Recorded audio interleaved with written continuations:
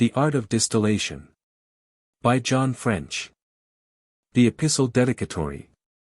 To my much honoured friend, Tobias Garbrand, Doctor of Physic and Principal of Gloucester Hall in Oxford. Sir. It is my ambition to let the world know upon what score it is that I do especially honour men. It is not, sir, as they are high-born heirs of the great potentates, for which most honour them, and upon which account I also shall not deny them their due, but as they excel in honesty and are friends to art. That poor philosophers should take no delight in riches, and rich men should take delight in philosophy, is to me an argument, that there is more delight, honour, and satisfaction in the one than in the enjoyment of the other. I once read of a nobleman's porter who let in all that were richly apparelled, but excluded a poor philosopher. But I should, if I had been in his place, have rather let in the philosopher, without the gay clothes, than the gay clothes without the philosopher. As long as I have sense or reason, I shall improve them to the honour of the art, especially that of alchemy. In the perfection thereof there are riches, honour, health and length of days. By it, Artephius lived 1,000 years, Flamel built 28 hospitals with large revenues to them, besides churches for it, both they and divers more were accounted philosophers, and wise men. Which sounds with more honour in my ears than all the rattling and empty titles of honour whatsoever besides. In the perfection of this art, I mean the accomplishing of the elixir, is the sulphur of philosophers set at liberty, which gratifies the releasers thereof with 3 kingdoms, viz. Vegetable, animal, and mineral. And what cannot they do, and how honourable are they, that have the command of these? They may commend lead into gold, dying plants into fruitfulness, the sick into health, old age into youth, darkness into light, and what not. A month would fail to give you an account of their power and dominations. Now for the effecting of this I shall besides what I have advised in the epistle to the reader, say only this, court the mother, and you win the daughter. Prevail with nature, and the fair Diana of the philosophers is at your service. Now, if you cannot prevail with nature for the fairest of her daughters, viz. the Mercury of philosophers, yet she has other daughters of wonderful beauty also, as are the essences and magistries of philosophers which also are endowed with riches, honour, and health. And any of these you may more easily prevail with their mother nature for. This art of alchemy is that solari art which is more noble than all the other 6 arts and sciences, and if it did once thoroughly shine forth out of the clouds whereby it is eclipsed, would darken all the rest, as the sun does the other 6 planets, or at least swallow up their light. This is that true natural philosophy which most accurately anatomizes nature and natural things, and visually demonstrates the principles and operations of them. That empty natural philosophy which is read in the universities, is scarce the meanest handmaid to this queen of arts. It is a pity that there is such great encouragement for many empty and profitable arts, and none for this, and such similar ingenuities which, if promoted, would render a university far more flourishing than the former. I once read or heard of a famous university beyond the sea that was fallen into decay through what cause I know not. But there was a general council held by the learned to determine how to restore it to its primitive glory. The medium at last agreed upon was the promotion of alchemy, and encouraging the artists, themselves. But I never expect to see such rational action in this nation, until shadows vanish, substances flourish, and truth prevails, which time I hope is at hand and desired by all true artists and, to my knowledge, especially by yourself. Upon which account I truly honour you. Now, to yourself therefore I crave to adumbrate something of that art which I know you will be willing, for the public good, to promote. I dedicate this treatise to you, not that it is worthy of your acceptance, but that it may receive worth by your acceptance of it. I present it to you, as men bring lead to philosophers to be tinged into gold, to receive the stamp of your favour and approbation that it may pass current, with acceptance among the sons of art, whereby you will continue to oblige him who is, Sir, your most obliged servant, John French. London, November 25, 1650. How do you find this book? Any thoughts about the book or the author? Any suggestion for improvement? Please take a moment to share your thoughts in a comment. If you like it, share it with your friends who might enjoy it as well. Subscribe to keep in touch. Visit CompleteAudiobooks.com for more quality content. John French's Preface to his Art of Distillation. There is a glut of chemical books, but a scarcity of chemical truths. Nature and art afford a variety of spagyrical preparations, but they are as yet partially undiscovered, partially dispersed in many books, and those of diverse languages, and partially reserved in private men's hands. When therefore I considered what need there is of, and how acceptable a general treatise on distillation might be, especially to our English nation, and the rather since Baker upon distillations is by reason of the description of a few furnaces and vessels therein.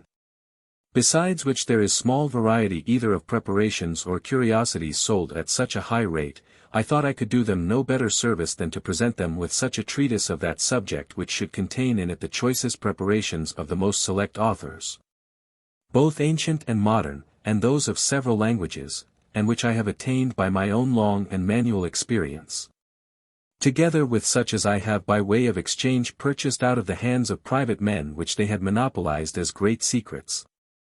But on the other hand, when I considered what a multitude of artists there is in this nation, from many of which more and better things might be expected than from myself, I was at a nonplus in my resolutions, fearing it might be accounted an unpardonable presumption in me to undertake that which might be better performed by others.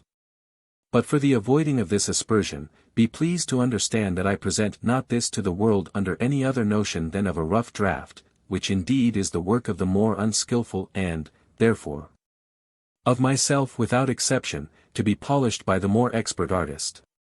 I rejoice as at the break of day after a long and tedious night to see how this solari art of alchemy begins to shine forth out of the clouds of reproach which it has for a long time undeservedly laid under. There are two things which have eclipsed it for a long time, viz., the mists of ignorance and the specious lunary body of deceit. Arise, O Son of Truth, and dispel these interposed fogs, that the Queen of Arts may triumph in splendor. If men did believe what the art could effect, and what variety there is in it, they would be no longer straitened by, nor bound up to or lurari in verba Galeni, vel Aristotelis, but would now subscribe a new engagement to be true and faithful to the principles of Hermes and Paracelsus, as they stand established without Aristotle, their prince, and Galen and Hippocrates, their lords and masters. They would no longer stand dreaming forth, sic dicit Galenus, but ipsi dixit Hermes. I desire not to be mistaken as if I did deny Galen his due, or Hippocrates what is his right, for, indeed, they wrote excellently in many things, and deserve well thereby.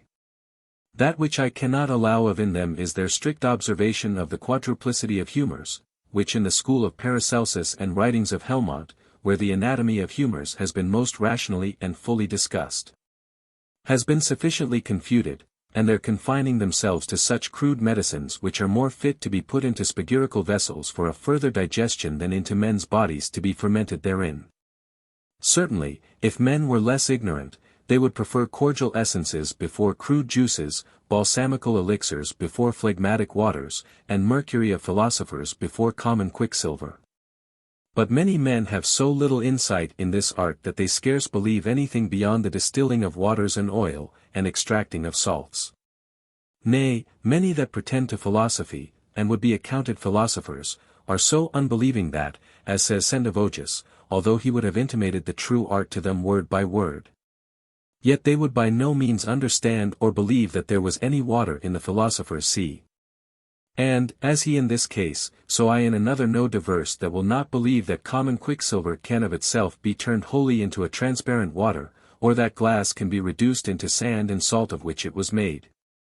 Saying, fusio vitrificatoria est ultima fusio, or that an herb may be made to grow in 2 hours, and the idea of a plant to appear in a glass, as if the very plant itself were there, and this from the essence thereof. And such like preparations as these, the two former whereof may be done in half an hour, but the latter requiring a longer time, but yet possible. And for the possibility of the elixir, ye shall as soon persuade them to believe they know nothing, which is very hard, if not an impossible thing to do, than to believe the possibility thereof. If there be any such thing, they say, why are not the possessors thereof infinitely rich, famous, doing miracles and cures and living long? These objections, especially some of them, scarce deserve an answer. Yet I shall show the vanity of them and make some reply thereunto. Did not Artephius by the help of this medicine live to 1,000 years? Did not Flamel build 14 hospitals in Paris, besides as many in Boulogne, besides churches and chapels with large revenues to them all? Did not Bacon do many miracles? And Paracelsus many miraculous cures? Besides, what says Sendivogius? I have, he says, incurred more dangers and difficulties by discovering myself to have this secret than ever I had profit by it, and when I would discover myself to the great ones, it always redounded to my prejudice and danger. Can a man that carries always about him 10,000 pounds worth of jewels and gold travel everywhere up and down, safe, and not be robbed? Have not many rich money-mongers been tortured into a confession where their money was concealed? Did you never hear of a vapouring fellow in London that, pretending to the knowledge of this mystery, was on a sudden caught aside by money-thirsters and by them tormented with tortures little less than those of hell? Being forced thereby, if he had known it, into a discovery of it. To say nothing of being in danger of being subjected and enslaved to the pleasure of princes and of becoming instrumental to their luxury and tyranny, as also being deprived of all liberty, as was once Raymundus Lullius. The truth is, the greatest matter that philosophers aim at is the enjoyment of themselves, for which cause they have sequestered themselves from the world and become hermits. Well, therefore, and like a philosopher spoke Sendivogius when he said, believe me, if I were not a man of that state and condition that I am of, nothing would be more pleasant to me than a solitary life, or with Diogenes to live hid under a tub. For I see all things in this world to be but vanity, and that deceit and covetousness prevails much, that all things are vendible, and that vice does excel virtue. I see the better things of the life to come before mine eyes, and I rejoice in these.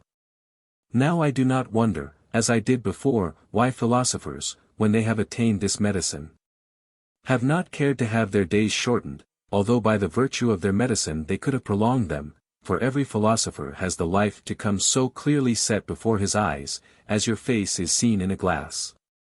Thus much by way of reply to the frivolous objections of those that believe not the verity of this art, and not only so, but will not believe it. If you should discover to them the process of the philosopher's stone, they would laugh at your simplicity, and I will warrant you never make use of it. Nay, if you should make projection before them, they would think that even in that there was a fallacy, so unbelieving are they. So I find them, and so I leave them, and shall forever find them the same. There is another sort of man by whom this art has been much scandalized, and they indeed have brought a great odium upon it by carrying about, and vending their whites and reds, their sophisticated oils and salts, their dangerous and ill-prepared turbiths and aurum vitaes. And indeed it were worthwhile, and I might do good service for the nation, to discover their cheats, as their sophisticating of chemical oils with spirit of turpentine, and salts with salt extracted out of any wood ashes and such like. But here is not place for so large a discourse as this would amount to. I shall only at this time relate to how Panotis was cheated with a sophisticated oil of gold, for he said he gave 24 ducats for the process of an aurum potable which was much cried up and magnified at Prague. But at last it proved to be nothing but a mixture of oil of camphor, cloves, fennel seed and of vitriol tinged with the leaves of gold. I know I shall incur the displeasure of some, but they are sophisticating, cheating mountebanks who indeed deserve to be bound to the peace, because many men, I dare swear, through their means go in danger of their lives. Better it is that their knavery should be detected, than a noble art through their villainy be clouded and aspersed. Now we must consider that there are degrees in this art, for there is the accomplishment of the elixir itself, and there is the discovery of many excellent essences, magistries, and spirits, etc., which abundantly recompense the discoverers thereof with profit, health, and delight. Is not Paracelsus, his ludus that dissolves the stone and all tartarous matter in the body into a liquor, worth finding out? Is not his tinea scatura a most noble medicine, that extinguishes all preternatural heat in the body in a moment? Is not his alkest a famous dissolvement that can in an instant dissolve all things into their first principles, and withal is a specificum against all distempers of the liver? Who would not take pains to make the quintessence of honey and the philosophical spirit of wine which are cordial and balsamical even to admiration? A whole day would fail to reckon up all the excellent, admirable rarities that by this spagyrical art might be brought to light, in the searching out of which, why may not the elixir, itself, at last be attained unto? Is it not possible for them that pass through many philosophical preparations to unfold at last the riddles and hieroglyphics of the philosophers? Or were they all mere phantoms? Is there no fundamentum in re for this secret? Is there no sperm in gold? Is it not possible to exalt it for multiplication? Is there no universal spirit in the world? Is it not possible to find that collected in one thing which is dispersed in all things? What is that which makes gold incorruptible? What induced the philosophers to examine gold for the matter of their medicine? Was not all gold once living? Is there none of this living gold, the matter of philosophers, to be had? Did Sendivogius, the last of known philosophers, spend it all? Surely, there is matter enough for philosophers, and also some philosophers at this day for the matter, although they are unknown to us. There are, says Sendivogius, without doubt many men of a good conscience both of high and low degree, I speak knowingly, that have this medicine and keep it secretly. If so, let no man be discouraged in the prosecution of it, especially if he takes along with him the 5 keys which Nallius sets down, which indeed all philosophers with one consent enjoin the use and observation of. 1. Seeing it is a divine and celestial thing, it must be sought for from above, and that not without a full resolution for a pious and charitable improvement of it. 2. Before you take yourself to the work, propound to yourself what you seek, and enter not upon the practice until you are first well versed in the theory. For it is much better to learn with your brain and imagination than with your hands and costs, and especially study nature well, and see if your proposals are agreeable to the possibility thereof. 3. Diligently read the sayings of true philosophers, read them over again and meditate on them, and take heed that you do not read the writings of impostors instead of the books of the true philosophers. Compare their sayings with the possibility of nature, and obscure places clear ones, and where philosophers say they have erred, do beware, and consider well the general axioms of philosophers, and read so long until you see a sweet harmony, and consent in the sayings of them. 4. Imagine not high things, but in all things imitate nature, viz. In matter, in removing what is heterogeneous, in weight, in color, in fire, in working, in slowness of working, and let the operations not be vulgar, nor your vessels. Work diligently and constantly. 5. If it is possible, acquaint yourself thoroughly with some true philosophers. Although they will not directly discover themselves that they have this secret, yet by one circumstance or another it may be concluded how near they are to it. Would not any rational man that had been conversant with Bacon, and seeing him do such miraculous things, or with Sendivogius who did intimate the art to some word by word, have concluded that they were not ignorant of it? There have been philosophers, and perhaps still are, that although they will not discover how it is made, yet may certify you, to the saving of a great deal of costs, pains, and time, how it is made.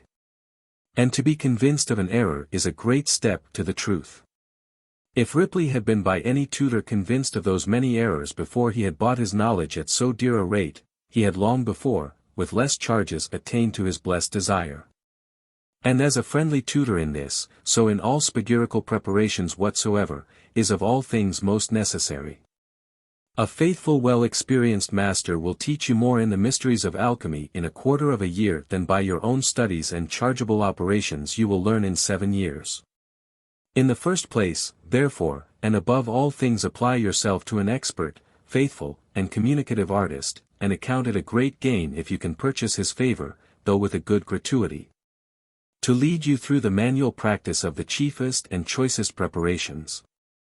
I said apply yourself to an artist, for there is scarce any process in all of chemistry so easy that he who never saw it done will be to seek, and commit some errors in the doing of it. I said expert that he may be able to instruct you aright. Faithful, that as he is able, so may faithfully perform what he promises, and communicative, that he may be free in discovering himself and his art to you. The truth is, most artists reserve that to themselves, which they know, either out of a desire to be admired the more for their undiscovered secrets or out of envy to others' knowledge. But how far this humor is approvable in them, I leave it to others to judge, and as for my part, I have here communicated upon the account of a bare acceptance only what I have with many years of pains, much reading, and great costs known. There is but one thing which I desire to be silent in, as touching the process thereof. As for the thing itself to be prepared, what it is I have elsewhere in this treatise expressed. And the preparing of that is indeed a thing worth of anyone's knowing, and which perhaps hereafter I may make known to some.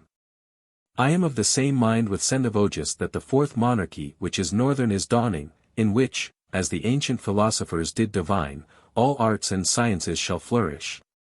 And greater and more things shall be discovered than in the three former.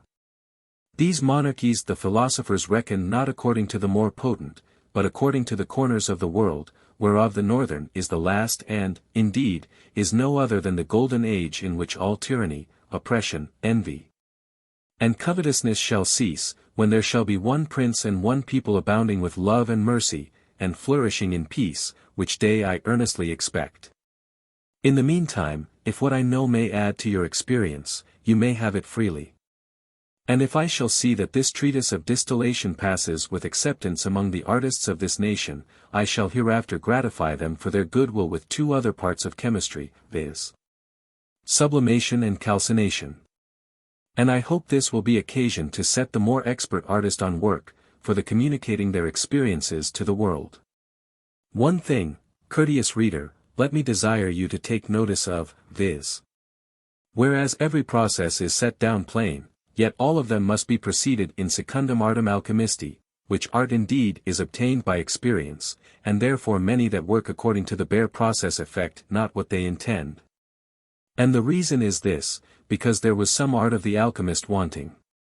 To conclude, if you know more or better things than these, be candid and impart them, considering that I wrote these for them that know them not, if not, accept the endeavors of your friend. John French. Book 1. What Distillation is and the Kinds thereof. I shall not stand here to show where the art of distillation had its origin, as being a thing not easily to be proved and, if known, yet little conducing to our ensuing discourse. But let us understand what distillation is, of which there are three principal and chief definitions or descriptions. 1. Distillation is a certain art of extracting the liquor, or the humid part of things by virtue of heat, as the matter shall require, being first resolved into a vapor and then condensed again by cold. 2. Distillation is the art of extracting the spiritual and essential humidity from the phlegmatic, or of the phlegmatic from the spiritual. 3. Distillation is the changing of gross thick bodies into a thinner and liquid substance, or separation of the pure liquor from the impure feces. I shall treat of distillation according to all these three except ions, and no otherwise, hence I shall exclude sublimation and degrees of heat there are, and which are convenient for every operation, and they are principally four. The first and only a warmth, as is that of horse dung, of the sun, of warm water, and the vapor thereof, which kind of heat serves for putrefaction and digestion. The second is of seething water and the vapor thereof, as also of ashes, and serves to distill those things which are subtle and moist, as also for the rectifying of any spirit or oil. The third is of sand and filings of iron which serves to distill things subtle and dry, or gross and moist. The fourth is of a naked fire, close, open or with a blast which serves to distill metals and minerals and hard gummy things, such as amber, etc. I do not say serves only to distill these, for many former distillations are performed by this heat, as the distilling of spirits and oils, etc., in a copper still over a naked fire, but these may be distilled by the two former degrees of heat. But minerals and such like cannot but by this fourth degree alone. Of the matter and form of furnaces. The matter of furnaces is various, for they may be made either of brick and clay, or clay alone with whites of eggs. Hair and filings or iron, and of these if the clay be fat are made the best and most durable furnaces, or of iron or copper, cast or forged. The forms also of furnaces are various. The fittest form for distillation is round. For so the heat of the fire being carried up equally diffuses itself every way, which happens not in a furnace of another figure, as four square or triangular, for the corners disperse and separate the force of the fire. Their magnitude must be such as shall be fit for the receiving of the vessel, their thickness so great as necessity shall seem to require. Only thus much observe, that if they be of forged iron or copper, they must be coated inside, especially if you intend to use them for a strong fire. They must be made with two bottoms distinguished, as it were, into two forges, the one below which may receive the ashes, the other above to contain the fire. The bottom of this upper must either be an iron grate or else an iron plate perforated with many holes so that the ashes may the more easily fall down into the bottom, which otherwise would put out the fire. Yet some furnaces have three partitions, as the furnace for reverberation, and the register furnace. In the first and lowest the ashes are received. In the second the fire is put, and in the third of the furnace for reverberation, the matter which is to be reverberated. This third ought to have a semicircular cover so that the heat may be reflected upon the contained matter. The bottom of the third and uppermost partition of the register furnace must be either a plate of iron or a smooth stone perforated with holes, having stopples of stone fitted thereunto which you may take out or put in, as you would have the heat increased or decreased. In the top or upper part of all these furnaces where it shall seem most fit, there must be 2 or 3 holes made, that by them the smoke may more freely pass out and the air let in to make the fire burn stronger if need requires. Or else which are to be shut with stopples made fit to them. The mouths of the forementioned partitions must have shutters, just like an oven's mouth, with which you may shut them closed or leave them open if you would have the fire burn stronger. But in defect of a furnace or fit matter to make one, we may use a kettle or a pot set upon a trivet, as we shall show when we come to give you a description of the furnace and vessels. The truth of the matter is, a good artist will make any still, yea and in half a day's time make a furnace or something equivalent to it for any operations. Of vessels fit for distillation. Vessels for distillation are of various matter and form. For they may be either of lead, which I altogether disapprove of for that they turn the liquors into a white and milky substance besides the malignity they give to them, or they may be of copper, iron, or tin which are better than the former. They may be of jug metal, or potter's metal glazed, or glass which are the best of all, where they may be used without fear of breaking or melting. Some make them of silver, but they are very changeable. They that are able and willing may have the benefit of them. Of lutes for coating of glasses and for closures as also several ways of stopping glasses. The best lute is made thus. Take of loam and sand tempered with salt water, which keeps it from cleaving. To these add the caput mortuary of vitriol or aqua fortis, and scalings of iron, and temper them well together. This serves to coat retorts or any glass vessels that must endure a most strong fire, and will never fail if well made. Some add flax, beaten glass, and pots and flints, etc. Take unslaked lime and linseed oil. Mix them well together and make thereof a lute which will be so hard that no spirit will pierce it, and this serves for the closure of glasses. Or, moisten an ox bladder in the white of an egg beaten to water, or in defect of a bladder, use paper and bind them round where the vessels are joined together, one over another 2 or 3 times. Or, if the spirits in the glass be exceedingly corrosive, then use the caput mortuary of aqua fortis, linseed oil, and chalk mixed together. If a glass be cracked, then wet a linen cloth in the white of an egg beaten to water, and lay upon it, and upon that presently while it is wet, sift some unslaked lime and press it close with your hand. When that is dry, lay on another cloth thus wet as before and on it sift more lime. A vessel may be stopped so close with quicksilver that no spirit can breathe forth, by which means the glass will be preserved from breaking by the enclosed spirits, for the head will first yield before the glass breaks. The vessel must be made as the figure hereunder shows. This also is a good way to preserve spirits already distilled from the air. A. Signifies the head or cover. B. The body or vessel itself. C. The little glass to take out the liquor that is in the vessel because it cannot well be poured out, as by reason of the quicksilver which will be apt to be lost, so by reason of the form of the vessel itself. D. A false bottom where the quicksilver must lie, into which the head must be set upon the quicksilver so that the quicksilver may come above the bottom of the head. Also, you may make stopples of glasses ground so smooth that no vapor can get forth by them, as you may see by this pattern. A. Signifies the stopple of glass ground very smooth and fit to the mouth of the vessel. B. The glass body. But the best way is to have a crooked pipe which may have quicksilver in it, and be well luted to the body that no spirit can get forth. By this means the glass will never break, for the quicksilver will first yield. A. The crooked pipe. B. The glass body. Or upon the top of a glass stopple there may be fastened some lead, that if the spirit be too strong, it will only heave up the stopple and let it fall down again. C. The glass stopple with lead on the top. D. The mouth of the vessel itself. Now the way to nip up a glass, or seal it up hermetically, is after this manner. Put what matter you please into a bolt head with a long neck or pipe, put this pipe through a pan that has a little hole made in the bottom, that the top of it may be 3 or 4 inches above the pan. Close up the hole round about the pipe with clay. Then put coals in the pan and kindle first those that are furthest off from the pipe that the heat may come by degrees to the pipe, for otherwise a sudden heat will break it. When the pipe is hot, blow the coals about it until it melts. Then with a pair of shears, cut it off where it is melted, and then with a pair of tongs close it together.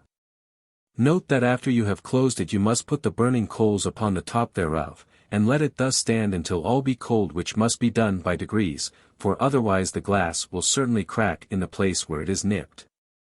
Note that the pan must stand upon some frame or some hollow place that there may be a passage for the pipe to come through it.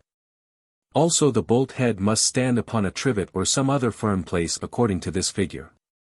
An explanation of such hard words and terms of art which are used in this ensuing treatise. Amalgamation is a calcining or corroding of metals with quicksilver, and it is done thus. Take any metal except iron, beaten into thin leaves or very small powder. Mix it with about 8 parts of quicksilver, which may the better be done if both be heated first, that they may become one uniform mass. Evaporate the quicksilver over the fire, and the metal will be left in the bottom as a thin calx. Calcination is the reducing of anything into a calx, and making it friable, and it may be done 2 ways, by firing, either by reducing into ashes or by reverberating. Or by corrosion, either by amalgamation, precipitation, fumigation or vaporation, cementation or stratification. Circulation is when any liquor is so placed in digestion that it shall rise up and fall down, and so do continually, and thereby become more digested and mature, for which use for the most part we use a pelican. Clarification is the separation of the gross feces from any decoction or juice, and it is done 3 ways, by the white of an egg, by digestion, or by filtration. Coagulation is the reducing of any liquid thing to a thicker substance by evaporating the humidity. Cohobation is the frequent abstraction of any liquor, poured often on the feces from whence it was distilled, by distillation. Congelation is when any liquor being decocted to the heights is afterwards, by settling into any cold place, turned into a transparent substance like unto ice. Corrosion is the calcining of bodies by corrosive things. Decantation is the pouring off of any liquor which has a settling by inclination. Deliquium is the dissolving of a hard body into a liquor, as salt, or the powder of any calcined matter, etc., in a moist place. Descension is when the essential juice dissolved from the matter to be distilled does descend or fall downward. Destimation is the taking off the froth that floats on the top with a spoon or feather, or by percolation. Distillation is the extracting of the humid part of things by virtue of heat, being first resolved into a vapor, and then condensed again by cold. Thus it is generally taken, but how more particularly, I shall afterward show. Digestion is a concocting or maturation of crude things by an easy and gentle heat. Dissolution is the turning of bodies into a liquor by the addition of some humidity. Dulcoration or culsification is either the washing off of the salt from any matter that was calcined therewith, with warm water, in which the salt is dissolved and the matter dulcified. Or it is the sweetening of things with sugar, or honey, or syrup. Elevation is the rising of any matter in matter of fume or vapor by virtue of heat. Evaporation or exhalation is the vaporing away of any moisture. Exaltation is when any matter does by digestion attain to a greater purity. Expression is the extracting of any liquor by the hand or by a press. Extraction is the drawing forth of an essence from a corporeal matter by some fit liquor as spirit of wine, the feces remaining in the bottom. Fermentation is when anything is resolved into itself, and is rarefied and ripened, whether it be done by any ferment added to it or by digestion only. Filtration is the separation of any liquid matter from its feces by making it run through a brown paper made like a tunnel, or a little bag of woolen cloth, or through shreds. Fixation is the making of any volatile spiritual body endure the fire and not fly away, whether it be done by often reiterated distillations, or sublimations, or by the adding of some fixing thing to it. Fumigation is the calcining of bodies by the fume of sharp spirits, whether vegetable or mineral, the bodies being laid over the mouth of the vessel wherein the sharp spirits are. Humectation or irrigation is a sprinkling of moisture upon anything. Imbibition is when any dry body drinks in any moisture that is put upon it. Impregnation is when any dry body has drunk in so much moisture that it will admit of no more. Incorporation is a mixing of a dry and moist body together so as to make a uniform mass of them. Infusion is the putting of any hard matter into liquor, for the virtue thereof to be extracted. Insolation is digestion of things in the sun. Levigation is the reducing of any hard matter into a most fine powder. Liquation is a melting or making anything fluid. Lutation is either the stoppings of the orifices of vessels so that no vapor passes out, or the coating of any vessel to preserve it from breaking in the fire. Maceration is the same as digestion. Maturation is the exalting of a substance that is immature, and crude to be ripened and concocted. Menstruum is any liquor that serves for the extracting of the essence of anything. Precipitation is when bodies corroded by corrosive spirits either by the evaporating of the spirits remain in the bottom, or by pouring something upon the spirit, as oil of tartar, or a good quantity of water, do fall to the bottom. Purification is a separation of any liquor from its feces whether it be done by clarification, filtration, or digestion. Putrefaction is the resolution of a mixed body into itself by natural gentle heat. Quintessence is an absolute, pure, and well-digested medicine drawn from any substance, either animal, vegetable, or mineral. Rectification is either the drawing of the phlegm from the spirit or of the spirit from the phlegm, or the exaltation of any liquor by a reiterated distillation. Reverberation is the reducing of bodies into a calx by a reflecting flame. Solution is a dissolving or attenuating of bodies. Stratification is a strewing of corroding powder on plates of metal by course. Sublimation is an elevating or raising of the matter to the upper part of the vessel by way of a subtle powder. Subtiliation is the turning of a body into a liquor or into a fine powder. Transmutation is the changing of a thing in substance, color, and quality. Volatile is that which flieth the fire. Rules to be considered in distillation. 1. Make choice of a fit place in your house for the furnace, so that it may neither hinder anything, nor be in danger of the falling of anything into it that shall lie over it. For a forcing furnace, it will be best to set it in a chimney, because a strong heat is used to it, and many times there are used brands which will smoke, and the fire being great, the danger thereof may be prevented, and of things of a malign and venerate quality being distilled in such a furnace, the fume or vapor. If the glass should break may be carried up into the chimney which otherwise will fly about the room to thy prejudice.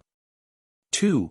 In all kinds of distillation the vessels are not to be filled too full, for if you distill liquors they will run over, and if other more solid things the one part will be burned before the other part be at all worked upon. But fill the fourth part of gourds, the half of retorts, the third part of copper vessels, and in rectifying of spirits fill the vessel half full. 3.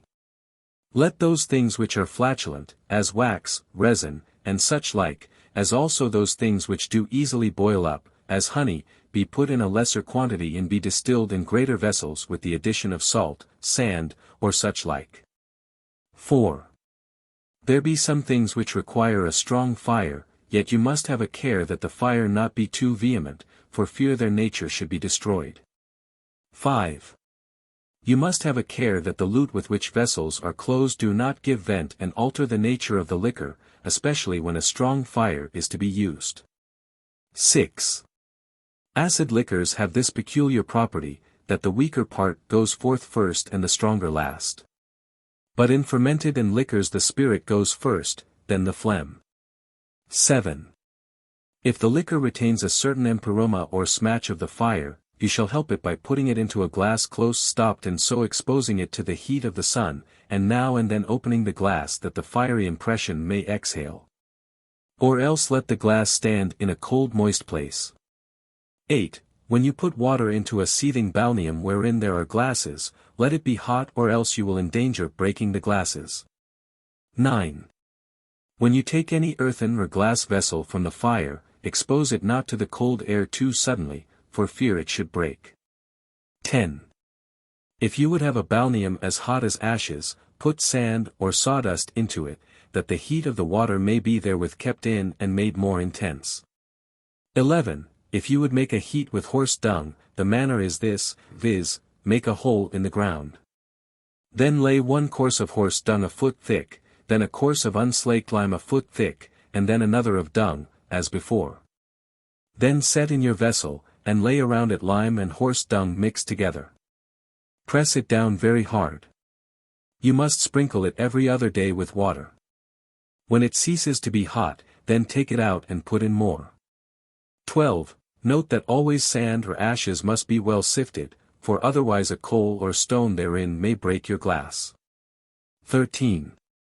The time for putrefaction of things is various, for if the thing to be putrefied is vegetable and green, less time is required, if dry, a longer time is required. Minerals require the longest of all. Thus much note, that things are sooner putrefied in cloudy weather than in fair. 14. If you would keep vegetables fresh and green all year, gather them on a dry day and put them into an earthen vessel which you must stop close and set in a cold place and, as Glaubra says, they will keep fresh a whole year. 15. Do not expect to extract the essence of any vegetable unless by making use of the feces, left after distillation. For if you take those feces, as for example of a nettle, and make a decoction thereof and strain it and set it in the frost, it will be congealed and in it will appear 1,000 leaves of nettles with their prickles which when the decoction is again resolved by heat, vanish away, which shows that the essence of the vegetables lies in the salt thereof. 16. In all your operations, diligently observe the processes which you read and vary not a little from them, for sometimes a small mistake or neglect spoils the whole operation and frustrates your expectations. 17. Try not at first experiments of great cost or great difficulty, for it will be a great discouragement to you, and you will be very apt to mistake. 18. If any would enter upon the practice of chemistry, let him apply himself to some expert artist for to be instructed in the manual operation of things. For by this means he will learn more in 2 months than he can by his practice and study in 7 years, as also avoid much pains and cost and redeem much time which else of necessity he will lose. 19. Enter not upon any operation unless it be consistent with the possibility of nature which, therefore, you must endeavor as much as possible to understand well. 20. Do not interpret all things you read according to the literal sense, for philosophers when they wrote anything too excellent for the vulgar to know, expressed it enigmatically that the sons of art only might understand it. 21. In all your operations propose a good end to yourself, as not to use any excellent experiment that you shall discover to any ill end, but for the public good. 22. It will be necessary that you know all such instruments that you shall use about your furnace and glasses, whereof some are already expressed and some more are shown in the following pages. A. Signifies an iron rod with 2 rings at the ends thereof, which must be heated red hot and applied to that part of the glass which you would break off. When you have held it there so long until the glass becomes very hot, then take it off and drop some cold water where you would have it break off, and it will presently crack in sunder. These rings are for such glasses as will go into them. You must have diverse of this sort, even of all sizes. B. An iron hook which must be heated hot and applied to any great glass that will not go into a ring. This hook has a wooden handle. C. A pair of tongs which are for diverse uses.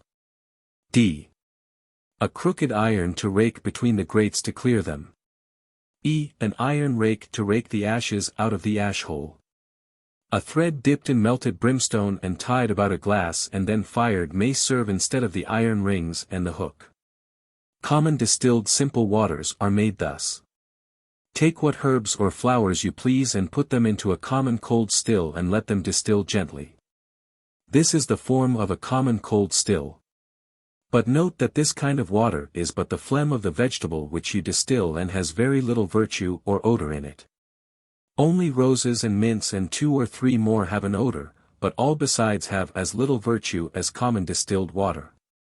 I do not deny but that it may be so ordered that these kinds of waters may partake both of the smell and strength of their vegetables in a good measure, and it is thus. To make waters in a cold still that shall have the full smell and virtue of the vegetable. Take what herbs, flowers, or roots you please, so that they be green. Bruise them and mix with them some leaven, and let them stand close covered for 4 or 5 days. Then distill them after the manner aforesaid. Another way to make water taste and smell strongly of its vegetable.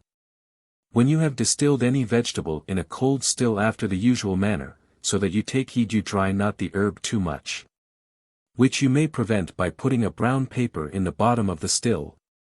Giving it a gentle fire and turning the cake before it is quite dried, take the cakes that remain in the bottom of the still and the water that is distilled from thence, having a good quantity thereof, and put them into a hot still and let them stand warm for the space of 24 hours. And then distill them. Then if you would have the water strong, put the said water into more fresh cakes, casting away the other and do as before. This is the truest and best way to have the water of any vegetable. Also, you shall by this way purchase some oil which is to be separated and to be kept by itself. To make water at any time of the year in a cold still without green herbs, so that the water shall smell strong of the herb. Put fair water into the body of the cold still.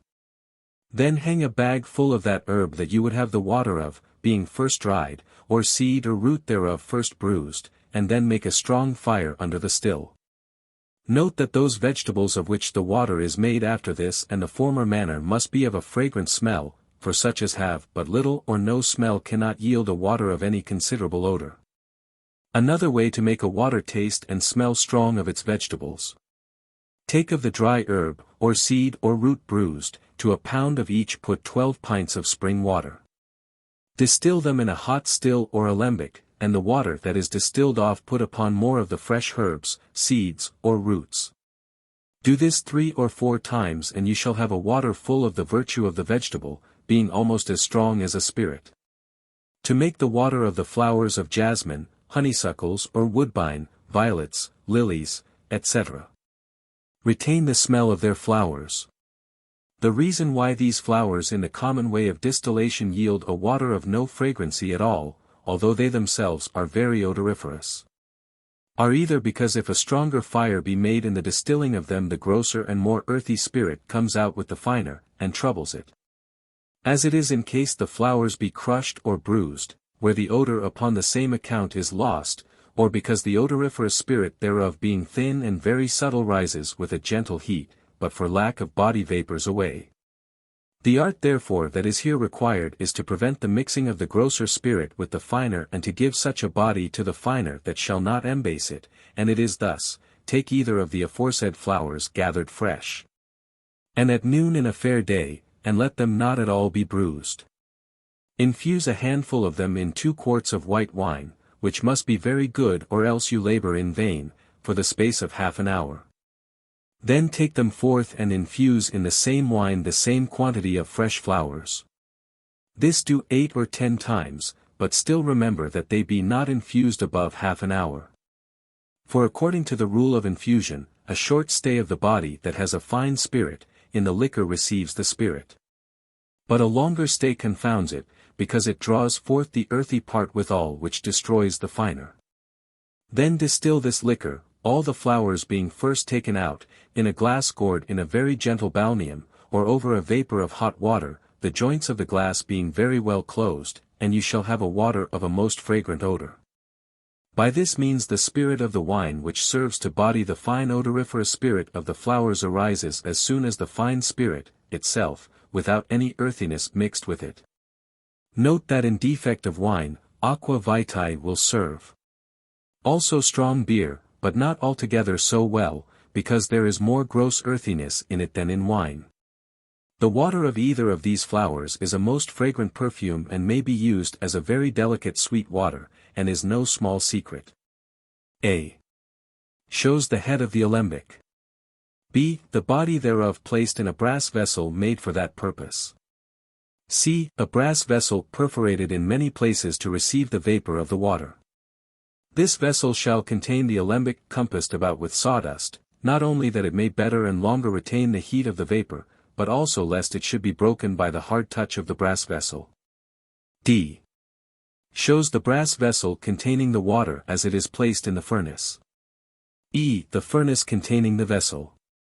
F. A funnel by which you may now and then pour in water to replace what is vanished and dissipated by the heat of the fire. G. The receiver. The delineation of a balneum mariae may also serve to distill with ashes. A. Shows the furnace with the hole to take further the ashes. B. Shows another furnace, as it were set in the other. Now it is of brass and runs through the middle of the kettle made also of brass, so that the contained water or ashes may be the more easily heated. C. The kettle wherein the water, ashes, or sand are contained. D. The alembic set in the water, ashes, or sand with the mouths of the receivers. E. The bottom of the second brass furnace, whose top is marked with B, which contains the fire. A water out of berries is made thus. Take of what berries you please, being full ripe. Put them into a gourd glass, strewing upon them a good quantity of powdered sugar. Cover them close and let them stand 3 weeks or a month. Then distill them in balneum. After this manner strawberries, raspberries, elderberries, and black cherries may be distilled. But note that such as have stones must first be bruised together with their stones. A sweating water made of elderberries. Take of elderberries as many as you please. Press out the juice thereof, and to every gallon put a pint of white wine vinegar, of the lees of white wine a pint. Let them stand in a wooden vessel which you must then set in some warm place near the fireside for the space of a week. Then distill them in a hot still or alembic. The furnace for a balneum mariae with the alembics and their receivers. A. Shows the brass kettle full of water. B. The cover of the kettle perforated in 2 places, to give passage forth to the vessels. A pipe or chimney added to the kettle, wherein the fire is contained to heat the water. D. The alembic consisting of its body and head. E. The receiver whereinto the distilled liquor runs. The effigies of another balneum mariae not so easy to be removed as the former. A. Shows the vessel or copper that contains the water. B. The alembic set in water. But lest the bottom of the alembic being half full should float up and down in the water, and so strike against the sides of the kettle, I have thought good to show you the way and means to prevent that danger. A. Shows the vessel or glass alembic. B. A plate of lead whereon it stands. C. Strings that bind the alembic to the plate. D. Rings through which the strings are put to fasten the alembic. In defect of a furnace for a balneum, you may make use of a pot set upon a trivet after this manner. An ounce or 2 of this water of elderberries is a very excellent sudorific, and is very good in all diseases that require sweat, as also in hydropical diseases. Water out of rotten apples is made thus. Take as many rotten apples as you please. Bruise and distill them either in a common cold still or gourd glasses in balneum. This water is of greater use in fevers and hot distempers than the common distilled waters of any cold vegetables. It is very good in any hot distemper of the veins and sharpness of the urine. It is very good in the inflammations of the eyes. How to make aqua vitae and spirit of wine out of wine. Take of what wine you please. Put it into a copper still, 2 parts of 3 being empty. Distill it with a worm until no more spirit comes off. Then this spirit will serve for the making of any spirits out of vegetables, but if you would have it stronger, distill it again and half will remain behind as an insipid phlegm. And if you would have it yet stronger, distill it again, for every distillation will leave behind 1 moiety of phlegm or thereabouts. So shall you have a most pure and strong spirit of wine. A hot still. A. Shows the bottom which ought to be of copper. B. The head. C. The barrel filled with cold water to refrigerate and condense the water and oil that run through the pipe or worm that is put through it. D. A pipe of brass or pewter, or rather a worm of tin running through the barrel. E. The alembic set in the furnace with the fire under it. How to make aqua vitae out of beer. Take the stale strong beer or rather the grounds thereof and put it into a copper still with a worm. Distill it gently, or otherwise it will make the head of the still fly up, and there will come forth a weak spirit, which is called low wine, of which when you have a good quantity you may distill it again of itself. And there will come forth a good aqua vitae. And if you distill it 2 or 3 times more, you shall have as strong a spirit as out of wine and, indeed, between which and the spirit of wine you shall perceive none or very little difference. How to rectify spirit of wine or aqua vitae. Distill it in balneum until the last drop that comes off be hot and full of spirit. Note that every time there will remain in the bottom a quantity as weak as water. Note also that every time you distill it, when you perceive that a very weak water comes over, you shall then end that distillation. To make the magistery of wine, which will be one of the greatest cordials and most odoriferous liquor in the world. Take good old rich Canary wine, put it into a glass vessel that it may fill the 3rd part thereof. And nip it up and set it in a continual heat of horse dung for the space of 4 months. Then in frosty weather set it forth into the coldest place of the air you can for the space of a month that it may be congealed. And so the cold will drive in the true spirit of the wine into the center thereof and separate it perfectly from its phlegm. That which is congealed cast away. But that which is not congealed esteem as the true spirit of wine. Circulate this in a pelican with a moderate heat for the space of a month, and you will have the true magistery or spirit of wine which, as it is most cordial, so also most balsamical, exceeding all balsams for the cure of wounds. The form of a pelican. The matter must be put in at the top which afterwards must be closed up. To make another magistery of wine that a few drops thereof shall turn water into perfect wine. Take the best Canary wine as much as you please, let it stand in putrefaction 40 days, then distill it in balneum and there will come forth a spirit. And at last an oil. Separate the one from the other and rectify the spirit. Set the oil again in putrefaction 40 days and then distill it. The feces that are left after the first distillation will yield a volatile salt which must be extracted without calcination, with the phlegm of the spirit. Purify it well, then impregnate the salt with its spirit, and digest them. Then add the oil and digest them together until they become a red powder, which you may use as it is, or else set it in a cellar until it be dissolved into a liquor, and a few drops thereof will do as above said. To make an oil of wine. Take weak spirit of wine and distill it in a vessel of a long neck. Then pour on this spirit again upon the phlegm, and distill it again. Do this several times and you shall see the oil of the wine swim on the phlegm, which phlegm you must separate from the oil by a tunnel. If this oil be afterward circulated for a month, it will thereby become most odoriferous, and of a singular virtue, and good being both very cordial and balsamical. To extract the spirit out of wine by the spirit of wine. Put spirit of wine well rectified upon Canary or Rhenish wine, so cautiously that it may not mix with, but swim upon the wine. Let them stand without stirring for the space of 48 hours. Then will the spirit that is in the wine rise up and join itself to the spirit that swims on the top, which you shall perceive by the weakness of the phlegm, and which you must let run out at a tap. This must be made in the bottom of the vessel for that purpose, and so be separated from the spirit. To make a very subtle spirit of wine at the first distilling. Take white or wheaten bread as soon as it comes forth from the oven, break it in the middle, the upper side from the lower side, and hang it hot in a glass vessel over canary wine. But so that it touches not the wine. Then cover the vessel and let it so stand until the bread swells and is sufficiently impregnated with the spirit of wine which it will attract from the wine. Then take out that bread and put in more until you have a considerable quantity of bread thus moistened. Then put this bread into a glass body, distill it in balneum, and you shall have a very subtle spirit which you may yet rectify by circulation.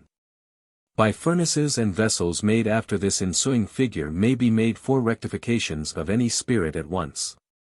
These vessels may either stand in ashes or in balneum. The manner of distilling in wooden vessels. A. Signifies the vessel wherein the copper vessel lies.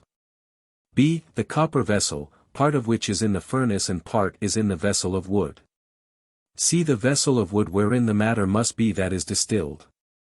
D. The cooling vessel with the worm. E. The receiver. F. The trivet whereon the vessel stands. Note that the greater the copper vessel is, and the less the wooden one is, the sooner will the liquor boil. This furnace shows how to draw forth spirits and waters out of vegetables and animals with little cost and short time. A balneum and a boiling vessel made of wood. Note that on the right hand these vessels have a copper vessel hanging forth which must be set into a furnace as is above shown. And on the left hand is a cock or tap to let out the water. The vessel on the left hand is for a balneum.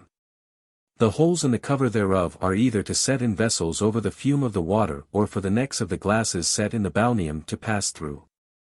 The vessel on your right hand is to boil water in for any use, also to brew in. The spirit of any vegetable is made thus. Take of what vegetable you please, 2 pounds, macerated in 6 gallons of aqua vitae or low wines, or sack, for the space of 24 hours. Then let them be distilled by an alembic, or hot still, putting to every pound of the spirit 2 ounces of most pure sugar. Note that the 2 first pints may be called the stronger spirit, and the rest the weaker spirit or, indeed, the water. But if they be both mixed together, they will make an excellent middling spirit, for the former has more of the spirit of wine, and the latter more of the virtue and odor of the vegetable. After this manner may be made the spirit of herbs, flowers, roots of vegetables, the seeds of vegetables, berries, barks, rinds, and spices. Note that the herbs and flowers must be cut small, and bruised. If you would make it stronger, then take all the foresaid spirit and as much more sack or low wines and put them upon the same quantity of fresh vegetables and distill them. Repeat this 3 or 4 times if you please. Note also that the vegetable must be dried, because else the spirit will not be so good, as if otherwise. The form of an alembic. A. Signifies the vessel which must be of copper, in which the matter is contained, and which must be set over a naked fire. B. Signifies the belly that is fastened to the neck, that the neck may the more commodiously be applied to the large mouth of the vessel. But it may be so ordered that the mouth of the upper vessel and lower vessel may be so fitted that they shall not need this belly. C. The long neck of the upper vessel whereby the spirit or water is somewhat cooled. D. The head. E. The vessel that compasses the head into which cold water is continually poured after the heating. F. The long receiver. G. The top or cock letting out the water when it is hot. The spirit of any vegetable may suddenly at any time of the year be made thus. Take of what herb, flower, seeds, or roots you please. Fill the head of the still therewith and then cover the mouth thereof with a coarse canvas and set it on the still, having first put into it sack or low wines. Then give it fire. If at any time you would have the spirit be of the color of its vegetable, then put of the flowers thereof dried a good quantity in the nose of the still. To make any vegetable yield its spirit quickly. Take of what vegetables you please, whether it be the seed, flower, root, fruit, or leaves thereof. Cut or bruise them small and then put them into warm water. Put yeast or berm to them, and cover them warm and let them work 3 days, as does beer. Then distill them and they will yield their spirit easily. To reduce the whole herb into a liquor which may well be called the essence thereof. Take the whole herb with flowers and roots and make it very clean. Then bruise it in a stone mortar and put it into a large glass vessel so 2 parts of 3 may be empty. Cover it exceeding close and let it stand in putrefaction in a moderate heat the space of half a year, and it will all be turned into a water. To make an essence of any herb, which being put into a glass and held over a gentle fire, the lively form and idea of the herb will appear in the glass. Take the foregoing water and distill it in a gourd glass, the joints being well closed, in ashes. And there will come forth a water and an oil, and in the upper part of the vessel will hang a volatile salt. Separate the oil from the water and keep it by itself. With the water purify the volatile salt by dissolving, filtering, and coagulating. The salt being thus purified, imbibe with the said oil until it will imbibe no more. Digest them well together for a month in a vessel hermetically sealed. And by this means you shall have a most subtle essence, which being held over a gentle heat will fly up into the glass and represent the perfect idea of that vegetable whereof it is the essence. The true essence or rather quintessence of any herb is made thus. When you have made the water and oil of any vegetable first calcine or burn to ashes the remainder of the herb. With the ashes make a lye by pouring its own water thereon. When you have drawn out all the strength of the ashes, then take all the lye, being first filtered. And vapor it away, and at the bottom you shall find a black salt which you must take and put into a crucible and melt it in a strong fire, covering the crucible all the time it is melting. After it is melted let it boil half an hour or more. Then take it out and beat it small and set it in a cellar on a marble stone or in a broad glass, and it will all be resolved into a liquor. This liquor filter and vapor away the humidity until it be very dry and as white as snow. Then let this salt imbibe as much of the oil of the same vegetable as it can, but no more, lest you labor in vain. Then digest them together until the oil will not rise from the salt, but both become a fixed powder melting with an easy heat.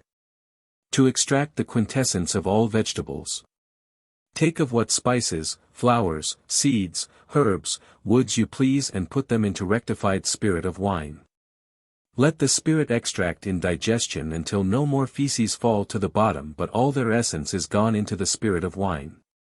Upon being thus impregnated, pour a strong spirit of salt and digest it in balneum until an oil swims above which separate with a tunnel or draw of the spirit of wine in balneum.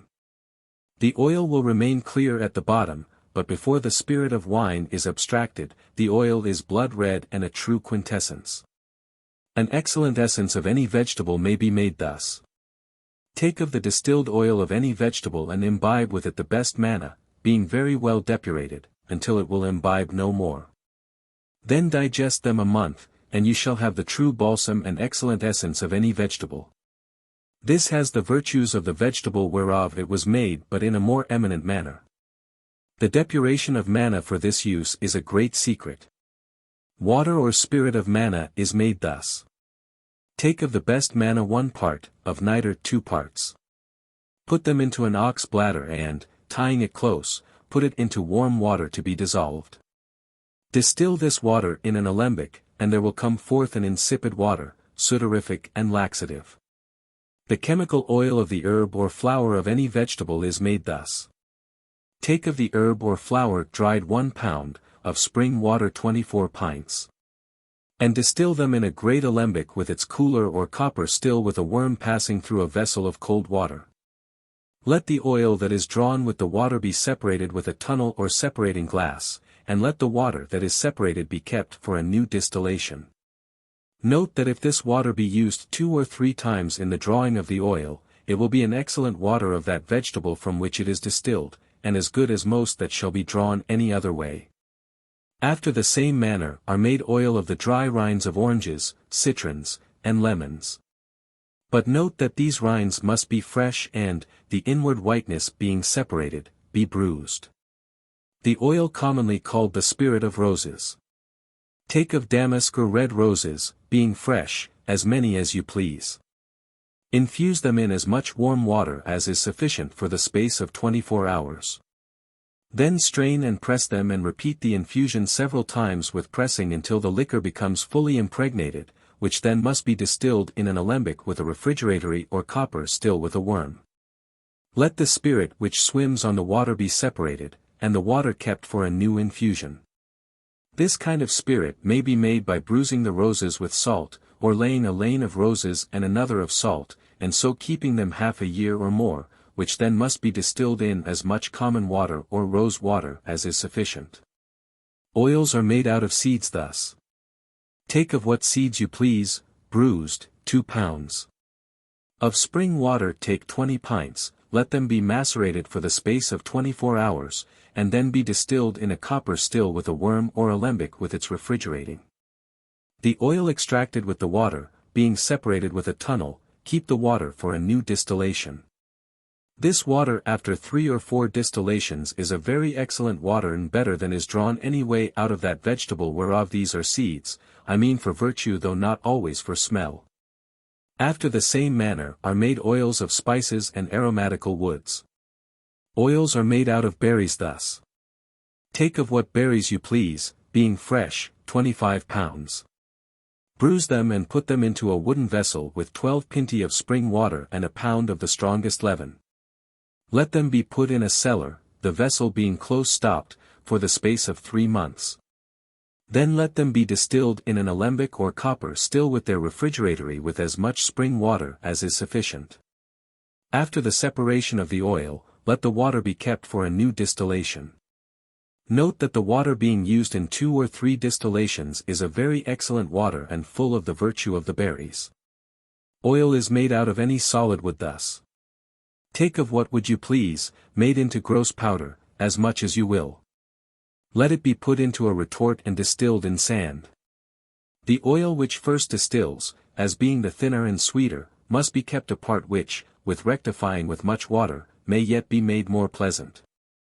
The acid water or spirit which in distilling comes first forth, being separated, which also, being rectified from the phlegm with the heat of a balneum, may be kept for use, being full of the virtue of the wood. After the same manner are made the oil and spirit of tartar, but thus much note, that both are more pure and pleasant being made out of the crystals than out of the crude tartar. To make a most excellent oil out of any wood or gums in a short time without much cost. Take of what would you please or gum bruised small. Put it into a vessel fit for it. Then pour on so much of spirit of salt as will cover your matter. Then set it in sand with an alembic. Make the spirit boil so all the oil flies over with a little phlegm, for the spirit of salt by its sharpness frees the oil so that it flies over very easily.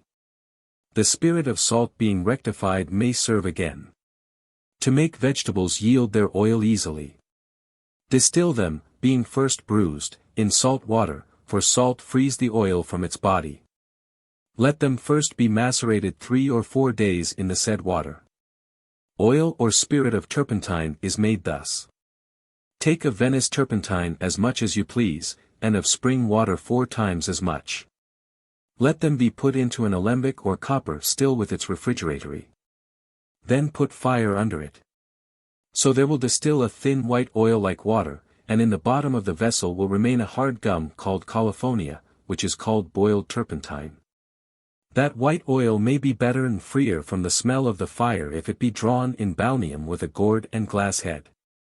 Common oil of olive may be distilled after this manner and be made very pleasant and sweet, also most unctuous things, as spermaceti, storax liquid, and also many gums.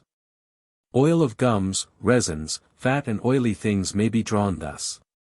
Take of either of these which you please, being melted, a pound, and mix it with 3 pounds of the powder of tiles or unslaked lime. Put them into a retort and extract an oil which with plenty of water may be rectified. Note that the water from whence the oil is separated is of excellent virtue, according to the nature of the matter from whence it is drawn. Oil of camphor is made thus. Take of camphor sliced thin as much as you please and put it into a double quantity of aqua fortis or spirit of wine. Let the glass, having a narrow neck, be set by the fire or on sand or ashes the space of 5 or 6 hours, shaking the glass every half hour, and the camphor will all be dissolved and swim on the aqua fortis or spirit of wine like an oil. Note that if you separate it, it will all be hard again presently, but not otherwise. Another way to make oil of camphor that it shall not be reduced again. Take of camphor powdered as much as you please and put it into a glass like a urinal. Put upon it another urinal glass inverted, the joints being close shut. Sublime it in ashes, inverting those urinals so often until the camphor be turned into an oil. Then circulate it for the space of a month, and it will be so subtle that it will all presently vapor away in the air, if the glass be open. Another way to make oil of camphor. Take 2 ounces of camphor and dissolve it in 4 ounces of pure oil of olive. Then put them into 4 pints of fair water and distill them all together in a glass gourd, either in ashes or balneum, and there will distill both water and oil, which separate and keep by itself. All these kinds of oil of camphor are very good against putrefaction, fits of the mother, passions of the heart, etc. A few drops thereof may be taken in any liquor, or the breast be anointed therewith. Also, the fume thereof may be taken in at the mouth. A true oil of sugar. Take of the best white sugar candy and imbibe it with the best spirit of wine 10 times, after every time drying it again. Then hang it in a white silken bag in a moist cellar over a glass vessel that it may dissolve and drop into it. Evaporate the water in balneum, and in the bottom will the oil remain. This is very excellent in all distempers of the lungs. Oil of amber is made thus. Take of yellow amber 1 part, of the powder of flints calcined, or the powder of tiles 2 parts. Mingle them, put them into a retort, and distill them in sand. The oil which is white and clear that first distilled off, keep by itself, continuing the distillation as long as any oil distills off. Then let both oils be rectified apart in a good quantity of water. The salt of amber, which adheres to the neck of the retort with inside, being gathered, let be purified by solution, filtration, and coagulation according to art, and kept for use. After this manner may be made oils out of any gums which may be powdered. Oil of myrrh is made thus. Take of myrrh bruised or bay salt, of each 6 pounds. Let them be dissolved in 60 pints of spring water and be distilled in an alembic or copper still according to art. Oil of myrrh per deliquium or by dissolution is made thus. Take hen eggs hard boiled and cut in the middle lengthways. Take out the yolks, then fill up the hollow halfway with powder of myrrh, and join the parts together again, binding them with a thread. Set them upon a grate between 2 platters in a cold moist place, so the liquor of the myrrh dissolved will distill into the lower platter. Oil of tartar per deliquium, by dissolution. Take of the best tartar calcined white according to art.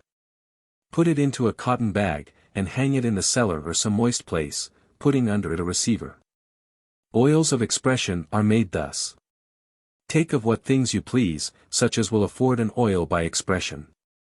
Bruise them, then put them into a bag, and press them strongly, putting a vessel under to receive the oil. Note that they must stand in the press some hours, because the oil drops by little and little. Note also that if you warm them before you put them into the press, they will yield more oil, but then it will not keep so long as otherwise. After this manner are made oils of nutmegs, mace, almonds, linseed, and such like. A vomiting and purging oil made by expression. Take of the berries of ebulus or dwarf elder, as many as you please. Let them be dried but not overmuch. Then bruise them, and in bruising them, moisten them with the best spirit of wine until they begin to be oily. Then warm them by the fire, and press forth the oil, and set it in the sun putrefied. 10 drops of this oil taken inwardly works upward and downward, and is very good against the dropsy and all waterish diseases. The belly being therewith anointed is made thereby soluble.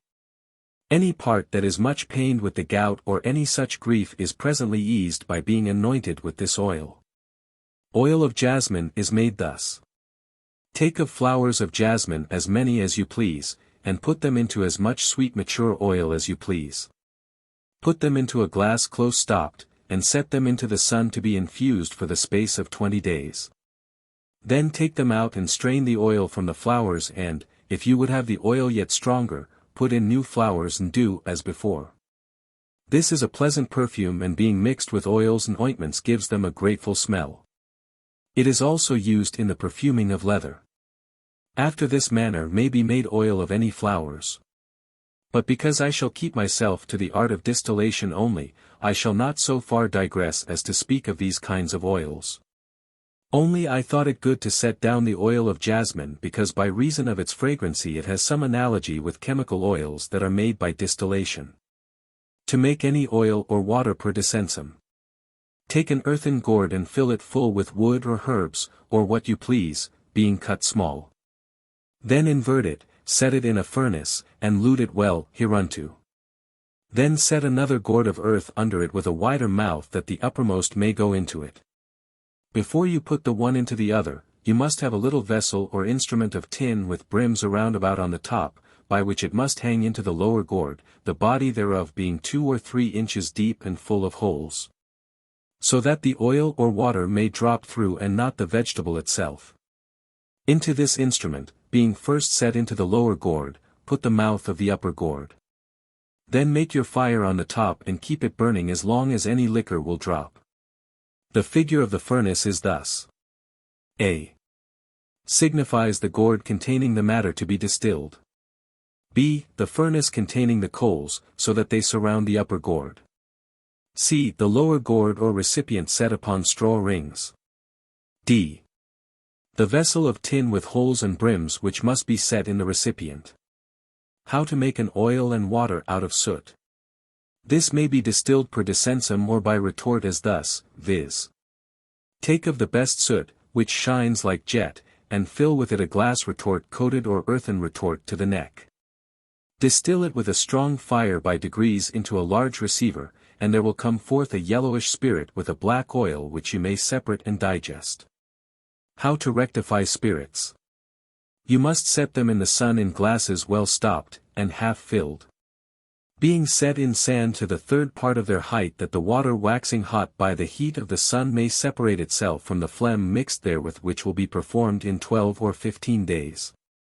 There is another better way to do this, which is to distill them again in balneum with a gentle fire, or if you will put them into a retort furnished with its receiver and set them upon crystal or iron bowls. Or in an iron mortar directly opposite the beams of the sun, as you may learn by these ensuing signs. A retort with its receiver standing upon crystal bowls just opposite to the sun beams. A. Shows the retort. B. Shows the receiver. C. The crystal bowls. Another retort with its receiver standing in a marble or iron mortar directly opposite the sun. A. Shows the retort. B. The marble or iron mortar. C. The receiver. How to rectify all stinking thick black oils that are made by a retort and to take away their stink. Take oil of amber, or any such stinking oil, put it into a glass retort, the 4th part only being full. Pour on it drop by drop the spirit of salt or any other acid spirit, and they will boil together. When so much of the spirit is poured on that it boils no more, then cease and distill it. First comes over a stinking water, then a clear white, well-smelling oil, and after that a yellow oil which is indifferent good. But the spirit of salt has lost its sharpness. The volatile salt of the oil remains coagulated with the spirit of salt and is black and tastes like sal ammoniac, and has no smell being sublimed from it.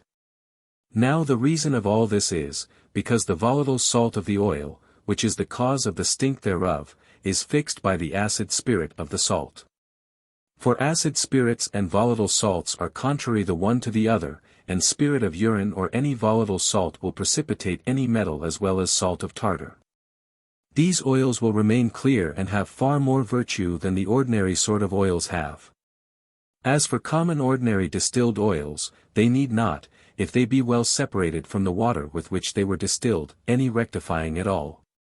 If you go about to rectify them, you will lose a good part of them and make that which remains not at all the better.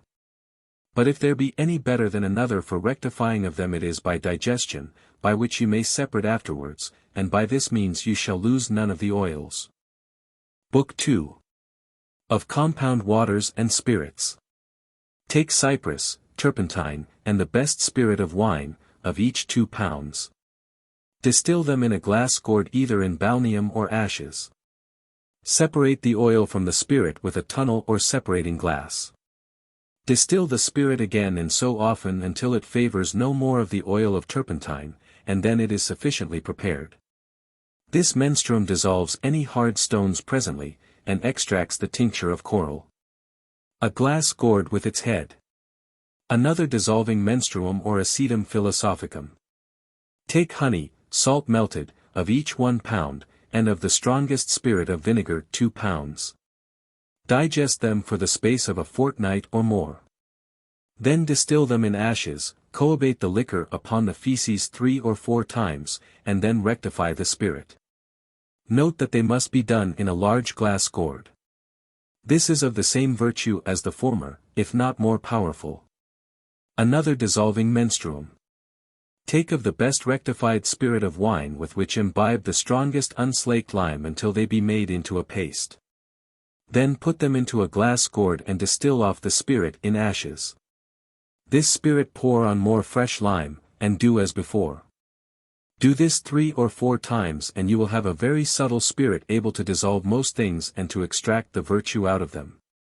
Paracelsus his Elixir Subtilitatis. Take oil of olive, honey, rectified spirit of wine, of each a pint. Distill them all together in ashes. Then separate all the phlegm from the oils which will be distinguished by many colors. Put all these colors into a pelican, and add to them the 3rd part of the essence of balm and celandine, and digest them for the space of a month. Then keep it for use. The liquor is so subtle that it penetrates everything. Usque, Bath or Irish aqua vitae is made thus. Take a gallon of small aqua vitae and put it into a glass vessel. Put thereto a quart of canary sack, 2 pounds of raisins of the sun stoned, but not washed, 2 ounces of dates stoned, and the white skins thereof pulled out, 2 ounces of cinnamon grossly bruised, for good nutmegs bruised. An ounce of the best English licorice sliced and bruised. Stop the vessels very close and let them infuse in a cold place 6 or 8 days. Then let the liquor run through a bag called manica hippocratis made of white cotton. This liquor is commonly used in surfeits, being a good stomach water. Aqua celestis is made thus. Take of cinnamon, cloves, ginger, nutmegs, zetoary, galangal, long pepper, citron pill, spikenard, lignum aloes, cubebs, cardamom, calamus aromaticus, germander, ground pine, mace, white frankincense, tormentil. Hermodactyls, the pith of dwarf elder, juniper berries, bay berries, the seeds and flowers of motherwort, the seeds of smallage, the seeds of fennel, seeds of anise, the leaves of sorrel, the leaves of sage, the leaves of fellwort, rosemary. Marjoram, mints, pennyroyal, staccatos, the flowers of elder, the flowers of red roses, the flowers of white roses, of the leaves of scabious, rue, the lesser moonwort, agrimony, centauri, fumitory, pimpernel, sow thistle, eyebright, maidenhair.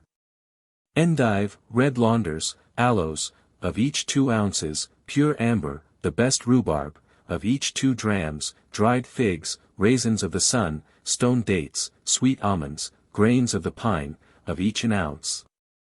Of the best aqua vitae to the quantity of them all, of the best hard sugar a pound, of white honey 1/2 pound. Then add the root of gentian, flowers of rosemary, pepperwort, the root of bryony, sow bread, wormwood, of each 1/2 ounce. Now before these are distilled, quench gold being made red hot, oftentimes in the aforesaid water, put therein oriental pearls beaten small an ounce, and then distill it after 24 hours infusion. This is a very cordial water, good against faintings and infection. Aqua imperialis is made thus. Take of the rind of citrons dried, oranges, nutmeg, cloves, cinnamon, of each 2 ounces. Of each half a pound of the roots of flowers de luce, the roots of cypress, the roots of calamus aromaticus, the roots of zedoary, the roots of galangal, the roots of ginger, 2 handsful each of the tops of lavender, the tops of rosemary. Of the leaves of the bay tree, of the leaves of marjoram, of the leaves of balm, of the leaves of mint, of the leaves of sage, of the leaves of thyme, flowers of white roses, flowers of damask roses, of each half a handful, rose water, 4 pints. The best white wine, a gallon. Bruise what must be bruised. Then infuse them all 24 hours, after which distill them. This is of the same virtue as the former. Aqua mirabilis is made thus. Take a dram each of cloves, galangal, cubebs, mace, cardamom, nutmeg, and ginger, half a pint of the juice of celandine, a pint of the spirit of wine, 3 pints of white wine. Infuse all these 24 hours, and then distill off 2 pints by alembic. This water is very good against wind in the stomach and head. Dr. Stevens' water is made thus. Take a gallon of Gascoigne wine. A dram each of ginger, galbanal, cinnamon, nutmeg, grains, aniseed, fennel seeds, caraway seeds, a handful each of sage, red mints, red roses, thyme, pellitory, rosemary, wild thyme, chamomile, and lavender. Beat the spices small and bruise the herbs, letting them macerate 12 hours, stirring them now and then. Distill them by an alembic or copper still with its refrigeratory. Keep the first pint by itself, and the second by itself. Note that the first pint will be hotter, but the second the stronger of the ingredients. This water is well known to comfort all the principal parts. A famous surfeit water. Take of red poppy cakes, after the water has been distilled from them in a cold still, not over-dried 2 pounds. Pour upon them of the water of red poppy a gallon and a half, canary wine 3 pints. Add to them of coriander seeds bruised 4 ounces, of dill seed bruised 2 ounces, of cloves bruised half an ounce, of nutmeg sliced an ounce, of rosemary a handful, 3 oranges cut in the middle. Distill them in a hot still. To the water put the juice of 6 oranges and hang in it half an ounce of nutmeg sliced and as much cinnamon bruised, 2 drams of cloves, a handful of rosemary cut small, sweet fennel seeds bruised an ounce. Of raisins of the sun stoned half a pound, being all put into a bag, which may be hung in the water, the vessel being close stopped, the space of a month, and then be taken out and cast away. The liquor thereof being first pressed out into the foresaid water. This water is of wonderful virtue in surfeits and pleurisy, composes the spirits, causes rest, helps digestion if 2 or 3 or 4 ounces thereof be drunk, and the patient composes himself to rest. A pectoral water. Distill green hyssop in a cold still until you have a gallon and a half of the water. To this put 4 handfuls of dried hyssop, a handful of rue, as much of rosemary, and horehound, elecampane root, bruised, and of horseradish root, bruised, of each 4 ounces, of tobacco in the leaf 3 ounces, aniseed bruised 2 ounces. 2 quarts of canary wine. Let them all stand in digestion 2 days and then distill them. In the water that is distilled put half a pound of raisins of the sun stoned, of licorice 2 ounces, sweet fennel seeds bruised 2 ounces and a half, ginger sliced an ounce and a half. Let them be infused in frigido the space of 10 days. Then take them out. This water sweetened with sugar candy and drunk to the quantity of 3 or 4 ounces twice in a day is very good for those that are tisical. It strengthens the lungs, attenuates thick phlegm, opens obstructions, and is very good to comfort the stomach. A very excellent water against the worms. Take of worm seed 8 ounces, the shavings of hartshorn 2 ounces, of peach flowers dried an ounce, of aloes bruised half an ounce. Pour on these the water of tansy, rue, peach flowers, and of wormwood, of each a pint and a half. Let them, being put into a glass vessel, be digested the space of 3 days. Then distill them. Coabate this water 3 times. This water is very excellent against the worms. It may be given from half an ounce to 3 ounces, according to the age of the patient. A water against the convulsions. Take of rose vitriol, which is that water that is distilled from vitriol in the calcining thereof, 2 quarts. In this put of rue a handful, juniper berries bruised an ounce, of bay berries bruised half an ounce, peony berries bruised 6 drachms, camphor 2 drachms, rhubarb sliced an ounce. Digest these 4 days in a temperate balneum. Then distill them in a glass vessel in ashes, and there will come over a water of no small virtue. It cures convulsions in children, especially. It helps also the vertigo, the hysterical passion, and epilepsy. It is very excellent against all offensive vapors and wind that annoys the head and stomach. It may be taken from 2 drachms to 2 ounces. A hydropical water. Take of wormwood, broom blossoms, of each a like quantity. Bruise them and mix with them some leaven and let them stand in fermentation in a cold place the space of a week. Then distill them in a cold still until they be very dry. Take a gallon of this water and half a gallon of the spirit of urine. Pour them upon 2 pounds of dried broom blossoms, half a pound of horseradish roots dried, 3 ounces of the best rhubarb sliced, 2 ounces of sweet fennel seed bruised, and an ounce and a half of nutmeg. Let them digest a week, being put into a glass vessel in a temperate balneum. Then press the liquor hard from the feces. Put this liquor in the said vessel again, and to it put 3 ounces of sweet fennel seeds bruised, licorice sliced 2 ounces. Digest them in a gentle heat for the space of a week. Then pour it off from the feces and keep it close stopped. This water being drunk from the quantity of an ounce to 4 ounces every morning, and at 4 of the clock in the afternoon, does seldom fail in curing the dropsy. It strengthens also the liver, is very good against gravel in the back, stone, cures the scurvy, gout, and such diseases as proceed from the weakness and obstructions of the liver. A water against the colic. Take of aniseed 3 ounces, cumin seed 3 drachms, cinnamon half an ounce, mace, cloves, nutmeg, of each a drachm, galangal, 3 drachms, calamus aromaticus, dried, half an ounce, the dried rind of oranges, 2 ounces, bayberries. Half an ounce. Let all these, being bruised, be macerated in 6 pints of Malago wine, and then be distilled in balneum until all be dry.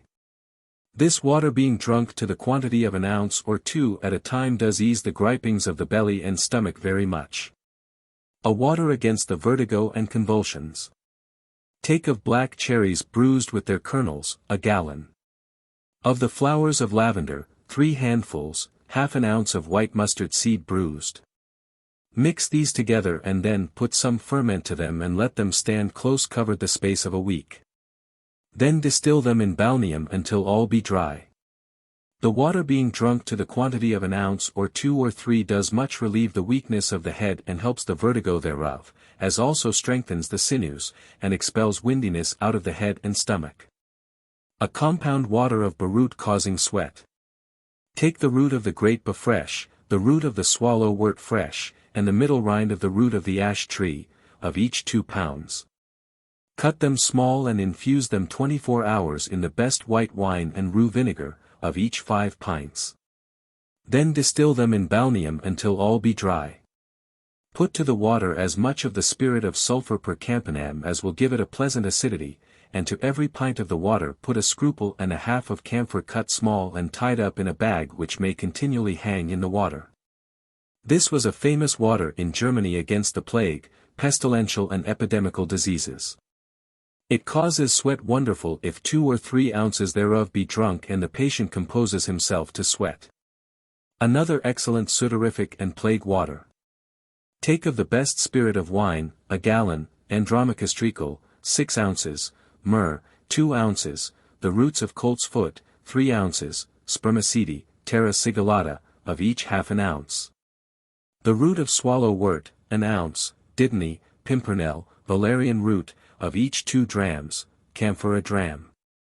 Mix all these together in a glass vessel, and let them stand close stopped the space of 8 days in the sun.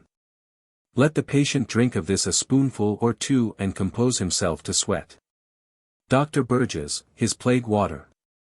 Take 3 pints of muscadine and boil in it sage and rue, of each a handful, until a pint be wasted. Then strain it and set it over the fire again. Put thereto a dram of long pepper, ginger, and nutmeg, of each half an ounce, being all bruised together. Then boil them a little and put thereto half an ounce of Andromachus treacle, and 3 drams of mithridate, and a quarter of a pint of the best Angelica water. This water, which, as says the author, must be kept as your life, and above all earthly treasure, must be taken to the quantity of a spoonful or 2 morning and evening, if you be already infected, and sweat thereupon. If you be not infected, a spoonful is sufficient, half in the morning and half at night. All the plague time under God, says the author, trust to this, for there was never man, woman, or child that failed of their expectation in taking it. This is also of the same efficacy, not only against the plague, but pox, measles, surfeits, etc. Crollius, his treacle water camphorated. Take of Andromachus, his treacle, 5 ounces, the best myrrh, 2 ounces and a half. The best saffron, half an ounce, camphor, 2 drams. Mix them together. Then pour upon them 10 ounces of the best spirit of wine, and let them stand 24 hours in a warm place. Then distill them in balneum with a gradual fire. Coabate the spirit 3 times. This spirit causes sweat wonderfully and resists all manner of infection. It may be taken from a dram to an ounce in some appropriate liquor. A distilled treacle vinegar. Take of the roots of bistort, gentian, angelica, tormentil, pimpernel, of each 10 drams, bay berries, juniper berries, of each an ounce, nutmeg, 5 drams, the shavings of sassafras, 2 ounces, zedoary, half a dram. White sanders, 3 drams, the leaves of rue, wormwood, scordium, of each half a handful, the flowers of wallflower, bugloss, of each a handful and a half, Andromachus treacle, mithridate, of each 6 drams. Infuse them all in 3 pints of the best white wine vinegar for the space of 8 days in frigido in glass vessels. Then distill them in balneum. The spirit is very good to prevent them that are free from infection, and those that are already infected, from the danger thereof, if 2 or 3 spoonfuls thereof be taken once a day, with sweating after, for those that are infected. But without sweating for others. An excellent water against the stone in the kidneys. Take of the middle rind of the root of ash, bruised, 2 pounds, juniper berries, bruised, 3 pounds, Venice turpentine that is very pure, 2 pounds and a half. Put these into 12 pints of spring water in a glass vessel well closed, and there let them putrefy in horse dung for the space of 3 months. Then distill them in ashes and there will come forth an oil and a water. Separate the one from the other. 10 or 12 drops of this oil being taken every morning in 4 or 6 spoonfuls of the said water dissolves the gravel and stone in the kidneys most wonderfully. Another water for the same use. Take the juice of radishes and lemons, of each a pound and a half, waters of betony, tansy, saxifrage, and vervain, of each a pint, hydromel and mamophy, of each 2 pounds. In these liquors mixed together, infuse for the space of 4 or 5 days in a gentle balneum, juniper berries, ripe and newly gathered, being bruised, 3 ounces. The seed of gromwell, burdock, radish, saxifrage, nettles, onions, anise, and fennel, of each an ounce and a half, the 4 cold seeds, the seed of great mallows, of each 6 drams, the calx of egg shells, cinnamon, of each 3 drams. Of camphor 2 drams. Let all be well strained and distilled in ashes. 2 ounces of this water taken every morning does wonderfully cleanse the kidneys, provoke urine, and expel the stone, especially if you calcine the feces and extract the salt thereof with the said water. To make an excellent wound water. Take plantain, ribwort, bonewort, wild angelica, red mints, betony, agrimony, sanicle, blue bottles, white bottles, scabious, dandelion, evens, honeysuckle leaves, bramble buds, hawthorn buds and leaves. Mugwort, daisy roots, leaves and flowers, wormwood, southern wood, of each 1 handful. Boil all these in a bottle of white wine in as much spring water, until 1/2 be wasted. When it is thus boiled, strain it from the herbs and put to it 1/2 pound of honey and let it boil a little after. Then put into bottles and keep it for your use. Note that these herbs must be gathered in May only, but you may keep them dry and make your water at any time. This water is very famous in many countries, and it has done such cures in curing outward and inward wounds, impostums, and ulcers that you would scarce believe it if I should recite them to you. Also it is very good to heal a sore mouth. The patient must take 3 or 4 spoonfuls thereof morning and evening, and in a short time he shall find ease and indeed a cure, unless he be so far declined as nothing almost can recover him. If the wound be outward, it must be washed therewith, and the linen clothes wet in the same be applied thereto. Dr. Matthias, his palsy water is made thus. Take of lavender flowers 1 gallon and pour upon them of the best spirit of wine, 3 gallons. The vessel being close stopped, let them be macerated together in the sun for the space of 6 days. Then distill them in alembic with its refrigeratory. Then take the flowers of sage, rosemary, betony, of each a handful, borage, bugloss, lilies of the valley, cowslips, of each 2 handfuls. Let the flowers be fresh, and seasonably gathered, and macerated in 1 gallon of the beet spirits of wine and mixed with the aforesaid spirit of lavender. Then add the leaves of balm, motherwort, orange tree newly gathered, the flowers of staccatos, oranges, bayberries, of each 1 ounce. After a convenient digestion let them be distilled again. Then add the outward rinds of citrons, the seed of peony husked, of each 6 drams, cinnamon, nutmeg, mace, cardamom, cubebs, of yellow sanders, of each 1/2 ounce, lignum aloes, 1 dram, the best jujube, the kernels taken out, 1/2 pound. Let them be digested for the space of 6 weeks. Then strain and filter the liquor, to which add of prepared pearl 2 drams, prepared emerald, a scruple, ambergris, musk, saffron, red roses, launders, of each 1 ounce. Yellow sanders, rinds of citrons dried, of each 1 dram. Let all these species be tied in a silken bag and hung in the foresaid spirit. A scorbutical water or a compound water of horseradish is made thus. Take the leaves of both scurvy grass, being made very clean, of each 6 pounds. Let these be bruised and the juice pressed forth, to which add the juice of brook lime, watercress, of each 1/2 pound, of the best white wine, 8 pints, 12 whole lemons cut, of the fresh roots of bryony, 4 pounds. Horseradish, 2 pounds, of nutmeg, 4 ounces. Let them be macerated 3 days and distilled. 3 or 4 spoonfuls of this water taken twice in a day cures the scurvy presently. Spirit of castor is made thus. Take of fresh castoreum, 2 ounces, flowers of lavender, fresh, 1/2 ounce, sage, rosemary, of each 2 drams, cinnamon, 3 drams, mace, cloves, of each 1 dram, the best rectified spirit of wine, 3 pints. Let them be digested in a glass, 2 parts of 3 being empty, stopped close with a bladder, and cork 2 days in warm ashes. Then distill the spirit in balneum, and keep it in a glass close stopped.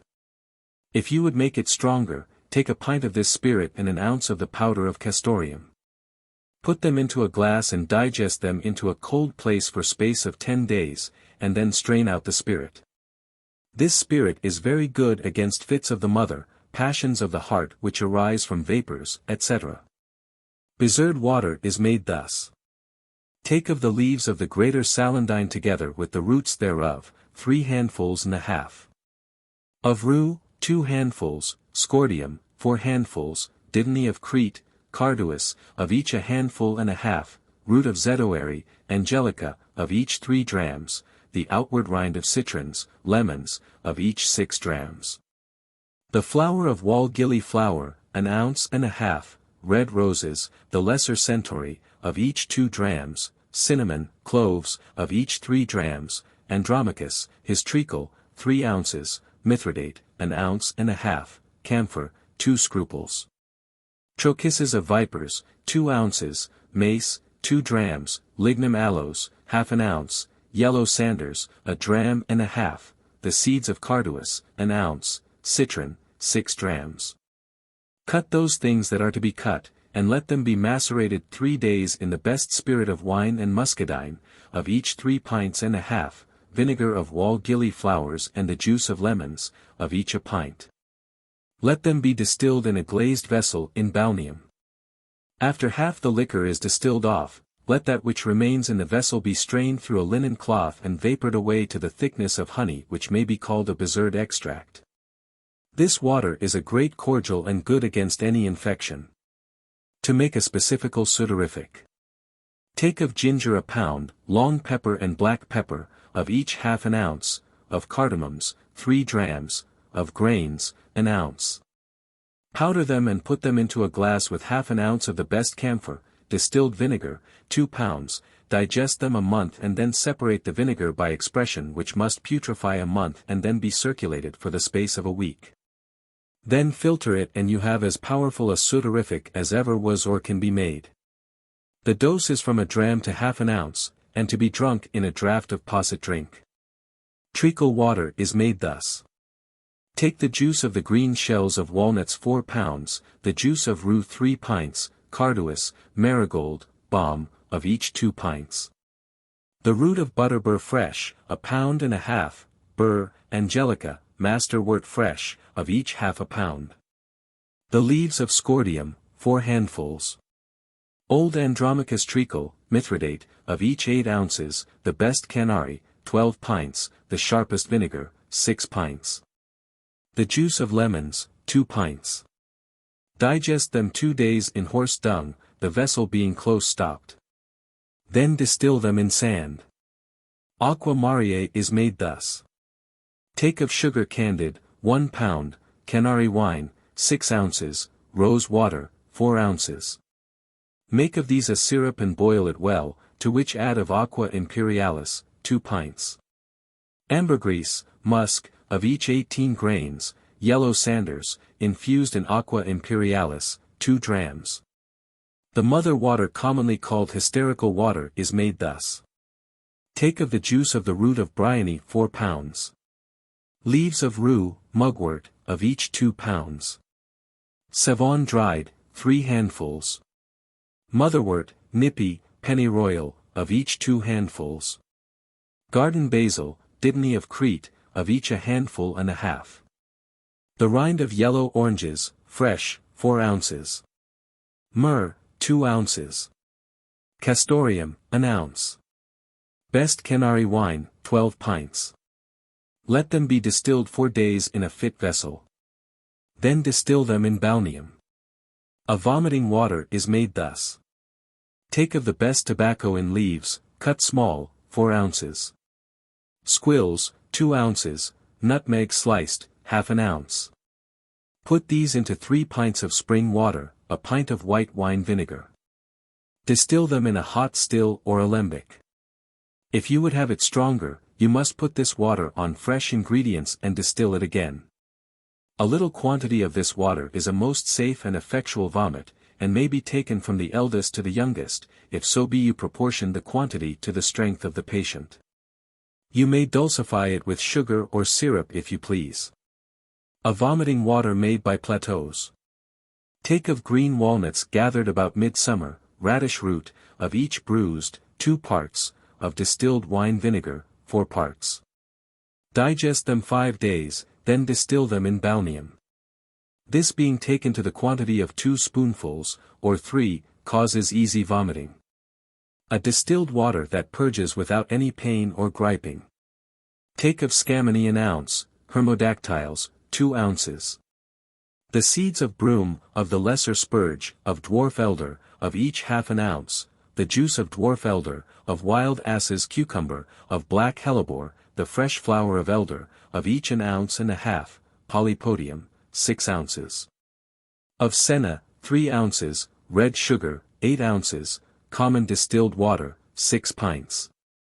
Let all these be bruised and infused in the water 24 hours, then be distilled in balneum. This water may be given from 2 drams to 3 ounces, and it purges all manner of humours, opens all obstructions, and is pleasant to be taken. Those whose stomachs loathe all other physics may take this without any offence. After it is distilled there may be a little bag of spices in it, as also it may be sweetened with sugar or any opening syrup. A specific liquor against the toothache. Take of oil of cloves well rectified 1/2 ounce. In it dissolve 1/2 dram of camphor. Add to them of the spirit of turpentine, for times rectified in which 1/2 dram of opium has been infused, 1/2 ounce. A drop or two of this liquor put into a hollow tooth with some lint eases the toothache presently. Book 3. Of Minerals. Spirit of salt is made thus. Take of the best bay salt as much as you please. Let it be dissolved in spring water and filtered. Mix this with brine in a copper vessel, of the powder of bricks or tiles, twice or thrice as much as the salt before its dissolution was in weight, let the water vapor away over the fire, continually stirring of it, until it be dry. Then put this powder into a glass retort well luted, or an earthen retort, and put it into a furnace, a large receiver joined to it according to art. Then give fire to it by degrees until it will bear an open fire, for the space of 12 hours. You shall have a very acid oil or spirit in the receiver. That liquor, being put into a little retort in sand, may be rectified by the vaporing away of the phlegm. Then keep it for use in a glass very well stopped that no air goes in. Spirit of salt is very good in fevers putrid, as in hydropical diseases. A retort and its receiver before they be set on work. A retort with its receiver set on work.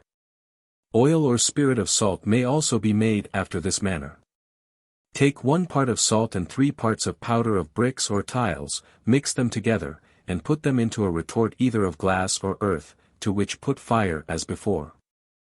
After this manner you may make oil or spirit of niter, salt gem, alum.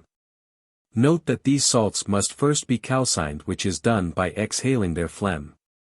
To turn saltpetre into a water by a mere digestion. Take of saltpetre powdered very small and with it fill the 4th part of a bolt head. Close it well and let it stand in the heat of ashes or sand the space of 6 weeks, and you shall see a good part of it turned into water. Continue it in the said heat until it be all dissolved. This is of incomparable use in fevers and against worms or any putrefaction in the body, and is indeed a most rare secret. Spirit of salt ammoniac. Dissolve sal ammoniac in distilled spirit of urine over a moderate heat. In this spirit let bricks beaten into small pieces and made red hot be quenched until they have imbibed all the water. Then make distillation in a retort in sand or in a naked fire. This spirit is of greater strength than that of other salts. Oil or spirit of vitriol is made thus. Take of Hungarian, or the best English vitriol, as much as you please.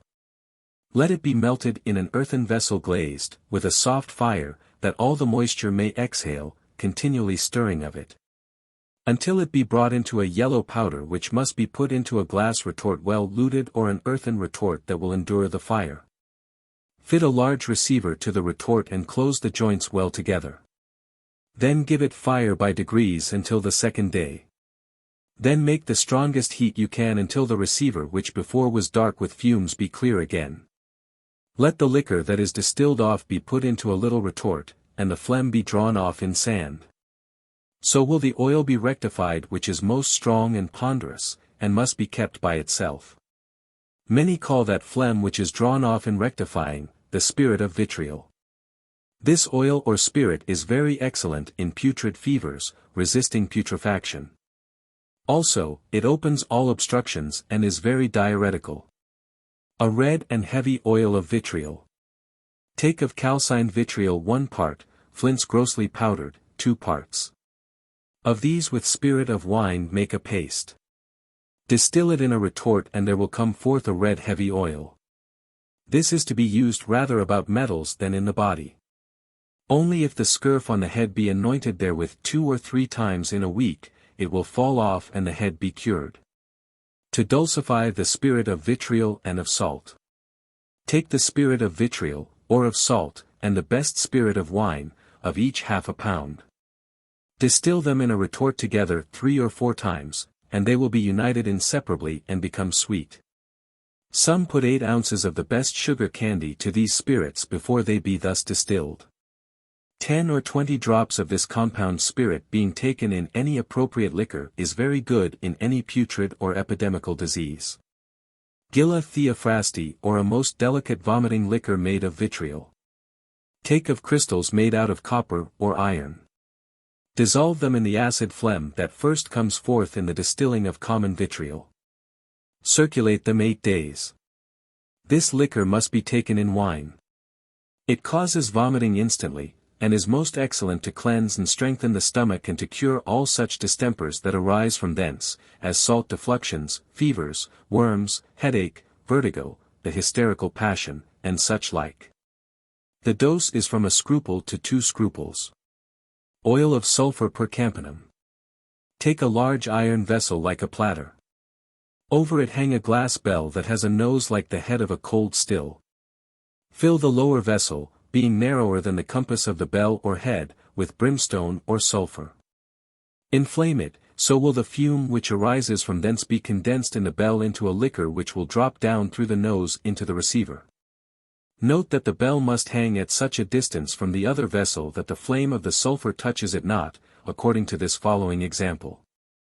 If instead of this broad vessel, you take a large crucible and melt in it saltpetre and cast sulfur upon it thus melted, you shall make a great deal quicker dispatch. This spirit is of the same nature, and has the same operations, as oil of vitriol. The oil of sulfur is made after a more philosophical manner thus. Take of crude sulfur as much as you please. Put it into a melting vessel to be dissolved over the fire. Being dissolved, pour it forth into seething hot water, this do 10 or more times, remembering that the water must be always seething hot, and you shall see that the sulfur will be like butter. Then put it into a retort, pouring on it the best spirit of wine. Distill it with a soft fire, and there will come forth an oil of a golden color, of a good taste and smell which is the true balsam of sulfur. The oil that swims on the spirit must be separated. This oil for the cure of all distempers of the lungs, for all fevers whether putrid or pestilential, and the cure of wounds and ulcers, is scarce to be equalled.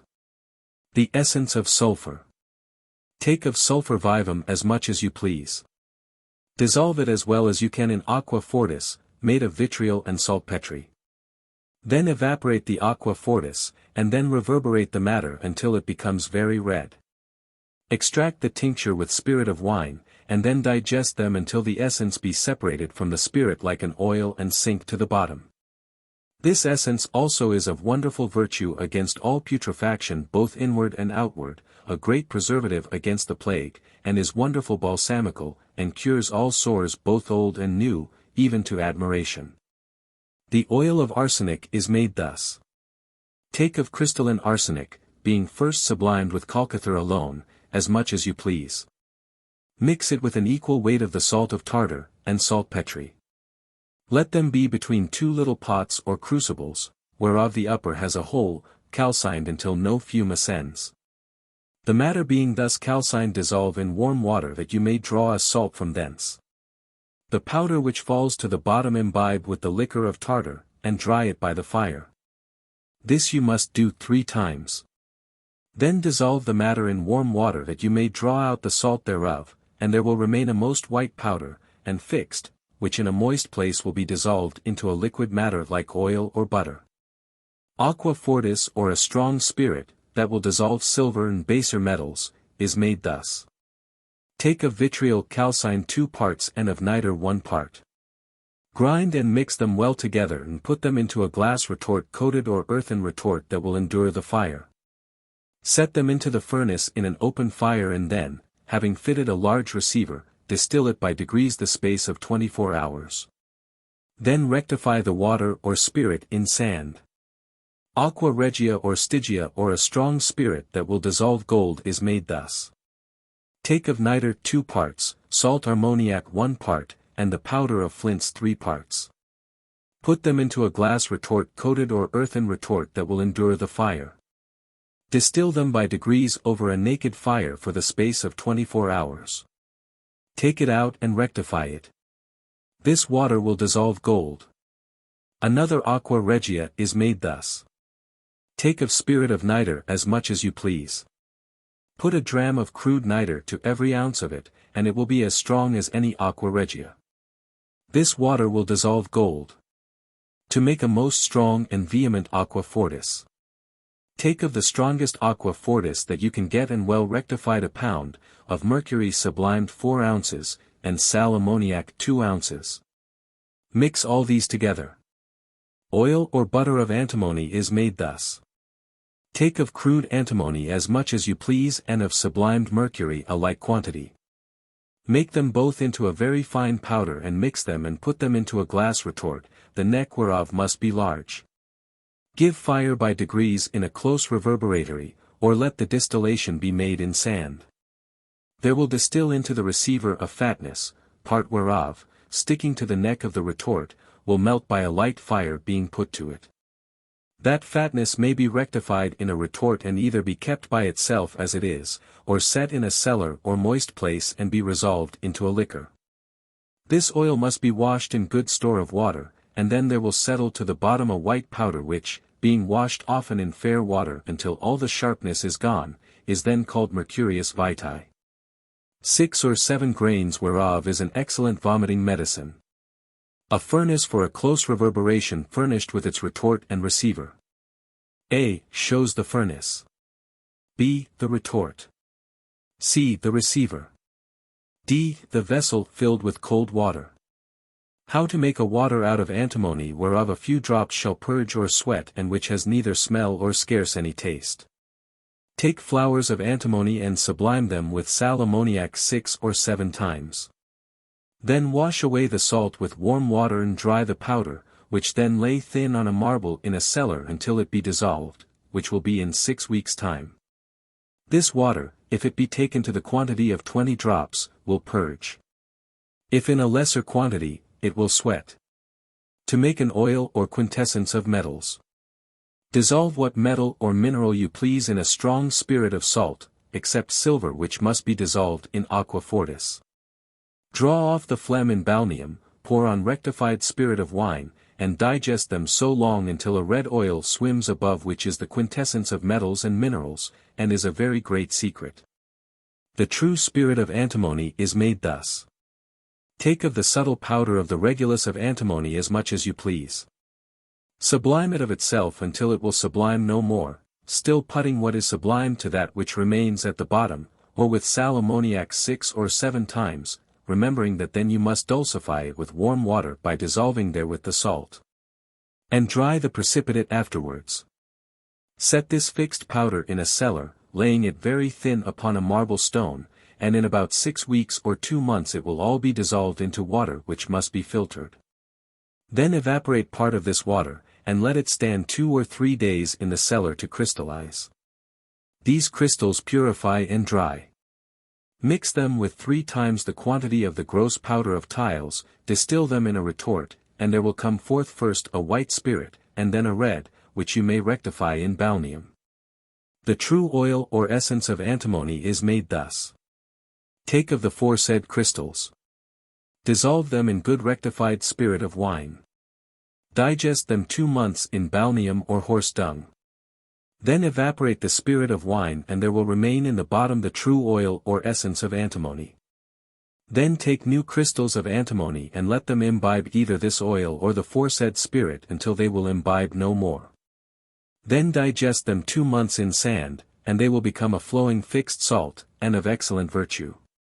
The aforesaid spirit, this oil, and essence of antimony may be equalized to aurum potable to all intents and purposes, according to a medicinal use, especially the fixed essence. The dose is 5 or 6 grains. A burning spirit made out of lead most fragrant and balsamical. Take the calx of Saturn, or else minium, and pour upon it so much spirit of vinegar that may cover it 4 fingers' breadth. Digest them in a warm place the space of 24 hours, often stirring them that the matter settle not too thick in the bottom. Then decant the menstruum and pour on more. Digest it as before and this do so often until all the saltness be extracted. Filter and clarify all the menstruum being put together. Then evaporate it half away and set the other part in a cold place until it crystallizes. These crystals dissolve again in fresh spirit of vinegar. Filter and coagulate the liquor again into crystals, and this do often until they be sufficiently impregnated with the sal ammoniac of the vinegar as their proper ferment. Digest them in a temperate balneum that they may be resolved into a liquor like oil. Then distill this liquor in sand in a retort with a large receiver annexed to it, and well closed that no spirits evaporate, together with the observation of the degrees of the fire. Then there will distill forth a spirit of such a fragrant smell that the fragrancy of all flowers and compounded perfumes are not to be compared to it. After distillation, when all things are cold, take out and cast away the black feces which is of no use. Then separate the yellow oil which swims on the top of the spirit and the blood-red oil which sinks to the bottom of it. Separate the phlegm from the spirit in balneum. You shall by this means have a most fragrant spirit that even ravishes the senses, and so balsamical that it cures all old and new sores inward and outward, and so cordial that the dying are with admiration revived with it. They that have this medicine need scarce use any other either for inward or outward griefs. How to turn quicksilver into a water without mixing anything with it, and to make thereof a good purgative and diaphoretic medicine. Take an ounce of quicksilver, not purified. Put it into a bolt head of glass which you must nip up.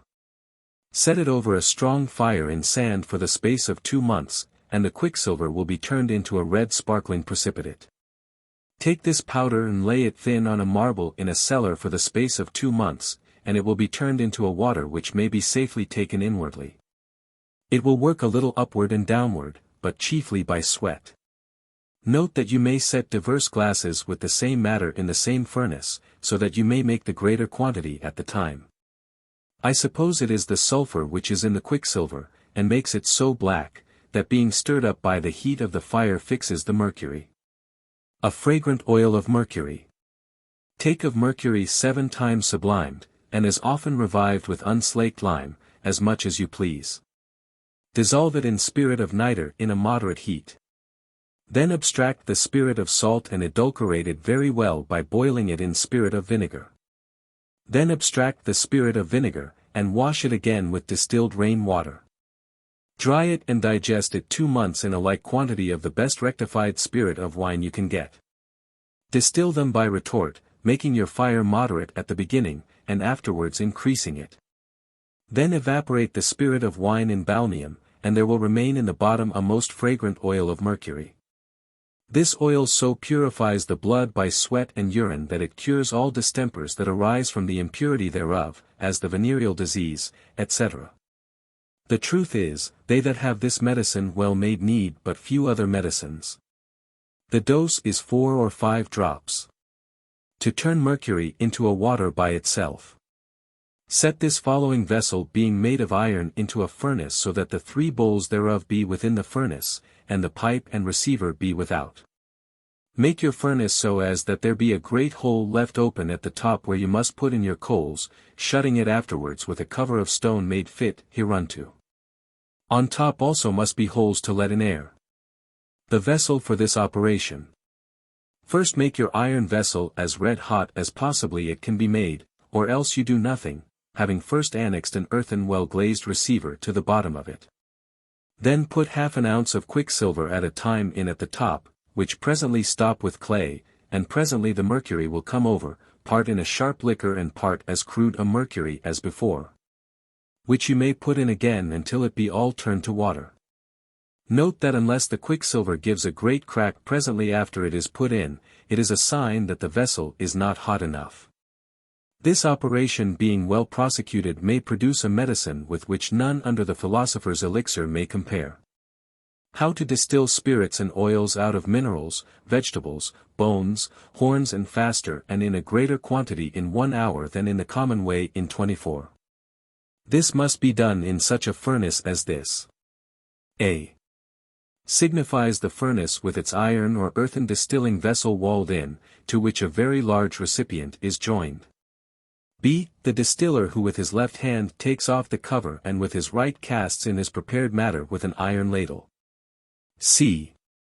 The form of the distilling vessel. D. The same as it appears inward.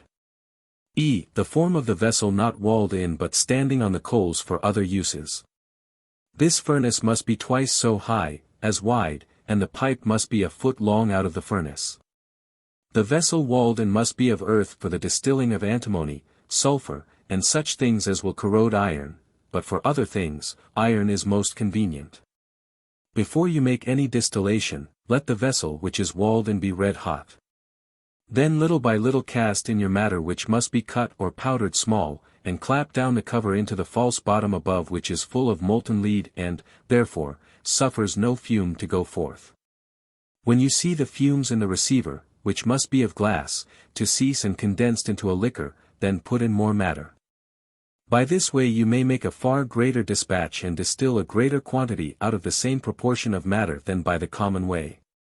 By this way there is no danger of breaking your receiver, and you may end and begin when you please, and try diverse experiments in 1 hour.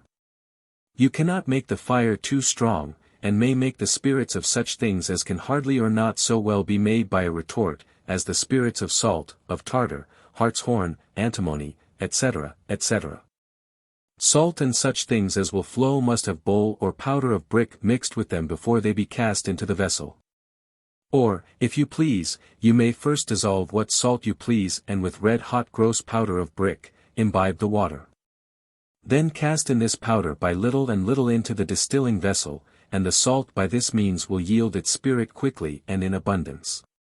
By either of these 2 ways you may make a pound of the spirit of nitre in an hour, and of salt in 2 hours.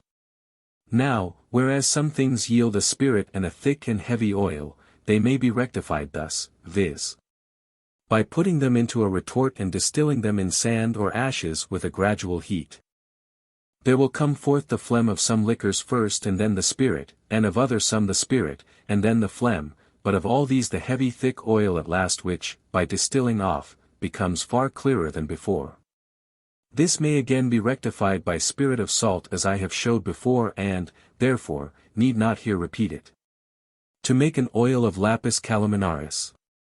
Take of lapis calaminaris powdered as much as you please. Pour on it 5 or 6 times as much of rectified spirit of salt. Shake them together continually or else it will be congealed into a hard mass which can hardly be mollified again.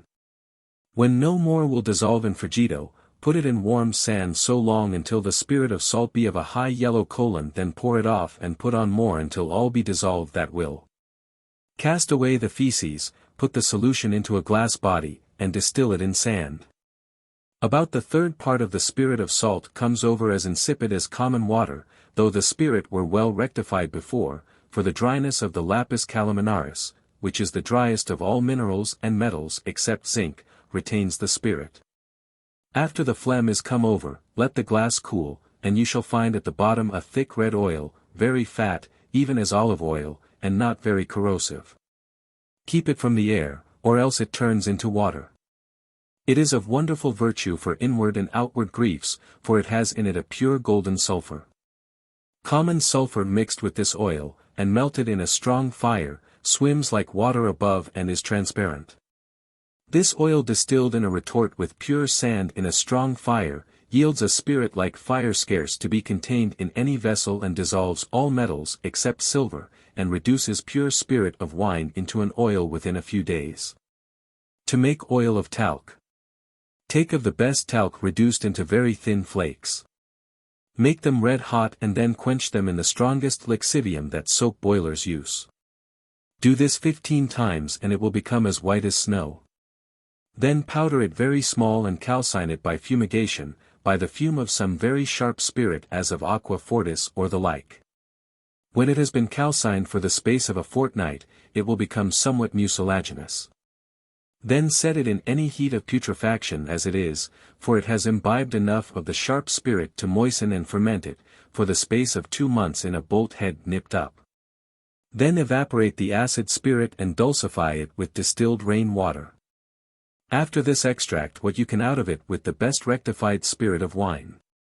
Pour off the solution and evaporate the spirit of wine, and at the bottom will be a most beautiful oil. The oil is the most glorious fucus or paint in the world. To make oil of talc another way. Take of the foresaid powder of talc after it has been putrefied and again dulcified as much as you please. Put 4 times as much of the best circulated oil of camphor to it. Digest them in horse dung until all the powder be dissolved, and the oil becomes mucilaginous, which will be within 2 months. This is for the same use as the former. There is required a great deal of pains, and care, and no small cost in the preparation of these oils. Oil is made of bole ammoniac terra sigillata and such kind of clay earths thus. Take of either of those earths as much as you please. Break it into small pieces and put it into a retort over a naked fire for the space of 12 hours, and there will distill into the receiver, which must be large, the phlegm, then white spirits in a little quantity, yet of a grateful taste and smell. Oil out of these kinds of earth is made better thus. Take of either of these earths which you please, as much as you will. Pour upon it distilled rain water. Set it in some warm place for a month or more and the oiliness will separate from its body of its own accord and swim upon the water. Separate the water by a tunnel, and distill the oil with 5 parts of the spirit of wine well rectified. There will come forth an oil of a golden color, swimming on the spirit, which is a most excellent balsam. Spirit of unslaked lime is made thus. Take of unslaked lime as much as you please. Reduce it into a subtle powder. Imbibe it with spirit of wine most highly rectified, which must be pure from all its phlegm, or else you labor in vain, as much as it can imbibe. Draw off the spirit of wine with a gentle heat, coabate it 8 or 10 times, so will the fiery virtue of the lime be fortified.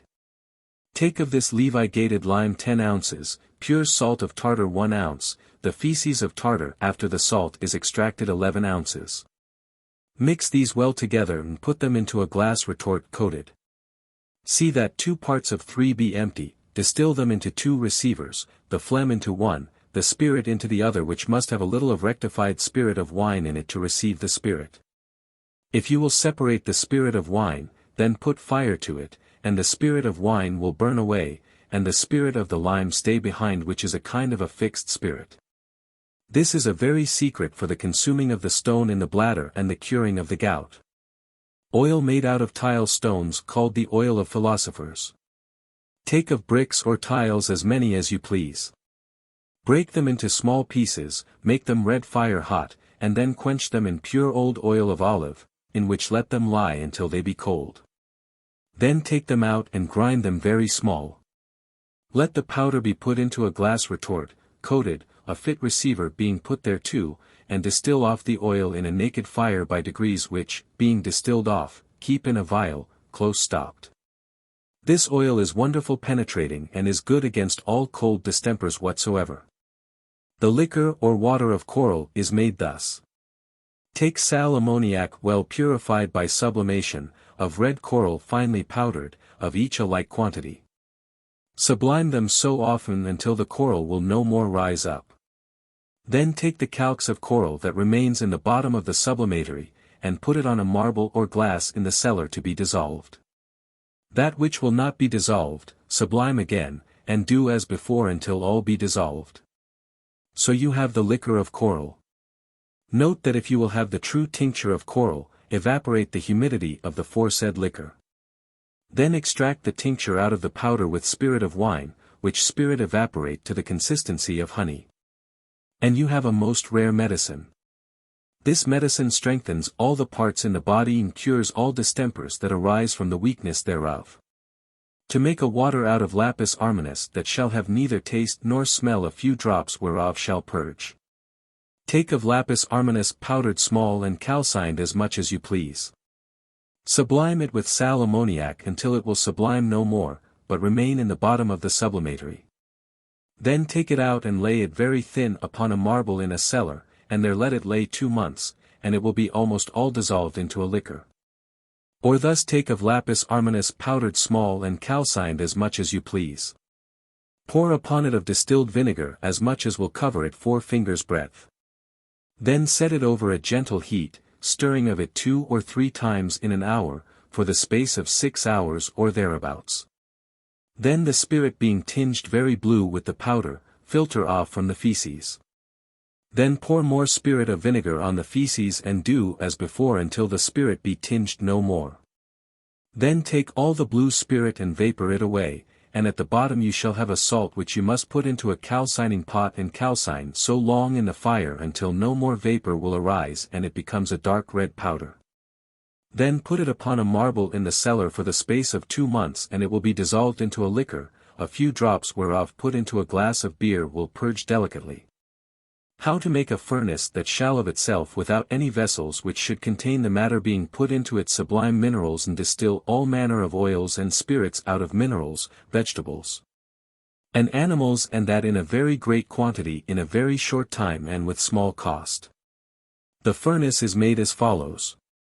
It may be made of one piece by a potter or of brick, round or foursquare, greater or lesser as you please.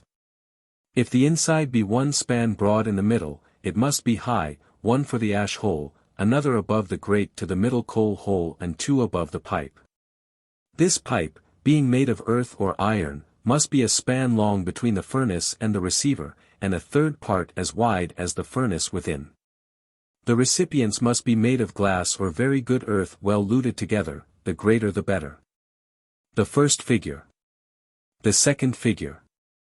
A signifies the ash hole which must be as wide as the furnace and always open that the fire may burn the stronger. B the middle hole of the furnace for the putting in of coals. C the stopple made of stone. D the upper hole of the furnace with a false bottom wherein sand lies which is there laying that the cover may lie the closer and keep in the fumes the better. E the cover which must be presently clapped on as soon as the matter to be distilled is put in. F the pipe which goes out of the furnace and to which the receiver is fitted. G the first recipient for flowers. H the second. I the third. K a stool whereon the first recipient rests, in the midst whereof is a hole, through which goes the neck of the recipient to which another glass is fitted. L the glass fitted to the recipient for the uniting the spirits that drop down. M another recipient united to the former glass and into which the united spirits do run. N a stool through the middle of which goes a screw for the raising of that glass, which is set under the first recipient, higher or lower. P the grate with 2 thick iron bars which lie fast, upon which 4 or 5 thinner are laid which may be stirred when the furnace is made clean. Thus far the first of the figures is explained, by which you may see how sublimation and distillation are made at one time, viz. Of those things which will yield both flowers and spirits, the flowers sticking in the 3 upper recipients and the spirits dropping down into the lower. Now follows the explanations of the second figure which is the same with the former in respect to the furnace itself, but differing in respect of the recipients which serve for the receiving of the spirits and oils of such things as yield no flowers. Therefore I shall begin with the explanation of the receivers. G the first crooked pipe as it is fitted to the pipe that comes out of the furnace.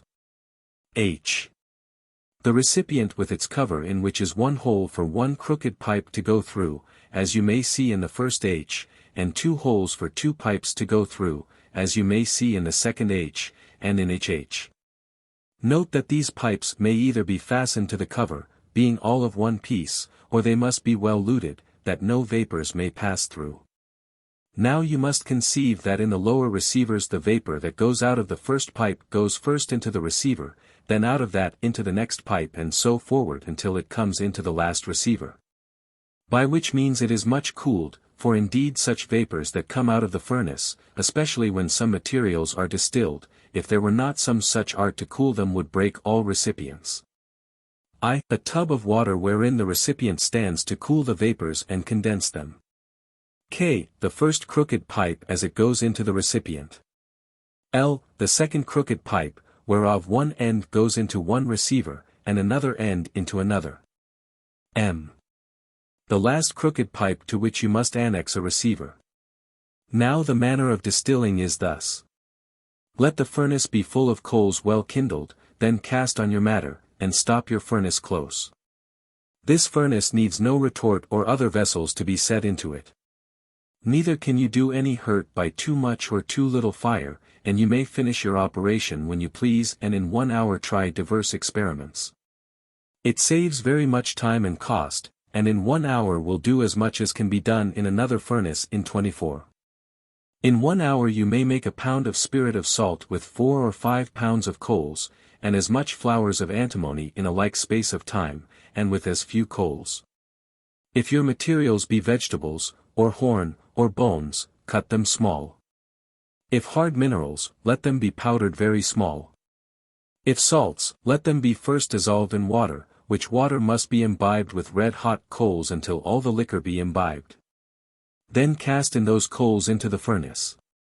If you would by this means procure the spirit of hard minerals, as of antimony, and you must take them as they come from the mine, before they have passed the fire.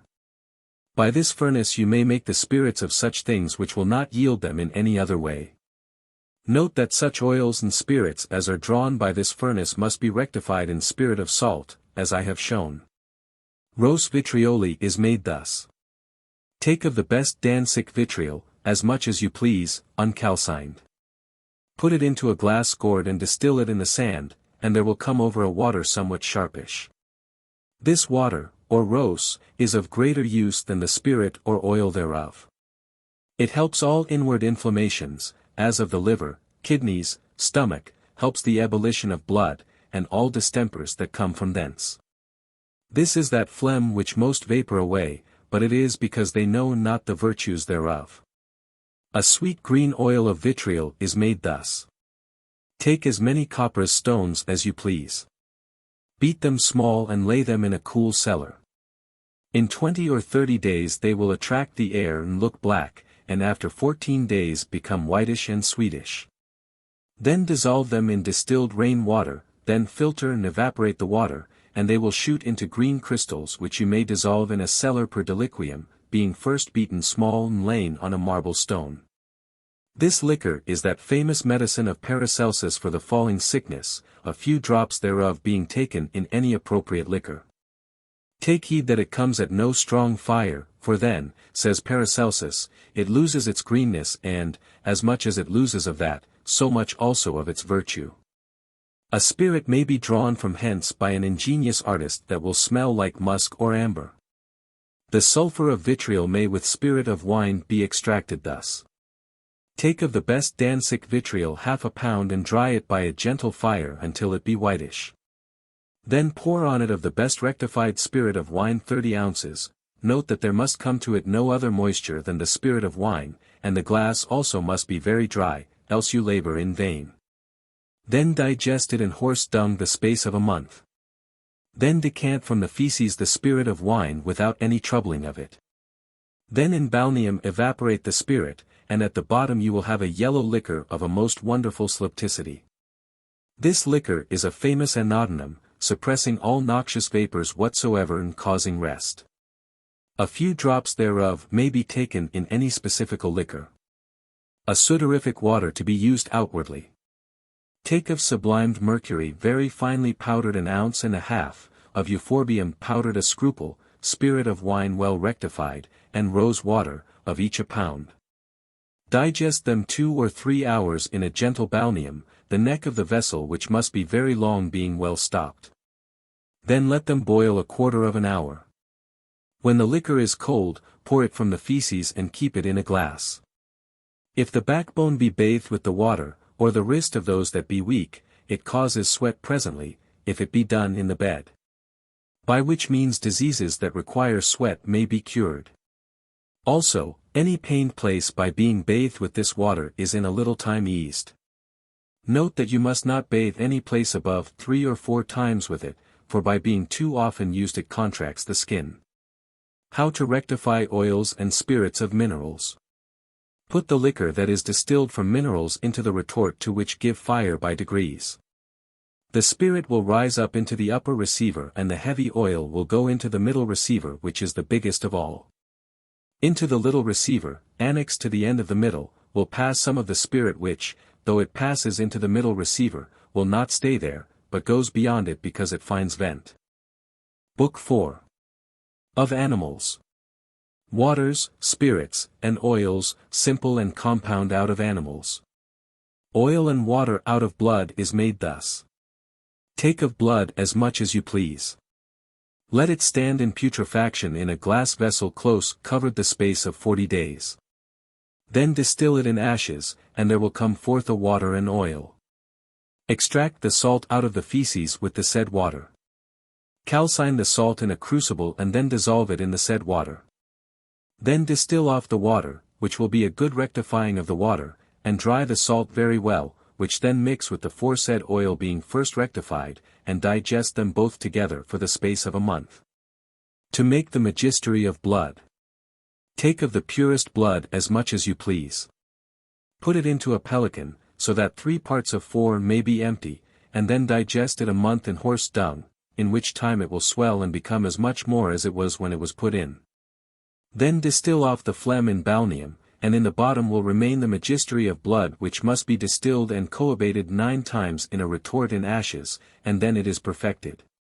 This magistery is of excellent virtue which, being taken inwardly, and applied outwardly cures most diseases and eases pain, being very balsamical. Elixir of mummy is made thus. Take of mummy, viz. Of man's flesh hardened, cut small 4 ounces, spirit of wine terebinthinated 10 ounces, and put them into a glazed vessel, 3 parts of 4 being empty, which set in horse dung to digest for the space of a month. Then take it out and express it, and let the expression be circulated a month. Then let it run through Manica Hippocratis, and then evaporate the spirit until that which remains in the bottom be like an oil which is the true elixir of mummy. This elixir is a wonderful preservative against all infections, also very balsamical. The essence of man's brains.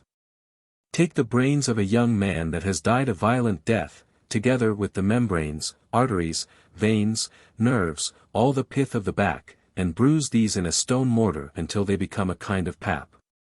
Then put as much of the spirit of wine as will cover it 3 or 4 fingers' breadth. Then put it into a large glass so that 3 parts of 4 be empty, being hermetically closed. Then digest it half a year in horse dung. Then take it out and distill it in balneum and coabate the water until the greatest part of the brains be distilled off. A scruple or 2 of this essence taken in some specifical water once in a day is a most infallible medicine against the falling sickness. A famous spirit made out of cranium humanum.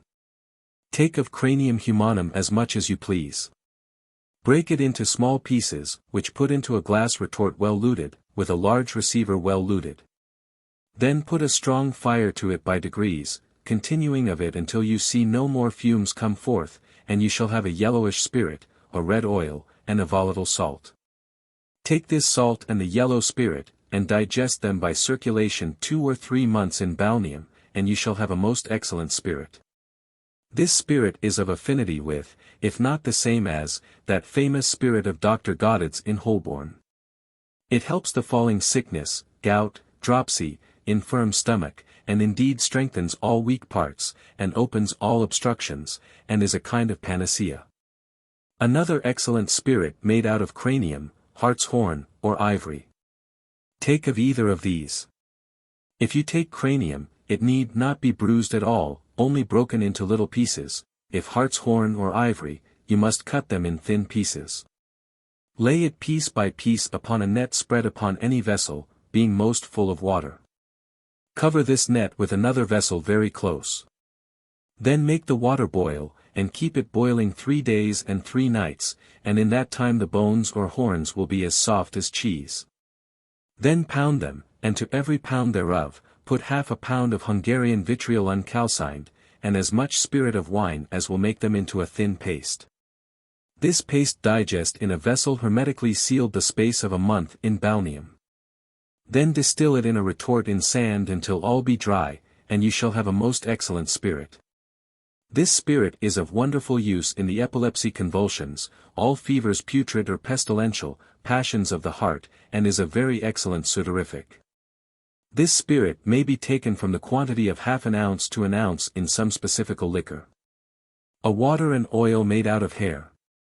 Fill an earthen retort with hair cut small. Set it over the fire and fit a receiver to it. There will come over a very stinking water and oil. This water and oil is used in Germany to be sprinkled upon fences and hedges to keep wild and hurtful cattle from coming to do harm in any place, for such is the stink of this liquor that it does frighten them from coming to any place near it. Water of milk is made thus. Take of what milk you please a gallon. In it dissolve 1/2 pound of salt, and put to it 2 handfuls of plantain, and an ounce of licorice sliced. Then distill it in a hot still with a gentle fire. This water is of excellent use in hot distempers of the lungs and kidneys. You may put in other ingredients according to the use you would have it for. An excellent compound water of milk for any inflammations in the eyes.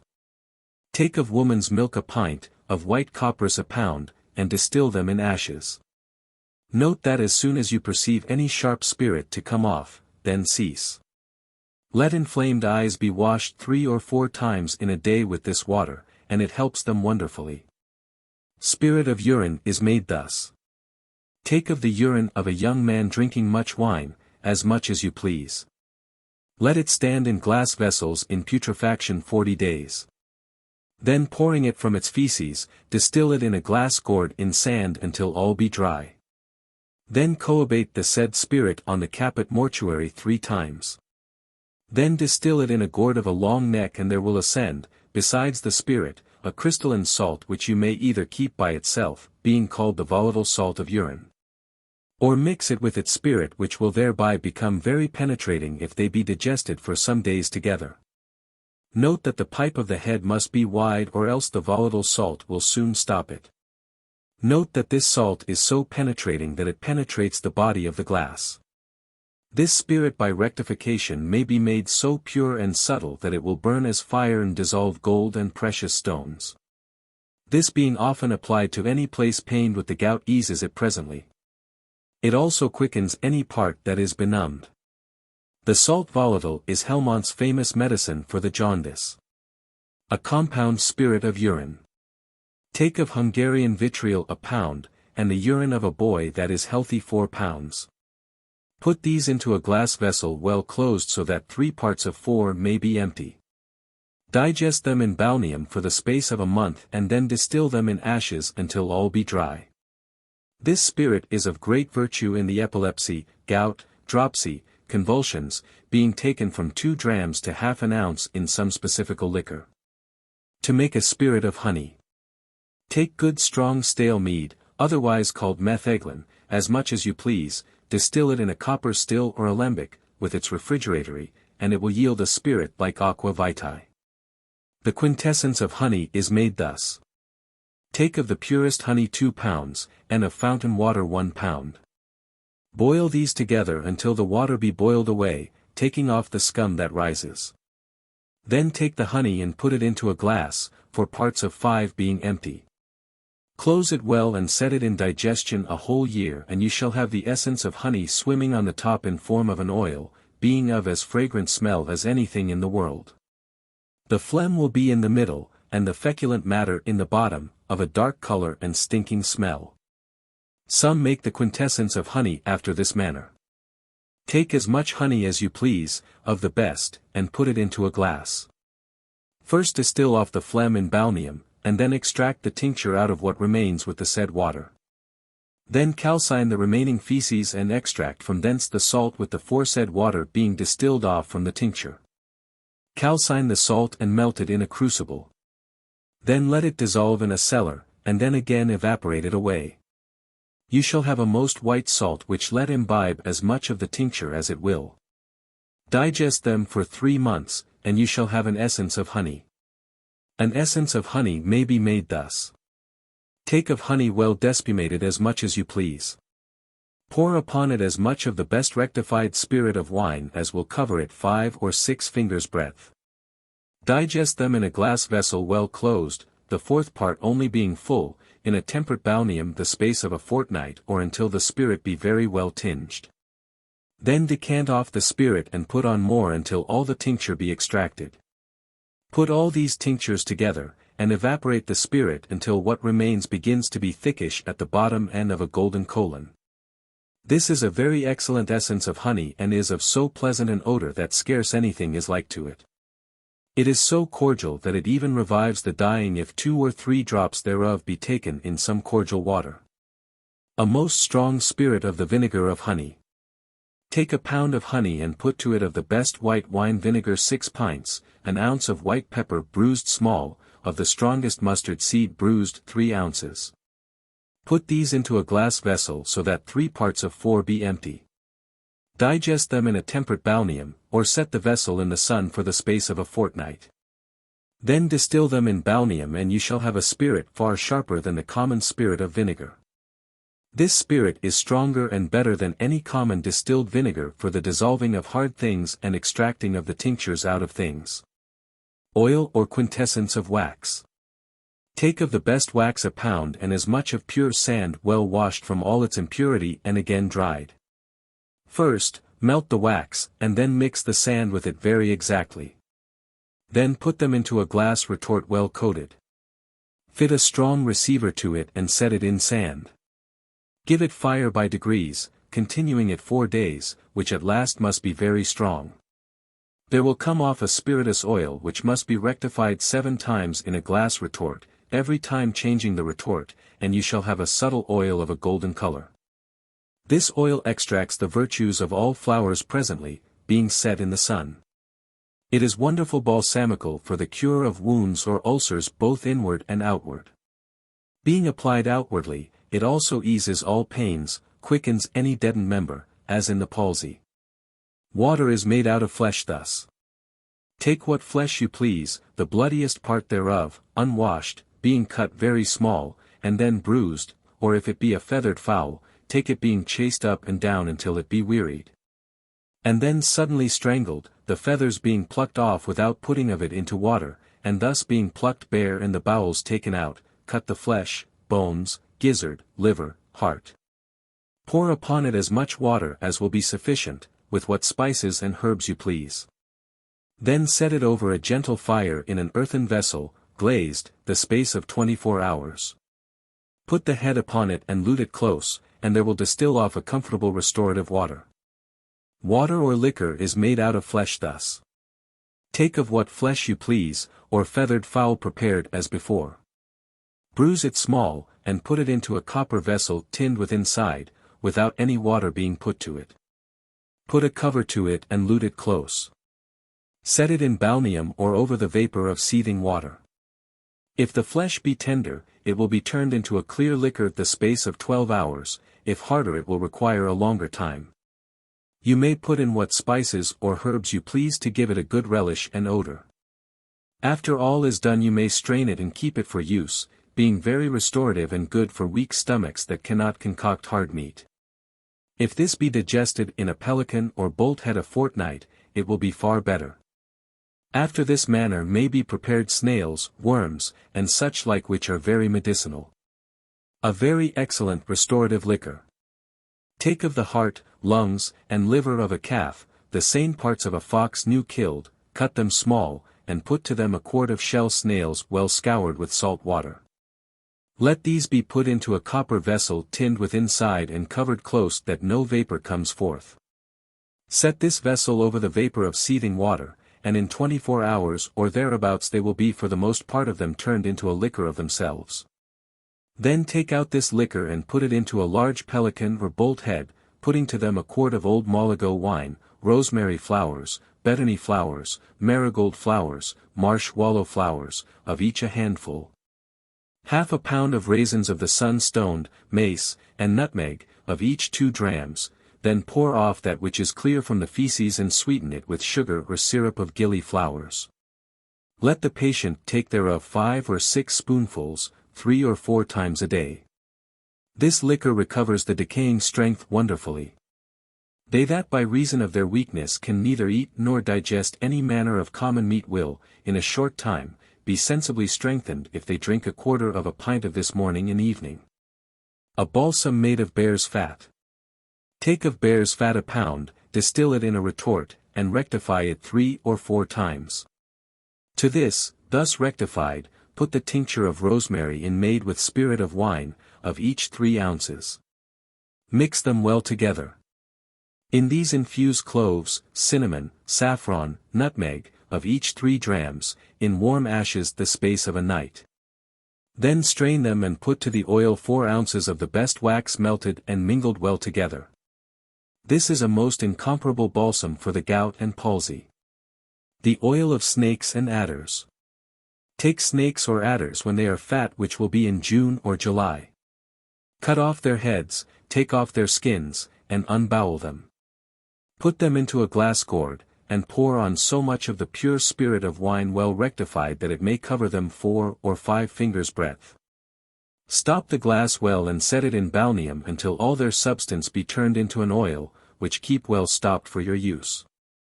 This oil does wonderful cures in recovering hearing in those that be deaf, if a few drops thereof be put warm into the ears.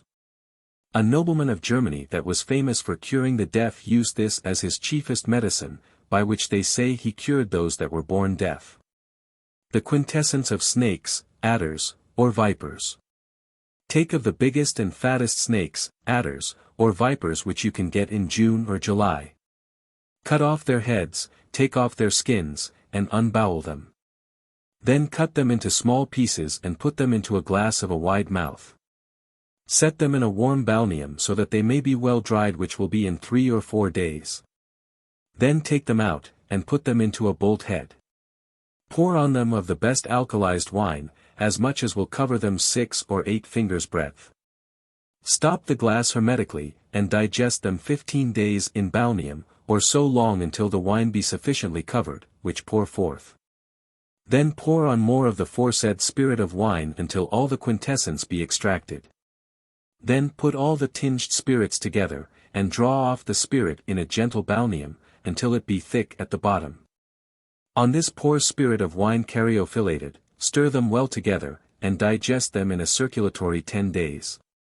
Then abstract the spirit of wine, and the quintessence remains at the bottom perfect. This quintessence is of extraordinary virtue for the purifying of the blood, flesh, and skin and, consequently, of all diseases therein.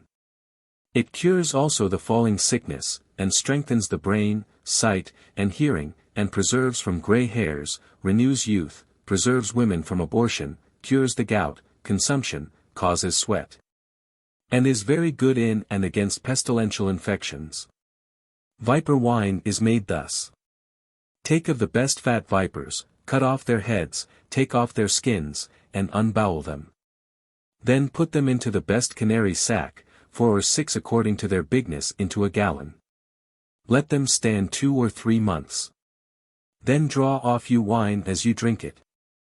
Some put them alive into the wine, and there suffocate them, and afterwards take them out, and cut off their heads, take off their skins, and unbowel them, and then put them into the same wine again, and do as before. This wine has the same virtues as the foregoing quintessence. It also provokes to venery, cures the leprosy and such like corruptions of the blood. Cunratha's famous water called aqua magnanimitatis. Take of pismires or ants, the biggest that have a sourish smell are the best, 2 handfuls, spirit of wine a gallon. Digest them in a glass vessel close shut the space of a month, in which time they will be dissolved into a liquor. Then distill them in balneum until all be dry. Then put the same quantity of ants as before. Digest and distill them in the said liquor as before. Do this 3 times, and then aromatize the spirit with some cinnamon. Note that upon the spirit will float an oil which must be separated. This spirit is of excellent use to stir up the animal spirit, in so much that John Casimir, Palsgrave of the Rhine and Seafry of Colin, general against the Turks, did always drink of it when they went to fight. To increase magnanimity and courage, which it did even to admiration. This spirit does also wonderfully irritate them that are slothful to venery. It also provokes urine even to admiration. It does also wonderfully irritate the spirits that are dulled and deeded with any cold distemper. This oil does the same effects, and indeed more powerfully. This oil does, besides what is spoken of the spirit, help deafness exceedingly, 2 or 3 drops being dropped into the ear, after it is well syringed, once in a day for a week together. It helps also the eyes that have any film growing on them, being now and then dropped into them. Another aqua magnanimitatis is made thus. Take of ants or pismires a handful, of their eggs 200, of millipedes or woodlice 100, and of bees 150. Digest all these in 2 pints of spirit of wine, being very well impregnated with the brightest soot. Digest them together the space of a month, then pour off the clear spirit and keep it safe. This water, or spirit, is of the same virtue as the former. Water of dung is made thus. Take of any dung as much as you please. While it is still fresh, put it into a common cold still and with a soft fire distill it off. It will be best if the bottom of the still be set over a vapor. If you would have it be stronger, coabate the said water over its feces several times, for we see there is great virtue in dung. It makes ground fertile, and many sorts thereof are very medicinal. A water of dove's dung is made thus. Take of dove's dung as much as you please. To every pound put a pint of Rhenish wine, in which let it steep all night in a gentle balneum. Then distill it in a glass gourd in ashes. Coabate this liquor 3 times. If there be any volatile salt, mix it with the water. This water is very excellent against all obstructions of the kidneys, bladder, it helps the jaundice presently, 2 or 3 spoonfuls thereof being drunk once every morning and evening. A water made of horse dung. Take of the dung of a horse that is fed in the stable as much as you please. Let it stand 2 days out of the sun and out of the wet. To every pound of this pour a pint of white wine. Let them stand in a warm balneum a fortnight. Then distill them in a glass gourd in sand. Coabate this 3 or 4 times. If there be any volatile salt, mix it with the water. This water is very excellent against the bastard pleurisy, stitches, wind, obstruction of the reins, bladder, very good in a dropsy, jaundice, scurvy, etc. If 3 or 4 spoonfuls be taken every morning in the water of juniper berries, it also causes sweat. A water smelling like amber made by Paracelsus out of cow dung. Take of cow dung and distill it in balneum, and the water thereof will have the smell of ambergris. This water is very excellent in all inward inflammations. An excellent sudorific made of the young buds of hartshorn. Take of the young buds of hartshorn, while they are full of blood and moist. Bruise them into a paste. Then mix as much canary wine as will make a very thin paste. Distill them in ashes until they be very dry. This is an excellent sudorific in all burning fevers and epidemical diseases. If a spoonful be taken by itself or in any appropriated liquor. Oil out of bones and horns is made thus. Take of what bones you please. Reduce them to a gross powder, and put them into a retort, putting a strong fire by degrees hereunto. There will come forth an oil and volatile salt, both which you may mix together and digest them into an essence, the oil being first rectified with spirit of wine. The water of swallows against the falling sickness. Take of swallows, cut into small pieces without separating anything from them 6 ounces, of castoreum cut small an ounce. Mix them together, and infuse them 12 hours in half a pint of canary wine. Then put them into a glass gourd and distill them in sand until all be dry. Then coabate the liquor 3 times. This water, being drunk to the quantity of 2 spoonfuls every morning, cures them that have the falling sickness. Oil of eggs is made thus. Take of the yolks of eggs boiled very hard. Rub them in pieces with your fingers. Then fry them in a pan over a gentle fire, continually stirring them with a spoon until they become red, and the oil be resolved and flow from them. Then put them into a hair cloth, and so press forth the oil. This oil cleans the skin from any filthiness contracted by heat.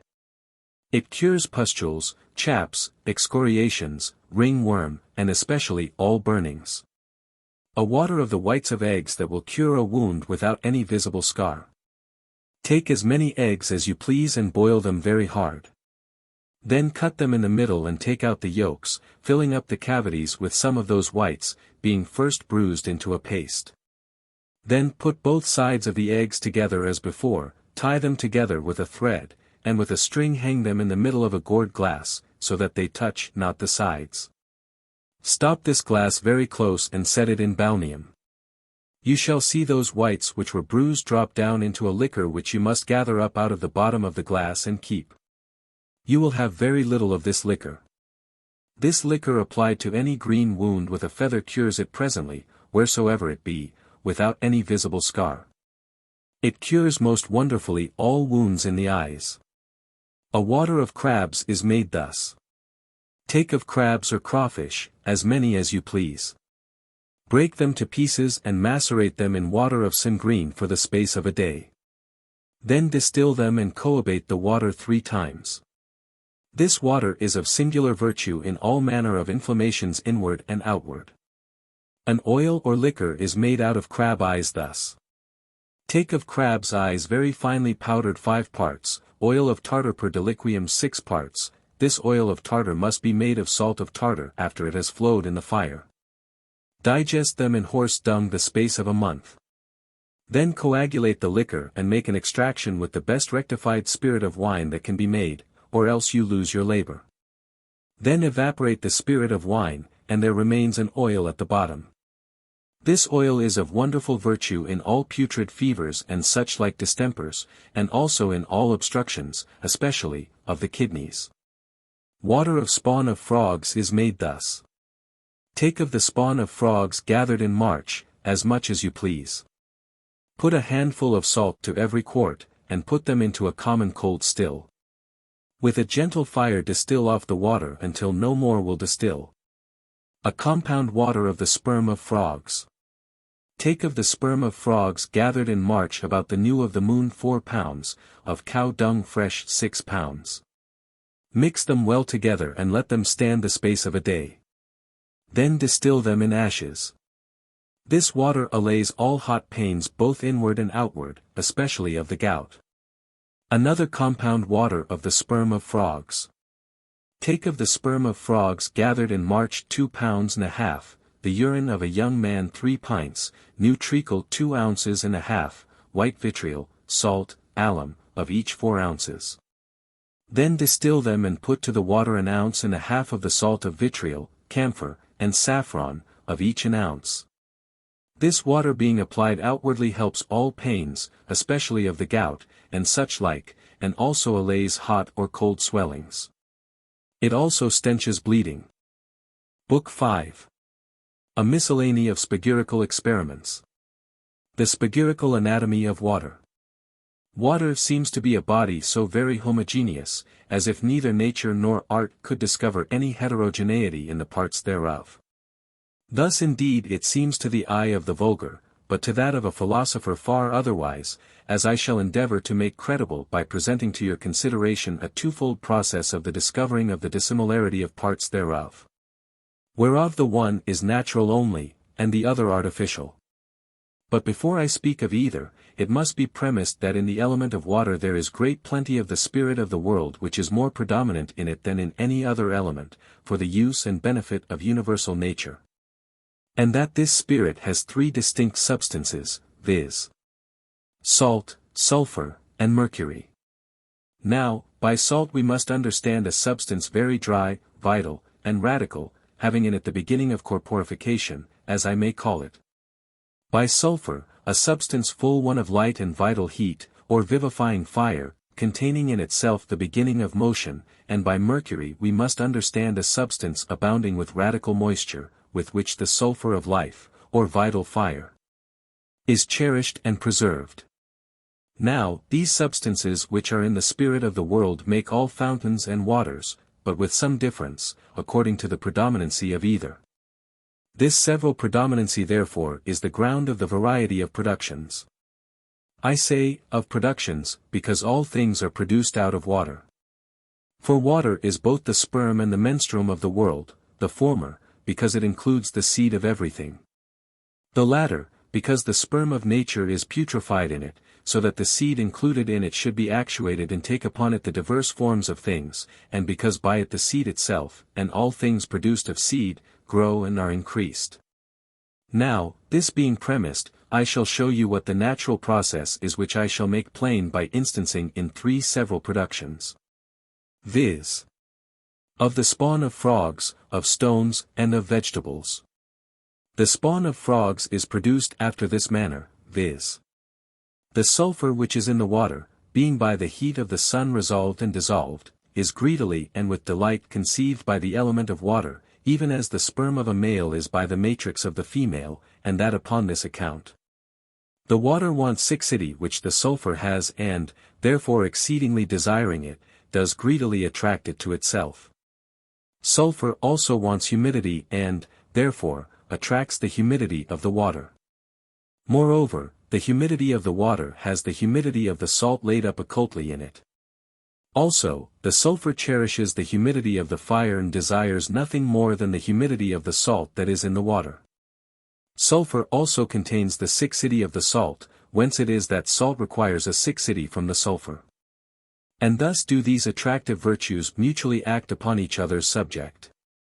Now, by this means there is a conception made in the water which now begins to be turgid, puffed up, and troubled, as also to be grosser and more slimy, until out of the spermatic vessels the sperms be cast upward. In which sperms after a while appear black specks which are the seed of the frogs and by the heat of the sun are in a short time turned into the same, by which it appears there are dissimilar parts in water. Stones are produced out of water that has a mucilaginous mercury which the salt, with which it abounds, fixes into stones. This you may see clearly by putting stones into water, for they will after a time contract a mucilaginous slimy matter which, being taken out of the water and set in the sun, becomes to be of a stony nature. And whence come those stones, gravel, and sand which we see in springs? They are not washed down out of the mountains and hills, as some think, from whence the waters spring. Neither were they in the earth before the springs broke forth, as some imagine, and now appear by washing away of the earth from them. For if you dig around the springs, even beyond the heads of them, you shall find no stones at all in the earth, only in the veins thereof through which the water runs. Now, the reason of the smallness of the stones is the continual motion of the water which hinders them from being united into a continued bigness. I shall make a further confirmation of this in the artificial process of manifesting the heterogeneity of water. I shall here only add the assertion of Helmont, saying that with his Alceste all stones and, indeed, all things may be turned into water. If so, then you know what the maxim is, viz. All things may be resolved into that from whence they had their beginning. Vegetables are produced out of water, as you may clearly see by the water sending forth plants that have no roots fixed in the bottom. Of which sort is the herb called duckweed, which puts forth a little string into the water which is as it were the root thereof. For the confirmation of this, that this herb may be produced out of mere water, there is a gentleman at this time in the city, of no small worth, that says he had fair water standing in a glass divers years, and at last a plant sprang out of it. Also, if you put some plants, as water mint, etc., into a glass of fair water, it will germinate and shoot out into a great length, and also take root in the water, which root will in a short time be so increased and extended as to fill up the glass. But you must remember that you put fresh water into the glass once in 2 or 3 days. Hereunto, also, may be added the experiment of Helmont concerning the growth of a tree. For, says he, I took 200-pound weight of earth dried in an oven and put it into a vessel, in which I set a willow tree which weighed 5 pounds which, by the addition of water to the earth, did in 5 years' time grow to such a bigness as that it weighed 169 pounds, at which time I also dried and weighed the earth, and within 2 ounces it retained its former weight. Besides, the ancients have observed that some herbs have grown out of snow, being putrefied. And do not we see that all vegetables are nourished and increased with an insipid water, for what else is their juice? If you cut a vine in the month of March, it will drop divers gallons of insipid water, which water if it had remained in the trunk of the vine would in a little time have been digested into leaves, stalks, and grapes. Which grapes also by a further maturation would have yielded a wine, out of which you might have extracted a burning spirit. Now, I say, although this insipid water be by the specifical sulfur and salt of the vine fixed into the stalks, leaves, and grapes of the vine, yet these give it not a corporificative matter, for that it had before, and an aptitude and potentiality to become what afterwards it proves to be. For indeed stalks, leaves, and grapes were potentially in it before, all which now it becomes to be actually by virtue of the sun and of the aforesaid sulphur and salt, whereof as I said could not add any bulk to them. Moreover, do not we see that when things are burned and putrefied, they ascend up into the air by way of vapor and fume and then descend by way of insipid dew or rain? Now, what do all these signify but that from water are all things produced, and in it are dissimilar parts?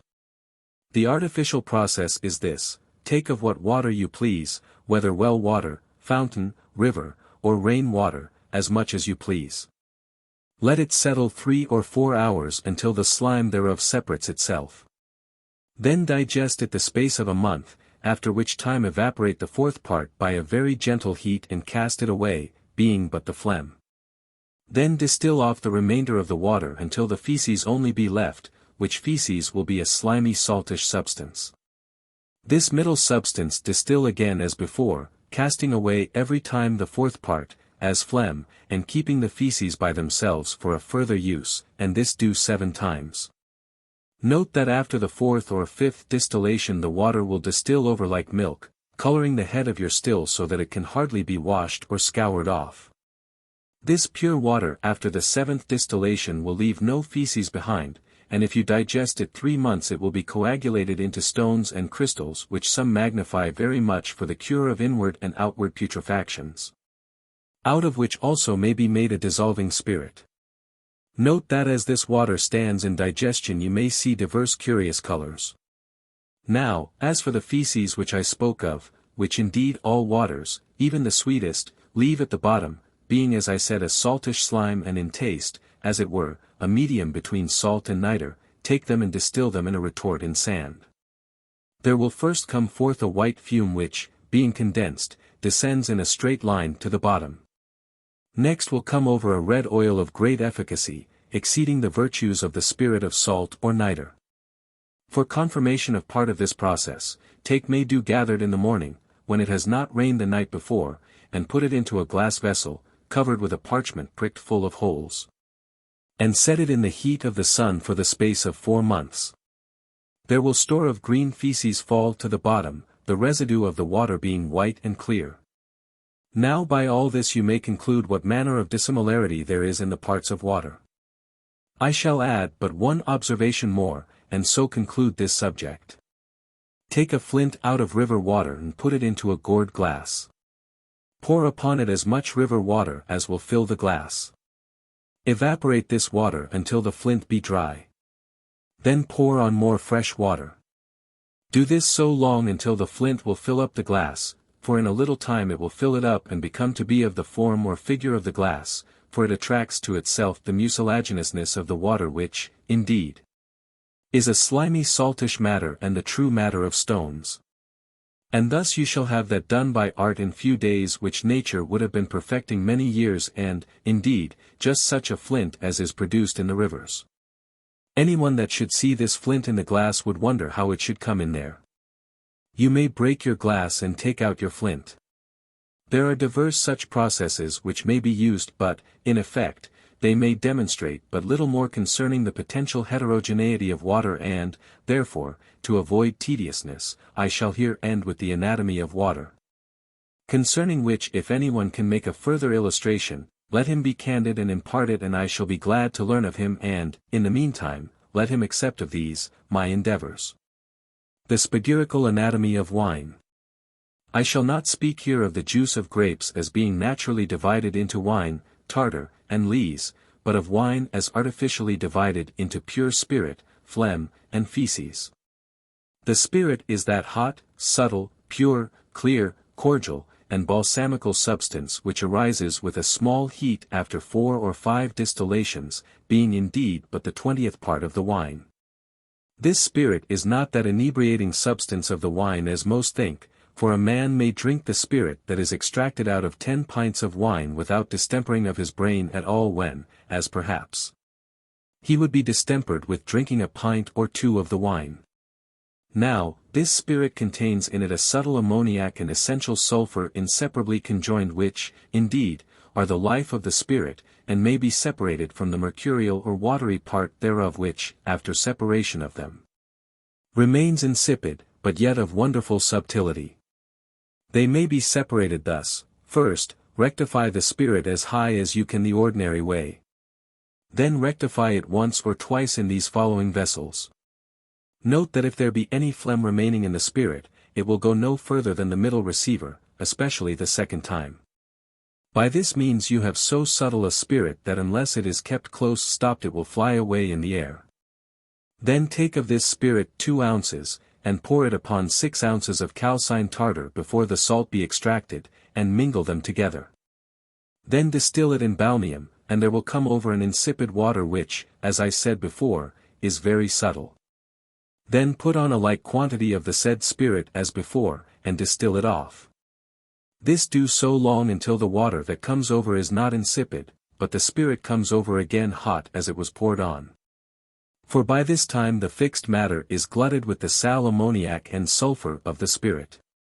Then put this dried matter into a glass sublimatory, and put fire to it, and there will sublime a salt from thence, even as camphor is sublimed. This salt is the true essence of wine, indeed, and its virtues are wonderful, for there is no disease, whether inward or outward, that can withstand it. This is that essence of wine of the philosophers which is so penetrating, O wonderful cordial and balsamical, which if you do once obtain, you shall need but few other medicines. Now, this spirit or aqua vitae is in all vegetables, as you may see in malt and vegetables that are putrefied before they are distilled, which then yield a burning spirit. Yet it is in wine more than in any other liquors. I say liquors, for if you take 8 gallons of sack and as much wheat, which is a solid body, and the wheat being malted will yield more aqua vitae than the sack.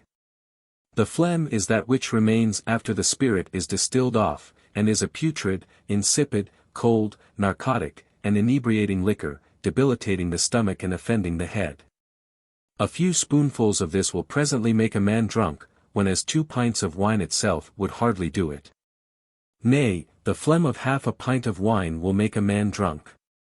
Whence you may collect what a great corrector of malignant spirits and vapours the spirit of wine is, which, while it is mixed with the phlegm before distillation, does temper and correct this inebriating quality thereof, and as it does this, so also being given, I mean the pure dephlegmated spirit, to them that are already inebriated, does much allay their distemper.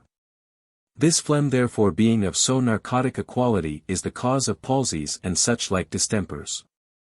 Moreover, it is to be observed that when this phlegm is distilled off there remains at the bottom a viscous corrosive matter which by reason of its viscosity is the cause of obstructions, and by reason of its corrosiveness the cause of the gout, colic, stone, etc.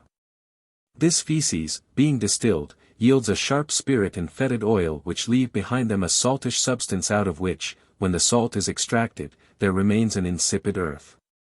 Now, if any shall object against what I have asserted and say that aqua vitae or spirit of wine are inebriating, the causes of paley, gout, stone, colic, weak stomachs, and such like, as we see by daily experience in those that are given to the drinking of these liquors, to which I answer it is true. But then I must distinguish of aqua vitae and the spirit of wine, for there is a common aqua vitae and spirit of wine, of which also they make anise seed water by putting a few anise seeds, hereunto, and other such like waters, as clove, angelica, lemon, etc. With which this nation is most abominably cheated, and their health impaired. But these are not rectified thoroughly, but 3 parts of 4 of them are an insipid narcotic phlegm, containing in it the feces I spoke of, all which I can in a day separate from the true pure spirit. Which spirit rather prevents than causes such distempers, and the truth is, all the goodness of the wine is from this pure spirit. The famous arcanum or restorative medicament of Paracelsus called his homunculus. First we must understand that there are 3 acceptions of the word homunculus in Paracelsus, which are these. 1. Homunculus is a superstitious image made in the place, or name of anyone, that it may contain an astral and invisible man, wherefore it was made for a superstitious use. 2. Homunculus is taken for an artificial man, made of sperma humanum masculinum digested into the shape of a man, and then nourished and increased with the essence of man's blood, and this is not repugnant to the possibility of nature and art. but is one of the greatest wonders of God which he ever did suffer mortal man to know. I shall not here set down the full process because I think it unfit to be done, at least to be divulged. Besides, neither this nor the former is for my present purpose. 3. Homunculus is taken for a most excellent arcanum or medicament extracted by the spagyrical art from the chiefest staff of the natural line in man, and according to this except I shall here speak of it. But before I show you this process, I shall give you an account why this medicament is called homunculus, and it is this. No wise man will deny that the staff of life is the nutriment thereof, and that the chiefest nutriment is bread and wine. Being ordained by God, and nature above all other things for the sustentation thereof. Besides, Paracelsus preferred this nutriment for the generation of the blood and spirits, and the forming thence the sperm of his homunculus. Now, by a suitable allusion, the nutriment is taken for the life of man and, especially, because it is transmuted into life. And again the life is taken for the man, but unless a man be alive he is not a man, but the carcass only of a man, and the basest part thereof which cannot perfectly be taken for the whole man, as the noblest part may. Inasmuch, therefore, as the nutriment or aliment of life may be called the life of man, and the life of man be called man, this nutriment extracted out of bread and wine. And being by digestion exalted into the highest purity of a nutritive substance, and consequently becoming the life of man, being so potentially, may metaphorically be called homunculus. The process which in part shall be set down allegorically is thus. Take the best wheat and the best wine, of each a like quantity. Put them into a glass which you must hermetically seal. Then let them putrefy in horse dung 3 days, or until the wheat begins to germinate or to sprout forth, which then must be taken forth and bruised in a mortar and be pressed through a linen cloth. There will come forth a white juice like milk. You must cast away the feces. Let this juice be put into a glass which must not be above half full. Stop it close and set it in horse dung as before for the space of 50 days. If the heat be temperate, and not exceeding the natural heat of man, the matter will be turned into a spagyrical blood and flesh, like an embryo. This is the principal and next matter out of which is generated a twofold sperm, viz. Of the father and mother generating the homunculus, without which there can be made no generation, whether human or animal. From the blood and flesh of this embryo let the water be separated in balneum, and the air in ashes, and both be kept by themselves. Then to the feces of the latter distillation, let the water of the former distillation be added, both which must, the glass being close stopped, putrefy in balneum the space of 10 days. After this, distill the water a second time, which is then the vehiculum of the fire, together with the fire, in ashes. Then distill off this water in a gentle balneum, and in the bottom remains the fire which must be distilled in ashes. Keep both these apart. And thus you have the 4 elements separated from the chaos of the embryo. The feculent earth is to be reverberated in a close vessel for the space of 4 days. In the interim, distill off the 4th part of the first distillation in balneum and cast it away. The other 3 parts distill in ashes, and pour it upon the reverberated earth, and distill it in a strong fire. Coabate it 4 times, and so you shall have a very clear water which you must keep by itself. Then pour the air on the same earth, and distill it in a strong fire. There will come over a clear, splendid, odoriferous water which must be kept apart. After this pour the fire upon the first water, and putrefy them together in balneum the space of 3 days. Then put them into a retort and distill them in sand, and there will come over a water tasting of the fire. Let this water be distilled in balneum. What distills off, keep by itself, as also what remains in the bottom which is the fire, and keep by itself. This last distilled water pour again upon its earth, and let them be macerated together in balneum for the space of 3 days. Then let all the water be distilled in sand, and let what will arise be separated in balneum, and the residence remaining in the bottom be reserved with the former residence. Let the water be again poured upon the earth, be abstracted and separated as before until nothing remains in the bottom which is not separated in balneum. This being done, let the water which was last separated be mixed with the residue of its fire, and be macerated in balneum 3 or 4 days, and all be distilled in balneum that can ascend with that heat. Let what remains be distilled in ashes from the fire, and what shall be elevated is aerial. And what remains in the bottom is fiery. These two last liquors are ascribed to the two first principles, the former to mercury and the latter to sulfur. They are accounted by Paracelsus not as elements but their vital parts being, as it were, the natural spirits and soul which are in them by nature. Now, both are to be rectified and reflected into their center with a circular motion, so that this mercury may be prepared with its water being kept clear and odoriferous in the upper place, but the sulfur by itself. Now, it remains that we look into the third principle.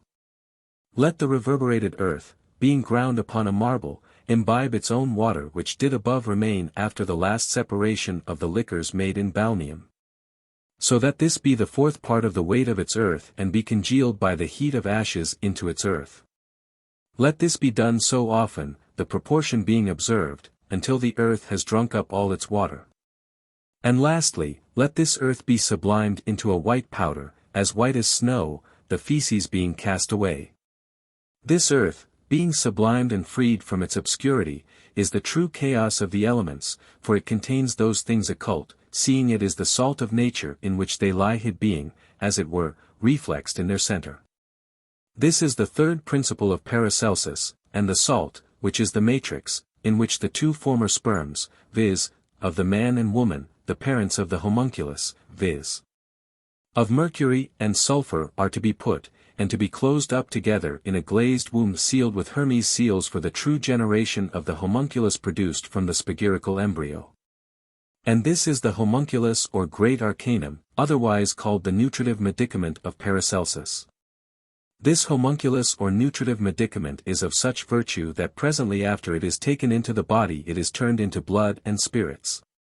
If then diseases prove mortal because they destroy the spirits, what mortal disease can withstand such a medicine that does so soon repair and so strongly fortify the spirits as this homunculus, being as the oil to the flame, into which it is immediately turned, thereby renewing the same. By this medicament, therefore, as diseases are overcome and expelled, so also youth is renewed and grey hairs prevented. An artificial way to make flesh. Take of the crumbs of the best wheaten bread as soon as it comes out of the oven, being very hot, as much as you please. Put it into a glass vessel which you must presently hermetically close. Then set it in digestion in a temperate balneum the space of 2 months, and it will be turned into a fibrous flesh. If any artist should please to exalt it to a higher perfection according to the rules of art, he may find out how great a nourisher and restorative wheat is, and what an excellent medicine it may make. Note that there must be no other moisture put into the glass besides what is in the bread itself. Paracelsus, his way for the raising of a dead bird to life and for the generating many serpents of one both which are performed by putrefaction. A bird is restored to life thus. Take a bird and put it alive into a gourd glass and seal it hermetically. Burn it to ashes in the 3rd degree of fire. Then putrefy it in horse dung into a mucilaginous phlegm.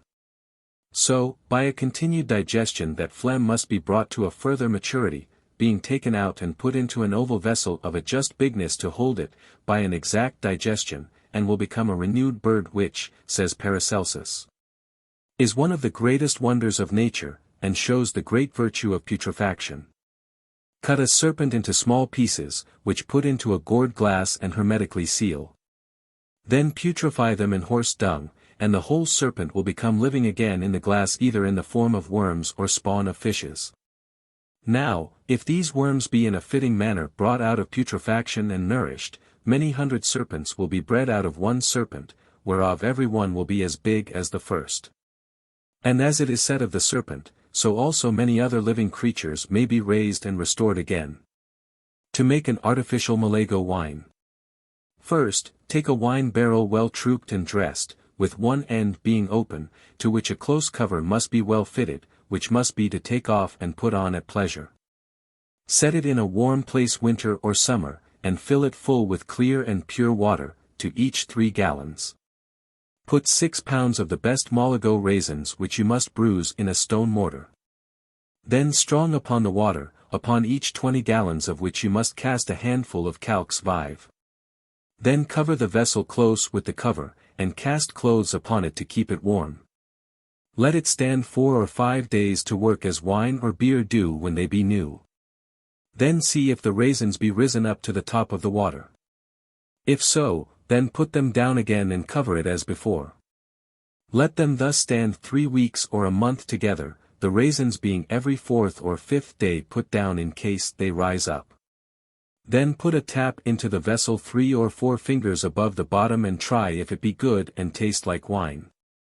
If not, let it stand a while longer, but if so, draw it off into another wine vessel, and to every 20 gallons that you have drawn off, put a pint of the best aqua vitae, 2 new laid hen's eggs, and a quart of elegant beaten well together.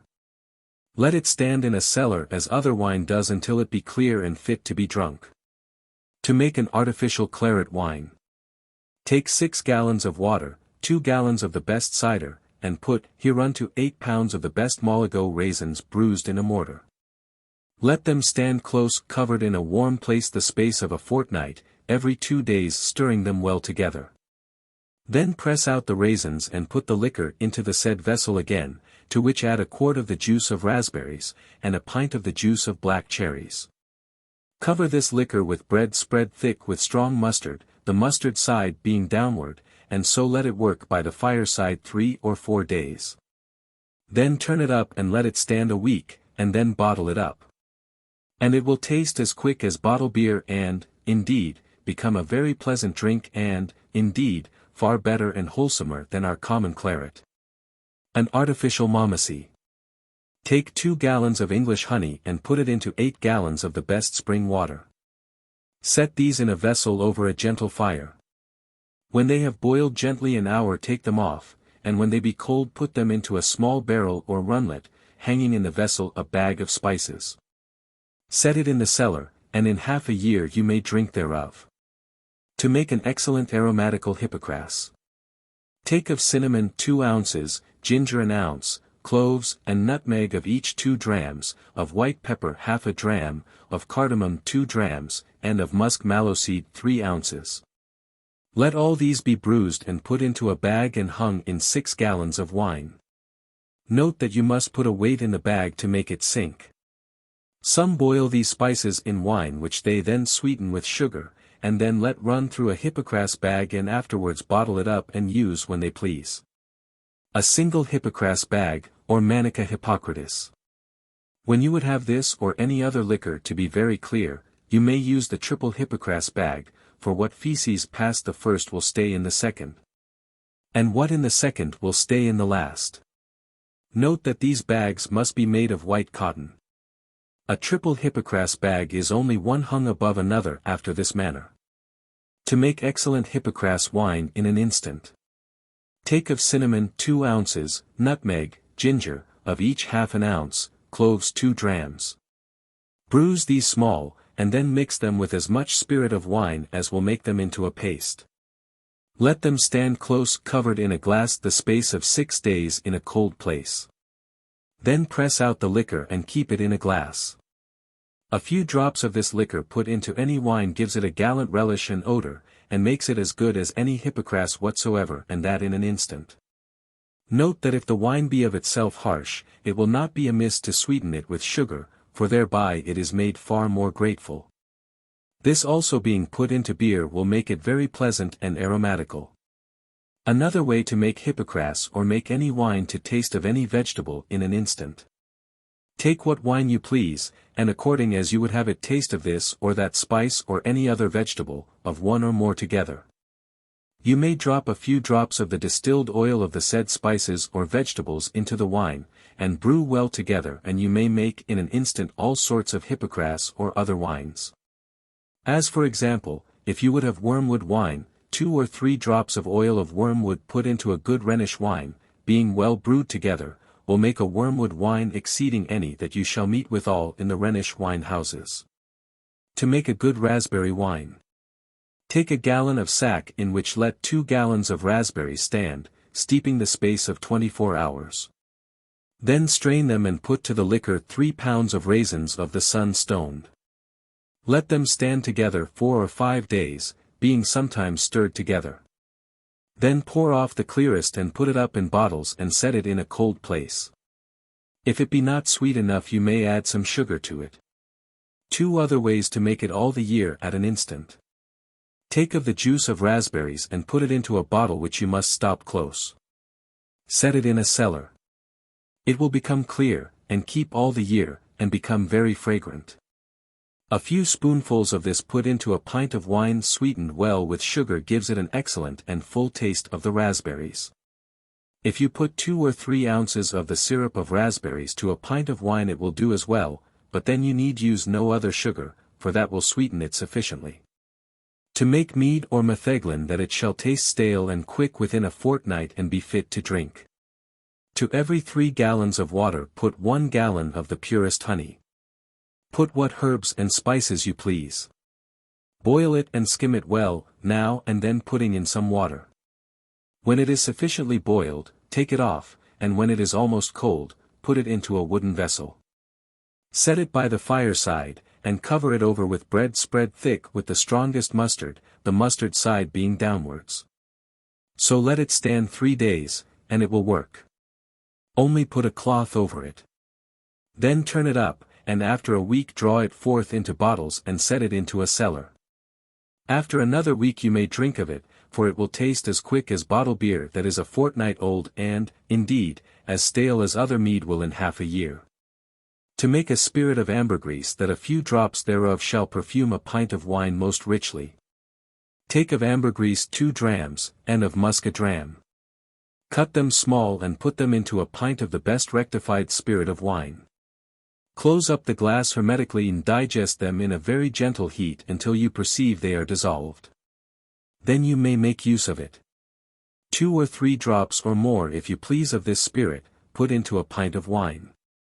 Gives it a rich odor. Or if you put 2 or 3 drops around the brim of a glass, it will do as well. Half a spoonful of it taken either of itself or mixed with some specifical liquor is a most rich cordial. An excellent sweet water. Take a quart of orange flower water, as much rose water, and add thereto of muskmallow seeds grossly bruised 4 ounces, of benjamin 2 ounces, of storax an ounce, of labdanum 6 drams, of lavender flowers 2 pugils. Of sweet marjoram as much, of calamus aromaticus a dram. Distill all these in a glass still in balneum, the vessels being very well closed so that no vapor breathes forth. Note that you may make a sweet water in an instant by putting a few drops of some distilled oils together into some rose water and brewing them well together. To purify and to give an excellent smell and taste unto oil of olive that they that loathe it may delight to eat it. Take of a good sort of oil of olive, though not of the best. Put the same into a vessel of earth or copper that has a little hole in the bottom thereof which you may stop with wax or a cork to open at your pleasure. In this vessel, for every quart of oil add 4 quarts of fair water, and with a wooden spatula or spoon beat them well together for a quarter of an hour's space. When you have so done, open the hole in the bottom and let out the water, for the oil does naturally flee above, as being the lighter body. As soon as the water is passed away, stop the hole, and put in other cold water. Begin a new agitation as before, and work in the like manner divers times as you did at the first, until in the end the oil be well cleansed and clarified. If the last time you work it with rose water, it will be so much the better. Then hang in the midst of the oil a coarse bag full of nutmeg sliced, cloves bruised, and the rinds of oranges and lemons cut small. Set the vessel in balneum for 2 or 3 hours and, I suppose, he that loathes oil will be easily by this means drawn to a liking of it. Another way. Set oil of olive in the sun in summertime until there settles a good store of sole and gross lees, from the which by declination pour out the clear oil.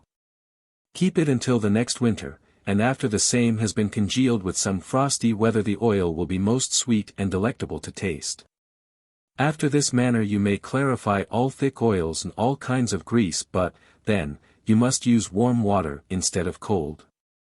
To purify butter that it shall keep fresh and sweet a long time and be most wonderful sweet in taste. Dissolve butter in a clean glazed or silver vessel and in a pan or kettle of water with a slow and gentle fire. Then pour the same so dissolved into a basin that has some fair water therein. When it is cold, take away the curds and the whey that remains in the bottom. And if you will be at the charge thereof, you may the second time, for it must be twice dissolved, dissolve the butter in rose water, working them well together. The butter thus clarified will be as sweet in taste as the marrow of any beast, by reason of the great impurity that is removed by this manner of handling. The first part thereof being dross, which makes the butter many times offensive to the stomach. To make butter taste of any vegetable without altering the color thereof. When the butter is taken out of the churn and well worked from the fairest part thereof, mix with the said butter as much of the oil of that vegetable which you like best until the same be strong enough in taste to your liking. Then temper them well together. If you do in the month of May mix some oil of sage with your butter, it may excuse you from eating sage with your butter. If you mix the oil with the aforesaid clarified butter, it will be far better and serve for a most dainty dish and, indeed, a great rarity. To make cheese taste strong of any vegetable without discoloring of it.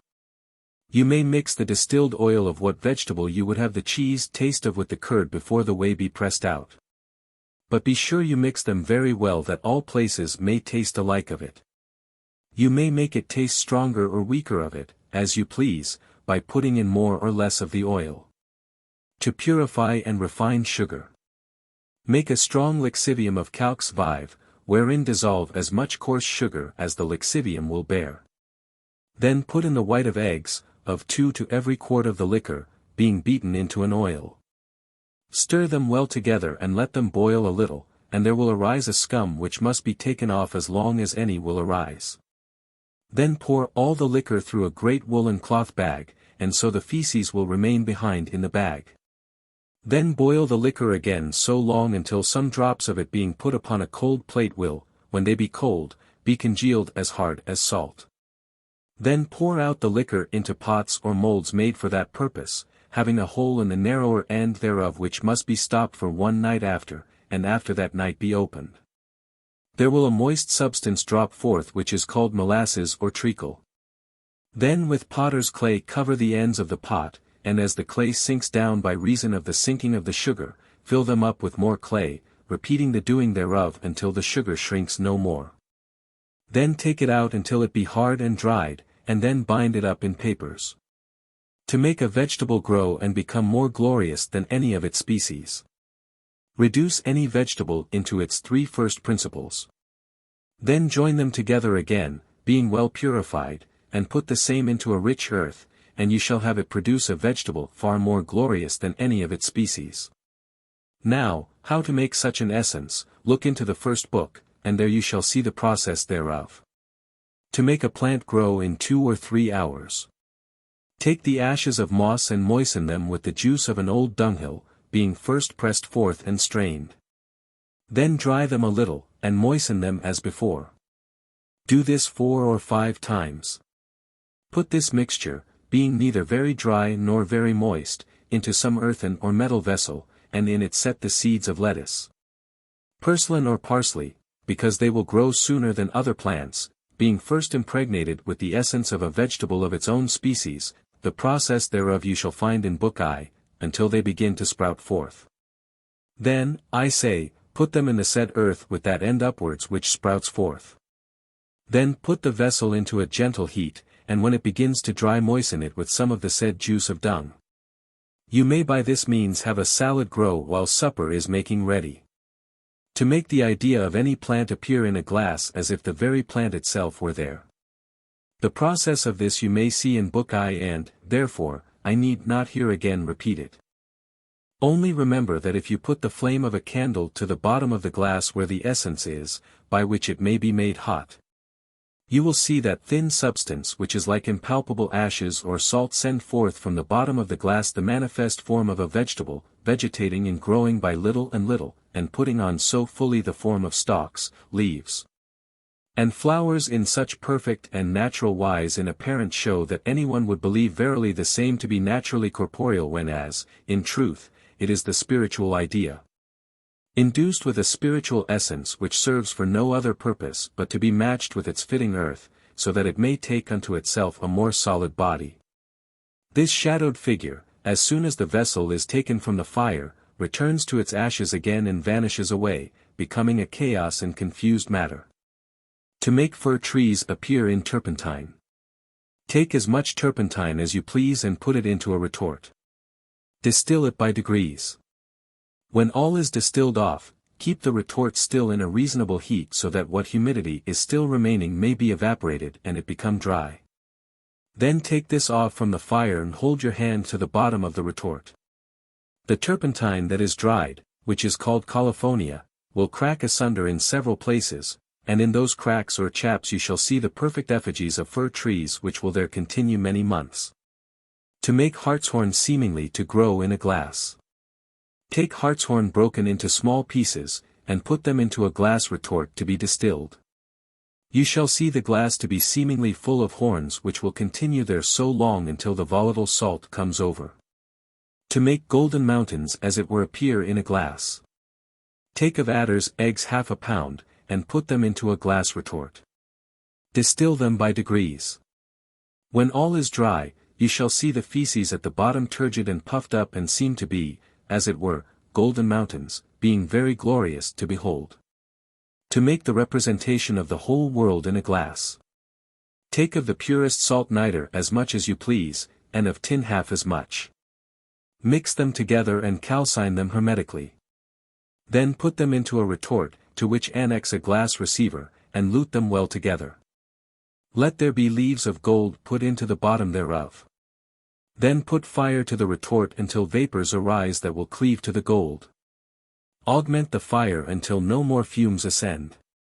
Then take away the receiver and close it hermetically.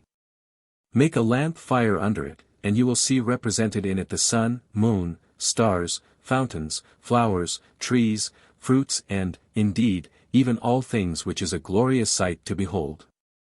To make 4 elements appear in a glass. Take of the subtle powder of jeet 1 ounce and a half.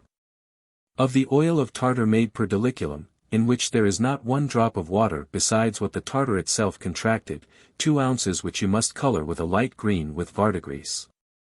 Of the purest spirit of wine tinged with a light blue with indigo, 2 ounces of the best rectified spirit of turpentine colored with a light red with madder. Put all these into a glass and shake them together.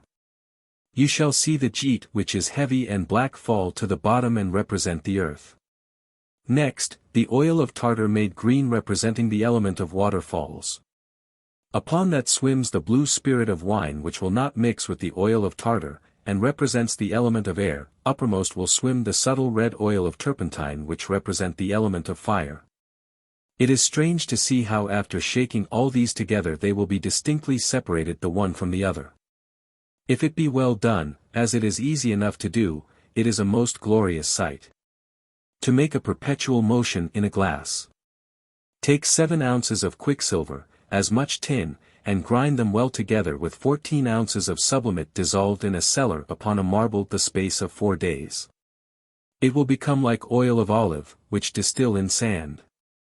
There will sublime a dry substance. Then put the water which distills off back upon the earth in the bottom of the still, and dissolve what you can. Filter it and distill it again. This do 4 or 5 times. Then that earth will be so subtle that, being put into a vial, the subtle atoms thereof will move up and down forever. Note that the vial or glass must be close stopped and kept in a dry place. To make a luminous water that shall give light by night. Take the tails of glowworms, put them into a glass still, and distill them in balneum. Pour the said water upon more fresh tails of glowworms. Do this 4 or 5 times and you shall have a most luminous water by which you may see to read in the darkest night. Some say this water may be made of the skins of herring, and for aught I know, it may be probable enough. For I have heard that a shoal of herring coming by a ship in the night have given a great light to all the ship. It were worth the while to know the true reason why glowworms and herring and some other such like things should be luminous in the night. To make a vapor in a chamber that he that enters into it with a candle shall think the room to be on fire. Dissolve camphor in rectified aqua vitae and evaporate them in a very close chamber where no air can get in. He that first enters the chamber with a lighted candle will be much astonished, for the chamber will seem to be full of fire, very subtle, but it will be of little continuance. You must note that it is the combustible vapor, with which the chamber is filled, that takes the flame from the candle. Divers such like experiments as this may be done by putting such a combustible vapor into a box, or cupboard, or such like which will as soon as anyone shall open them, having a candle in his hand, take fire and burn. To make powder that by spitting upon shall be inflamed. Take a lodestone, powder it, and put it into a strong calcining pot. Cover it all over with a powder made of calx vive and colifornia, of each a like quantity, and also put some of this powder under it. When the pot is full, cover it and lute the closures with potter's earth. Put them into a furnace and there let them boil. Then take them out and put them into another pot. Set them in the furnace again, and this do until they become a very white and dry calx. Take of this calx 1 part, of salt nitre very well purified 4 parts, and as much camphor, sulphur vivum, and the oil of turpentine in tartar. Grind all these to a subtle powder and surce them, and put them into a glass vessel. Then put as much spirit of wine well rectified as will cover them 2 fingers' breadth. Then close them up and set the vessel in horse dung 3 months, and in that time they will all become a uniform paste. Evaporate all the humidity until the whole mass becomes a very dry stone. Then take it out and powder it, and keep it very dry. If you take a little of this powder and spit upon it, or pour some water upon it, it will take fire presently, so that you may light a match or any such thing by it. To fortify a lodestone that it shall be able to draw a nail out of a piece of wood. Take a lodestone and heat it very hot in coals, but so that it be not fired. Then presently quench it in the oil of crocus martis, made of the best steel, so that it may imbibe as much as it can. You shall by this means make the lodestone so very strong and powerful that you may pull out nails from a piece of wood with it, and do such wonderful things with it that the common lodestone can never do. Now the reason of this, as Paracelsus says, is because the spirit of iron is the life of the lodestone, and this may be extracted from or increased in the lodestone. To make quicksilver malleable in 7 hours. Take of the best lead, melt it, and pour it into a hole. When it is almost congealed, make a hole in it, and presently fill up the hole with quicksilver, and it will presently become sonolated into a friable substance. Then beat it into a powder, and put it again into a hole of fresh melted lead as before. Do this 3 or 4 times. Then boil it, being all in a piece of linseed oil, the space of 6 hours. Then take it out and it will become malleable. Note that after this it may, by being melted over the fire, be reduced into quicksilver again. A thin plate of the said mercury laid upon an inveterate ulcer takes away the malignity of it in a great measure and renders it more curable than before. A plate of said mercury laid upon tumors would be a great deal better repercussive than plates of lead which surgeons use in such cases.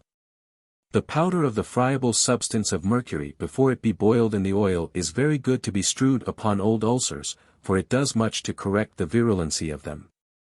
To reduce glass into its first principles viz. Sand and salt. Take bits or powder of glass, as much as you please, and as much of the salt which glassmen use in the making of glasses. Melt these together in a strong fire. Then dissolve all the melted mass in warm water.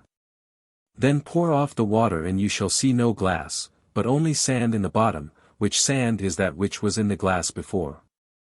This confutes the vulgar opinion, namely that the fusion of glass is the last fusion and beyond all reduction. To write or engrave upon an egg or pibble with wax or grease. Make what letters or figures you please with wax or grease upon an egg or pibble.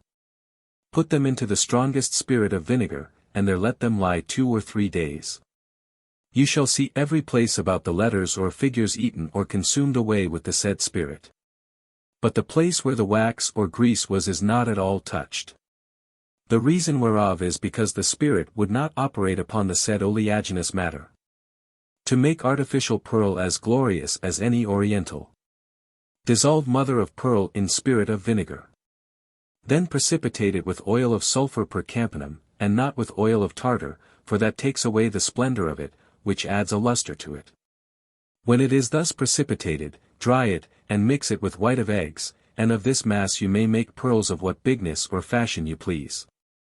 Before they be dried, you may make holes through them.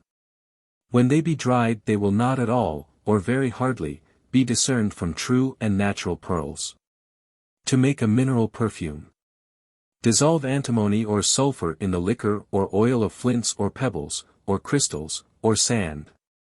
Coagulate the solution into a red mass, pour thereon the spirit of urine, and digest them until the spirit be tinged.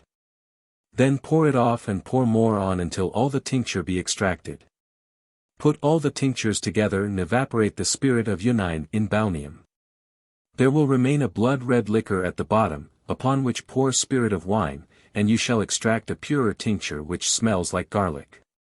Digest it 3 or 4 weeks, and it will smell like balm. Digest it longer and it will smell like musk or ambergris. Besides the smell that it has, it is an excellent sudorific, and cures all diseases that require sweat, as the plague, putrid fevers, lues venerea, and such like as these. The oil or liquor of sand, flints, pebbles, or crystals for the aforesaid preparation is made thus. Take of the best salt of tartar, being very well purified by 2 or 3 dissolutions and coagulations, and powdered in a hot mortar, 1 part. Of flints, pebbles, or crystals, being powdered, or small sand well washed, the 4th part. Mingle them well together. Put as much of this composition as will fill an eggshell into a crucible. Set in the earthen furnace, described in Book 3, and made red hot. Presently there will come over a thick and white spirit. This do until you have enough. Then take out of the crucible while it is glowing hot, and that which is in it is like transparent glass, which keep from the air. The spirit may be rectified by sand in a glass retort. This spirit is of excellent use in the gout, stone, tisic, and indeed in all obstructions. It provokes sweat, urine, and cleanses the stomach and, by consequence, is effectual in most diseases. It being applied externally clears the skin and makes it look very fair.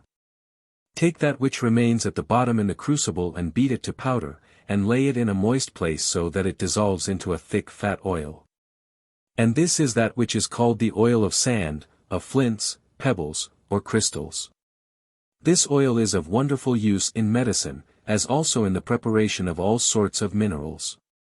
This oil, being taken inwardly in some appropriate liquor, dissolves tartarous coagulations in the body, and so opens all obstructions. It precipitates metals and makes the calx thereof more weighty than oil of tartar does. It is of a golden nature. It extracts colors from all metals, is fixed in all fires, makes fine crystals and borax, and matures in perfect metals into gold. If you put it into water, there will precipitate a most fine white earth, of which you may make as clear vessels as are china dishes. Note that all sand, flints, and pebbles, even the whitest, have in them a golden sulfur or tincture, and if a prepared lead be for a time digested in this oil it will seem, as it were, gilded because of the gold that will hang upon it, which may be washed away in water. Gold also is found in sand and flints, etc., and if you put gold into this oil it will become more ponderous thereby. To make steel grow in a glass like a tree. Dissolve steel in a rectified spirit of salt, so shall you have a green and sweet solution which smells like brimstone. Filter it and abstract all the moisture in sand with a gentle heat. There will distill over a liquor as sweet as rain water. Steel, by reason of its dryness, detains the corrosiveness of the spirit of salt which remains in the bottom like a blood-red mass which is as hot on the tongue as fire. Dissolve this red mass in oil of flints or of sand, and you shall see it grow up in 2 or 3 hours like a tree with stem and branches. Prove this tree at the test, and it shall yield good gold which this tree has drawn from the aforesaid oil of sand or flints which has a golden sulfur in it. To melt a metal in one's hand without burning of the hand. Take a little calcining pot in your hand. Make in it a lane or course of the powder of any metal. Then upon it lay a lane of sulphur, saltpetre, and sawdust, of each a like quantity, mixed together. Put a coal of fire to it, and forthwith the metal will be melted into a mass. An observation upon the beams of the sun and heat of the fire, how they add weight to mineral and metal bodies. Take of any mineral liquor and set it in an open vessel in the sun for a good space, and it will be augmented in quantity and weight. But some will say that this proceeds from the air, to the which I answer and demand whether the air had not this impregnation from the sun, and what the air has in itself that proceeds not from the sun and stars. Put this liquor in a cold cellar or in a moist air, and you shall find that it increases not in weight, as it does in the sun or in the fire, which has in this respect some analogy with the sun. I do not say, but haply it might attract some little moisture which is soon exhaled by any small heat. Dissolve any sulphureous and imperfect metal, as iron, copper, or zinc, in aqua fortis or any other acid spirit. Then abstract the spirit from it. Make it glowing hot, yet not too hot, so that the spirit may only vapor away. Then weigh this metal calx and set it in a crucible over the fire. But melt it not, only let it darkly glow, let it stand so 3 or 4 weeks, and then take it off and weigh it again. You shall find it heavier than before. Set any sulphureous metal, as iron or copper, with 16 or 18 parts of lead on a test made with ashes of wood or bones in a probatory furnace. First weigh the test copper and lead before you put them into the furnace. Let the iron or copper fly away with the lead, yet not with too strong a heat. Then take the test out and weigh it, and you shall find it, though the metals be gone, when it is cold to be heavier than it was when it was put into the furnace with the metals. The question is now whence this heaviness of all the aforesaid minerals and metals proceeded, if that the heat of the sun and fire through the help of the minerals and metals be not fixed into a palpable mineral and metal body. Set a test with lead or copper in the sun. With a concave glass unite the beams of the sun, and let them fall on the center of the metal. Hold the concave glass in your hand, and let your test never be cold. This will be as well done in the sun as in the fire. But this concave must be 2 feet in diameter, and not too hollow or deep, but about the 18th or 20th part of the circle, so that it may the better cast its beams forth. It must be very well polished. Calcine antimony with a burning glass and you shall see it smoke and fume and be made drier than before, yet weigh it and it will be heavier than before. I shall take in, for the confirmation of all this, a relation of Sir Kenelme Digby concerning the precipitating of the sunbeams. I remember, says he, a rare experiment that a nobleman of much sincerity and a singular friend of mine told me he had seen, which was, that by means of glasses made in a very particular manner and artificially placed one by another, he had seen the sunbeams gathered together and precipitated down to a brownish or purplish red powder. There, says he, could be no fallacy in this operation. For nothing whatsoever was in the glass when they were placed and disposed for this intent. And it must be in the hot time of the year, else the effect would not follow. Of this magistery he could gather some days nearly 2 ounces, and it was a strong volatile virtue, and would impress its spiritual quality into gold itself, the heaviest and most fixed body we converse withal, in a very short time. I leave it now to the reader to judge whether the beams of the sun and the heat of the fire add weight to minerals and metals. To extract a white milky substance from the rays of the moon. Take a concave glass and hold it against the moon when she is at the full in a clear evening. Let the rays thereof being united fall upon a sponge, and the sponge will be full of a cold milky substance which you may press out with your hand and gather more. Delabras is of the opinion that this substance is of the substance of the moon, but I cannot assent to him in that. Only this I say, if this experiment were well prosecuted, it might produce, for aught I know, such a discovery which might be the key to no small secrets. To condense the air in the heat of summer and in the heat of the day into water. Fill an earthen vessel unglazed, made pointed downward. And fill it with snow water, which must be kept all the year, in which is dissolved as much nitre as the water would dissolve. Let the vessel be close stopped.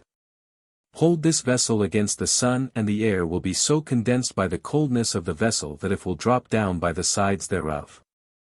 How two sorts of volatile salts will be fixed by joining them together.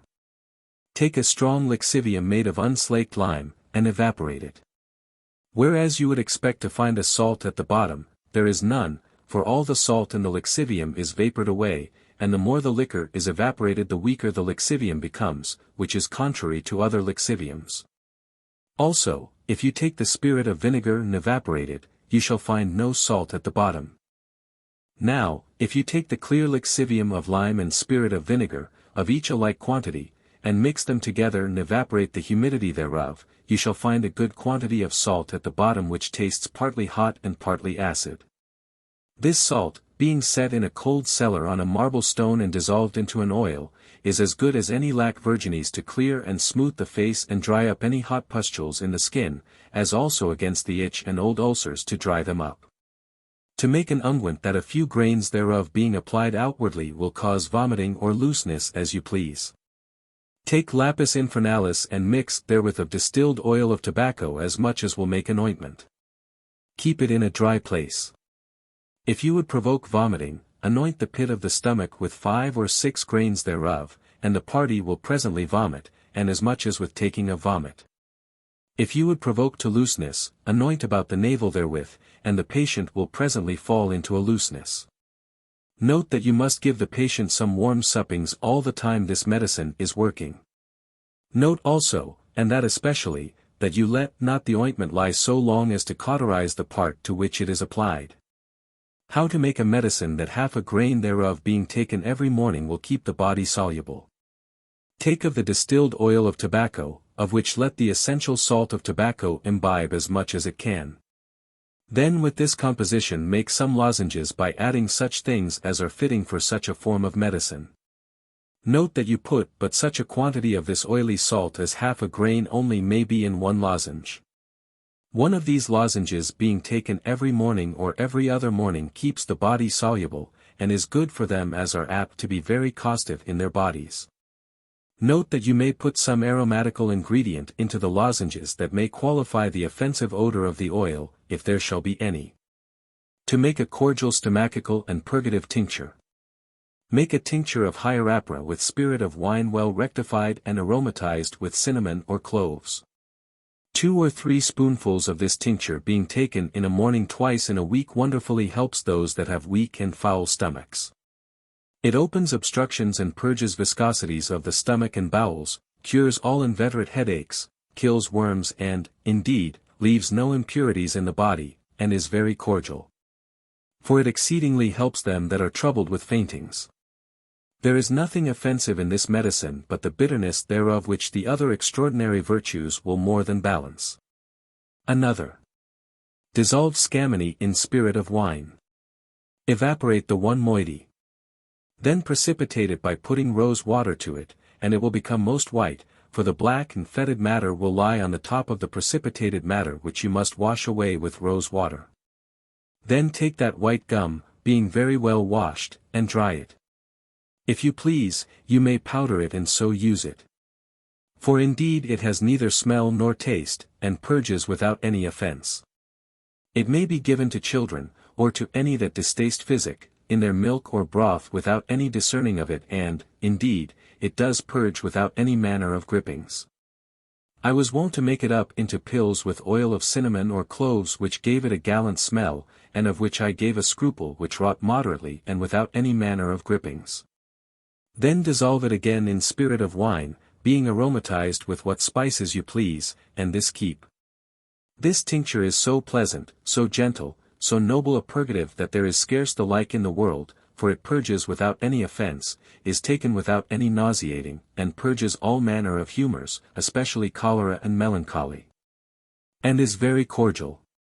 It may be given to those that abhor any medicine, as to children or those that are of a nauseous stomach. The dose is from half a spoonful to 2 or 3. Note it must be taken of itself, for if it be put into any other liquor the scammony will precipitate and fall to the bottom. After this manner, you may prepare jalap by extracting the gum therefrom and then dissolving it in spirit of wine. By this means jalap would not be so offensive to the stomach, as usually it is, for it is the gum that is purgative and the earthliness that is so nauseous. Jalap being thus prepared is a most excellent medicine against all hydropic diseases, for it purges water away without any nausea or griping at all. To reduce distilled turpentine into its body again. Take of oil of turpentine and the colophonium thereof, which is that substance which remains in the bottom after distillation, which you must beat to powder. Mix these together and digest them, and you shall have a turpentine of the same consistency as before, but of a fiery subtle nature. Pills made of this turpentine are of excellent use in obstructions of the breast, kidneys, and the like.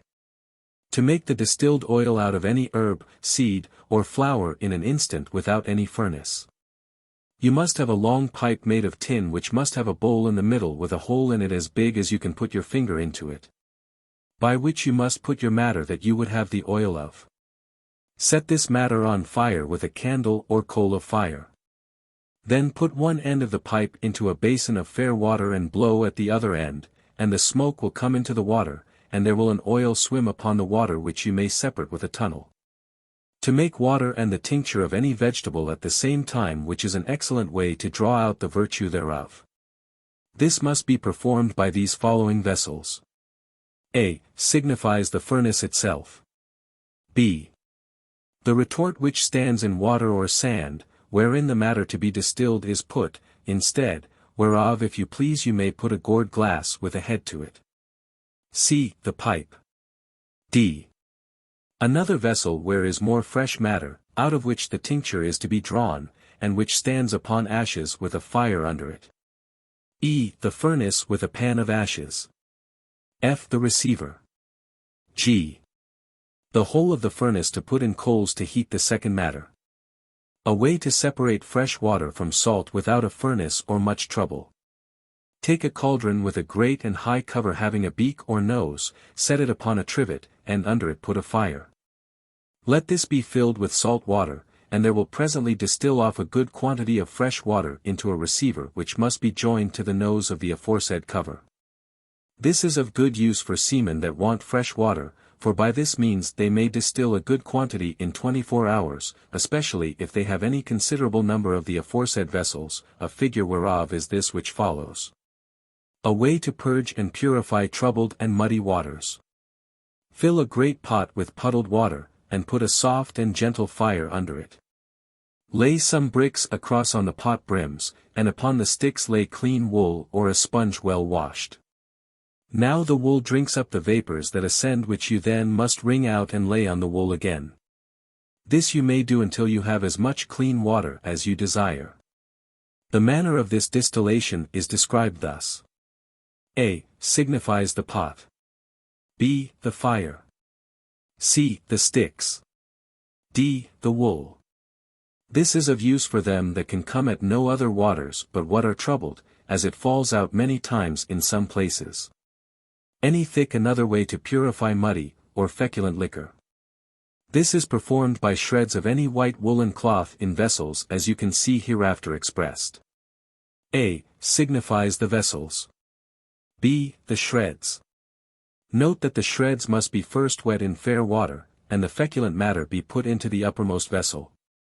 Note also, whereas here be 2 receivers, that in many cases one may be sufficient. This way serves for the purifying of decoctions, juices, or dissolutions of salts from their feculency, for that which is distilled by the shreds is as clear as crystal, when what remains is very feculent. To keep fire in a glass that while the glass is shut will not burn but as soon as it is opened will be inflamed. First extract the burning spirit of the salt of tin in a glass retort well coated. When the retort is cold, take it out and break it, and as soon as the matter in it which remains in the bottom thereof after distillation comes into the air, it will presently be inflamed. Put this matter into a glass vial, and keep it close stopped. This fire will keep many thousand years and not burn unless the glass be opened. But at what time soever that it is opened, it will burn. It is conceived that such a kind of fire as this was found in vaults when they were opened, which many conceived to be a perpetual burning lamp. When as indeed it was inflamed at the opening the vault and the letting in air thereby, which before it lacked and, therefore, could not burn. For it is to be conceived that there is no fire burns longer than its matter endures, and there is no combustible matter can endure forever. There may be many uses of such a fire as this, for any man may carry it about with him and let it burn on a sudden when he has any occasion for fire. A lamp furnace is made thus. A. Signifies the candlestick which must be hollow and full of water. B. The top of the candlestick which must be wide to contain good store of water for to fill up the candlestick as the candle rises up. C. The candle which must be as long as the candlestick. D. The vessel that contains either water, sand, or ashes for any vessel to be set into, also to contain any matter itself that is to be distilled or digested. E. A glass vessel standing in digestion. F. A narrow-mouthed stopple to be put into the candlestick to keep the candle upright, and that must be made of tin with holes in it. G. The cover for the vessel D which is to be put upon it when anything is decocted or kept warm in it. H. A still head to put upon the vessel D when you would distill anything in it. Note that if you make all these vessels large you may do many considerable things without much labor or trouble. In the vessel D, if it be large, you may stew meat which, if you put in at night and cover it close, you may have it ready for your breakfast in the morning and so, according to the time you put it in, you may have it for dinner or supper. Also, you may keep anything warm in the night and at all times, diverse such uses as these it may be used for. Note that the candle will still rise up until it be quite burned out, and an ordinary candle will last twice as long this way as it will out of the water. If you would have one candle last a long time, as 12 or 20 hours, you must either make your candlestick very long that it may contain a long candle, or make your candle big and the wick small. Or make your candle of such matter as will not presently be consumed. Note also that if you would have a great heat, your candle must be great, and also the wick thereof great, but if gentle, let your candle be small. Another lamp furnace. There is another sort of lamp furnace with 3 candles after this manner. The use of this is when you would have a constant fire that should give a stronger heat than one candle in the former furnace. And the truth is that if your candles be big, as you may make them as big as you will, you may have as strong a heat this way as by ashes in an ordinary furnace. To make a candle that shall last long. Take unslaked lime, powder it and mix it with your tallow, and so make you candle of that. Or else, you may make candles of Castile soap which will serve for such uses as these, viz. To burn in such a lamp furnace. Note that it is the salt that is in the lime and soap that preserves the tallow from burning out so fast as otherwise it would. To make a lasting and durable oil. Take unslaked lime, bay salt, oil of olive, of each a like quantity, and mix them well together and distill them in sand. Coabate the oil upon the same quantity of fresh lime and salt, and this do 4 or 5 times. By this means will the oil be clear and impregnated with what salt was volatile in the lime and salt. Now that saline impregnation is that which gives a durableness to the oil. Note that this oil while it is distilling is of a most fragrant smell. I have some of it which I distilled 7 times and it is as pure, subtle, and odoriferous as many common distilled oils and vegetables. This oil, besides the durability of it, is also good against any inveterate ache in the limbs. A lamp made with this oil will continue burning 6 times as long as a lamp made of other oil. Also, it burns very sweet. There must be a great deal of care used in making of it, or else you will quickly break your glasses. Also, you must take very strong lime, such as the dyers use, and call caulk. Philosophical bellows. There be here set down 3 figures of these kinds of instruments which belong to several uses. A. Signifies that which blows a fire for the melting of any metal or such like operation, and it blows most forcibly with a terrible noise. B. That which blows a candle to make the flame thereof very strong for the melting of glasses and nipping them up. C. That which anyone may hold in their hand to blow up the fire strongly upon any occasion. Now the manner of the using of them is this. You must first heat them very hot. Then put the noses thereof, which must have a very small hole in them, no bigger than that a pin's head may go in, into a vessel of cold water. They will presently suck in the water, of which then being full, turn the noses thereof towards the candle or fire which you would have blown. As for the figure C, it must have a mouth drawn up around and hanging out an inch from the face, which mouth, the whole compass of the face being heated first, you must dip in cold water, and it will suck in water as the noses of the former did. This then you must hold close to the fire that it may be heated, and it will blow exceedingly, as otherwise it will not, viz., if it be cold. If you put sweet water into such a vessel, you may perfume a chamber exceedingly, for a little quantity thereof will be a long time breathing forth. Note that these kinds of vessels must be made of copper and be exceedingly well closed so that they may have no vent but by their noses. An excellent invention to make a fire. Take 3 parts of the best Newcastle coals beaten small and 1 part of loam. Mix these well together into a mass with water. Make thereof balls which you must dry very well. This fire is durable, sweet, not offensive by reason of the smoke or cinder as other coal fires are. It is beautiful in shape and is not so costly as other fires. It burns as well in a chamber even as charcoal.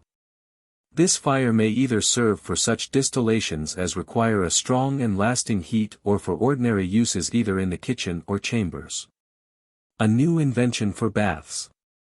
Seeing that by bathing and sweating most diseases are cured, especially such as proceed from wind, hot and distempered humors or cold and congealed humors. Because all these are rarefied and evaporated by transpiration in sweating or bathing. I thought it a thing much conducing to man's health to set down such a way of bathing and sweating that might be very effectual and appropriated to any particular disease or distemper. I shall therefore here commend to you a way of bathing by distillation, the manner of which you may see by these ensuing vessels. A signifies a hot still with 2 pipes going into 2 wooden vessels.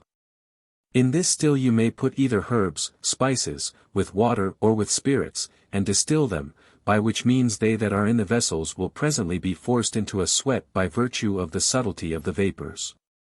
And this indeed is as good and effectual a way for sweating as any can be invented.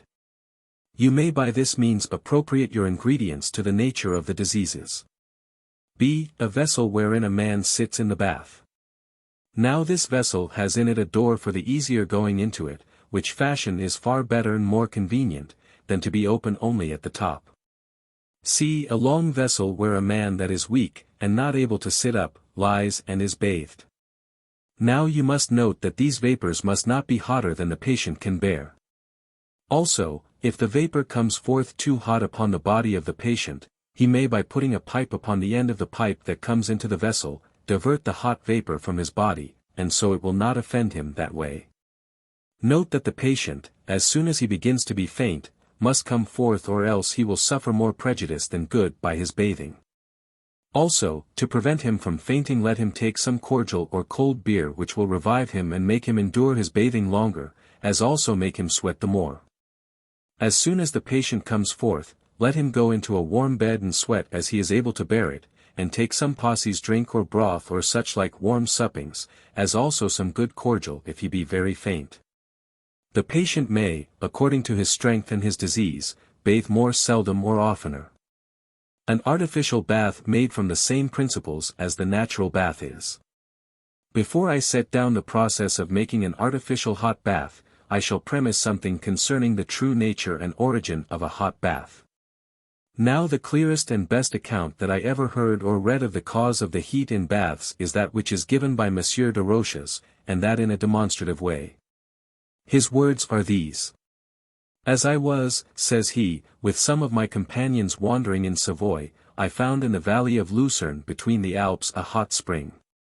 I began to consider the cause of this heat, and whereas the vulgar opinion is that the heat of fountains is from mountains fired within, I saw reason to think the contrary because I saw snow upon a mountain from whence this hot spring came. Unmelted, which could not have been possible, but would have been dissolved by the hot fumes of the mountains had they been fired. Whereupon, being unsatisfied, I with my companions and other laborers, whom I could hardly persuade to undertake such a business by reason they were afraid that fire would thereupon break forth out of the ground and consume us, got tools and set upon digging to find out the true cause of the heat of this fountain. After we had dug 15 days, having before perceived the water to be hotter and hotter by degrees as we came nearer to the source, we came to the original of the heat where was a great ebullition. In 3 hours more we dug beyond this place of ebullition and perceived the water to be cold, yet in the same continued stream with the other that was hot. Upon this I began to wonder much at the reason of these things. Then I carried to by lodging some of this hot water, which was both saltish and acid, and evaporated it. Of 40 ounces I yet further purified and extracted thence 3 drams of pure nitrous hermetic salt, the other 2 ounces being a slimy sulphureous substance. Yet with this I was not satisfied, but with my labourers went again to the place and dug 12 days more. Then we came to a water which was insipid as ordinary fountain water, yet still in a continued stream with the saltish and hot water. At this I wondered much, whereupon I dug up some of the earth where the cold and saltish stream ran and carried it home with me, and out of 100 weight thereof I extracted a good quantity of nitrous salt which was almost fluxile. When I extracted as much as I could, I laid the earth aside, and in 24 hours it was all covered over with salt which I extracted, and out of 100 weight of this earth, which I call virgin earth. I had 4 pounds of this kind of salt which it contracted in the aforesaid 24 hours, and so it would do constantly. Now this satisfied me concerning one doubt. For before I was unsatisfied how there could be a constant supply of that salt which made the water saltish, seeing there was but a little distance between the insipid water and the hot water. And the constant stream of water washed away the salt which was in that little space. For I perceive that this kind of earth attracts this universal salt of the world partly from the air in the cavities of the earth and partly from the vapors that constantly pass through the earth. After this I took some of that earth where the ebullition was and carried it home and proved it, and I perceived it to be a sulphur mine, into which the former acid saltish water penetrating caused an ebullition. As do salt of tartar and spirit of vitriol being mixed together, and also water poured on unslaked lime. After this I began to question how it was that this sulphur mine was not consumed, seeing so much matter pass from it daily. But when I began to understand how all things in the earth did assimilate to themselves whatsoever was of any kind of affinity to them, as mines convert the tools of miners into their own substance in a little time. And such like experiments of that nature, I was satisfied. And after all this I understood how this universal salt of the world was to be had, and I could at any time mix it with water, and pour that water upon sulphur, and so make an artificial hot bath as good as any natural bath whatsoever. Note that no salt in the world but this nitrous salt will do it, as I often tried. And this salt is to be found in all hot baths, and to be prepared artificially. Thus far M. de Roches. Something like unto this Helmont seems to hold forth, saying that there is a primum and salium or femina salium which are all seated in waters and vapors and give them an acidity.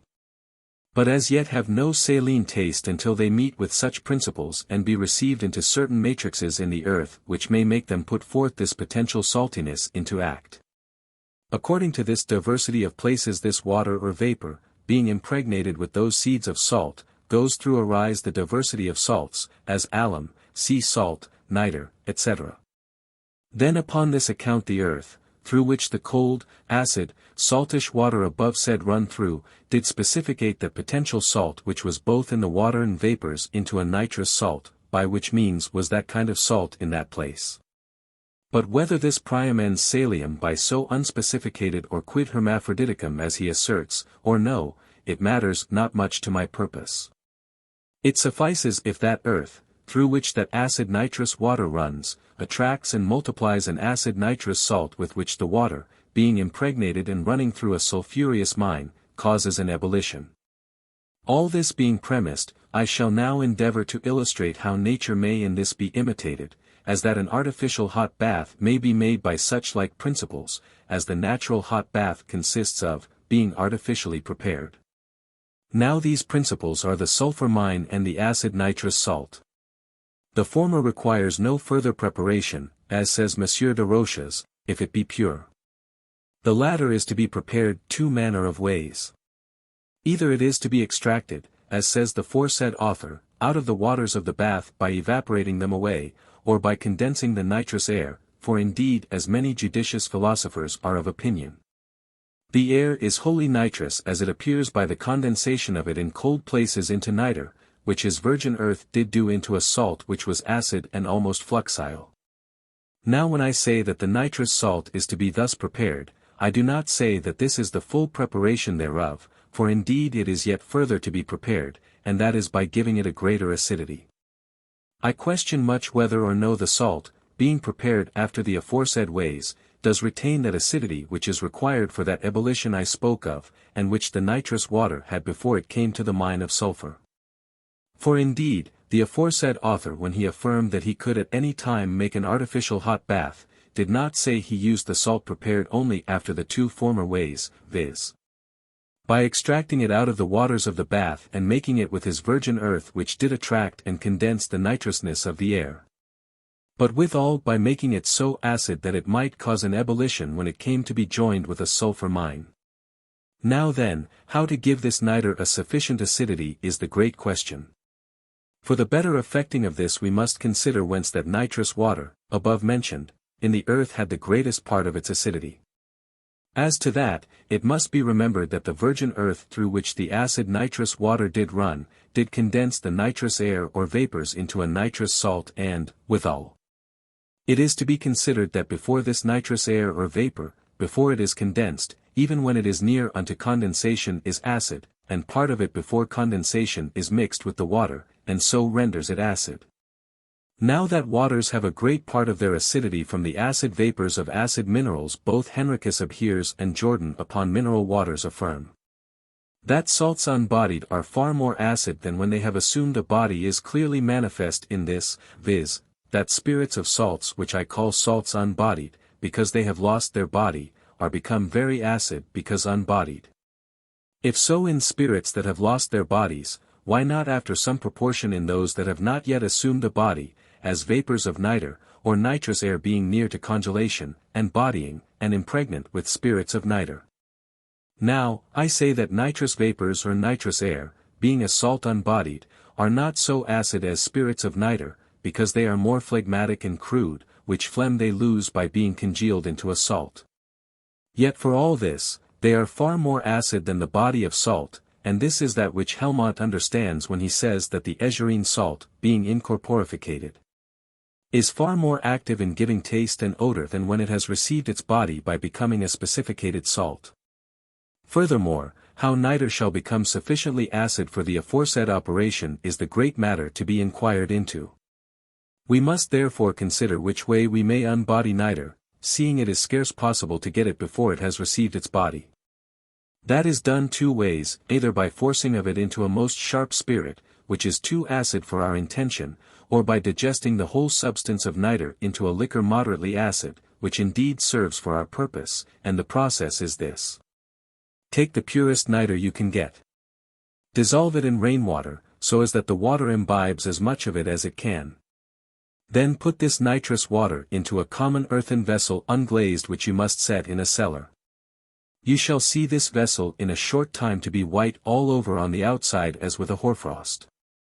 This whiteness is partly the flowers of the nitre, being the purest part thereof, penetrating the vessel, and partly the nitrous air condensed into nitre by the coldness of the vessel, as also assimilated to the nitre that penetrated the vessel. I said by the coldness of the vessel, because such is the coldness of an earthen vessel wherein is nitre, dissolved in water, that it will being set in snow by the fireside be freezed.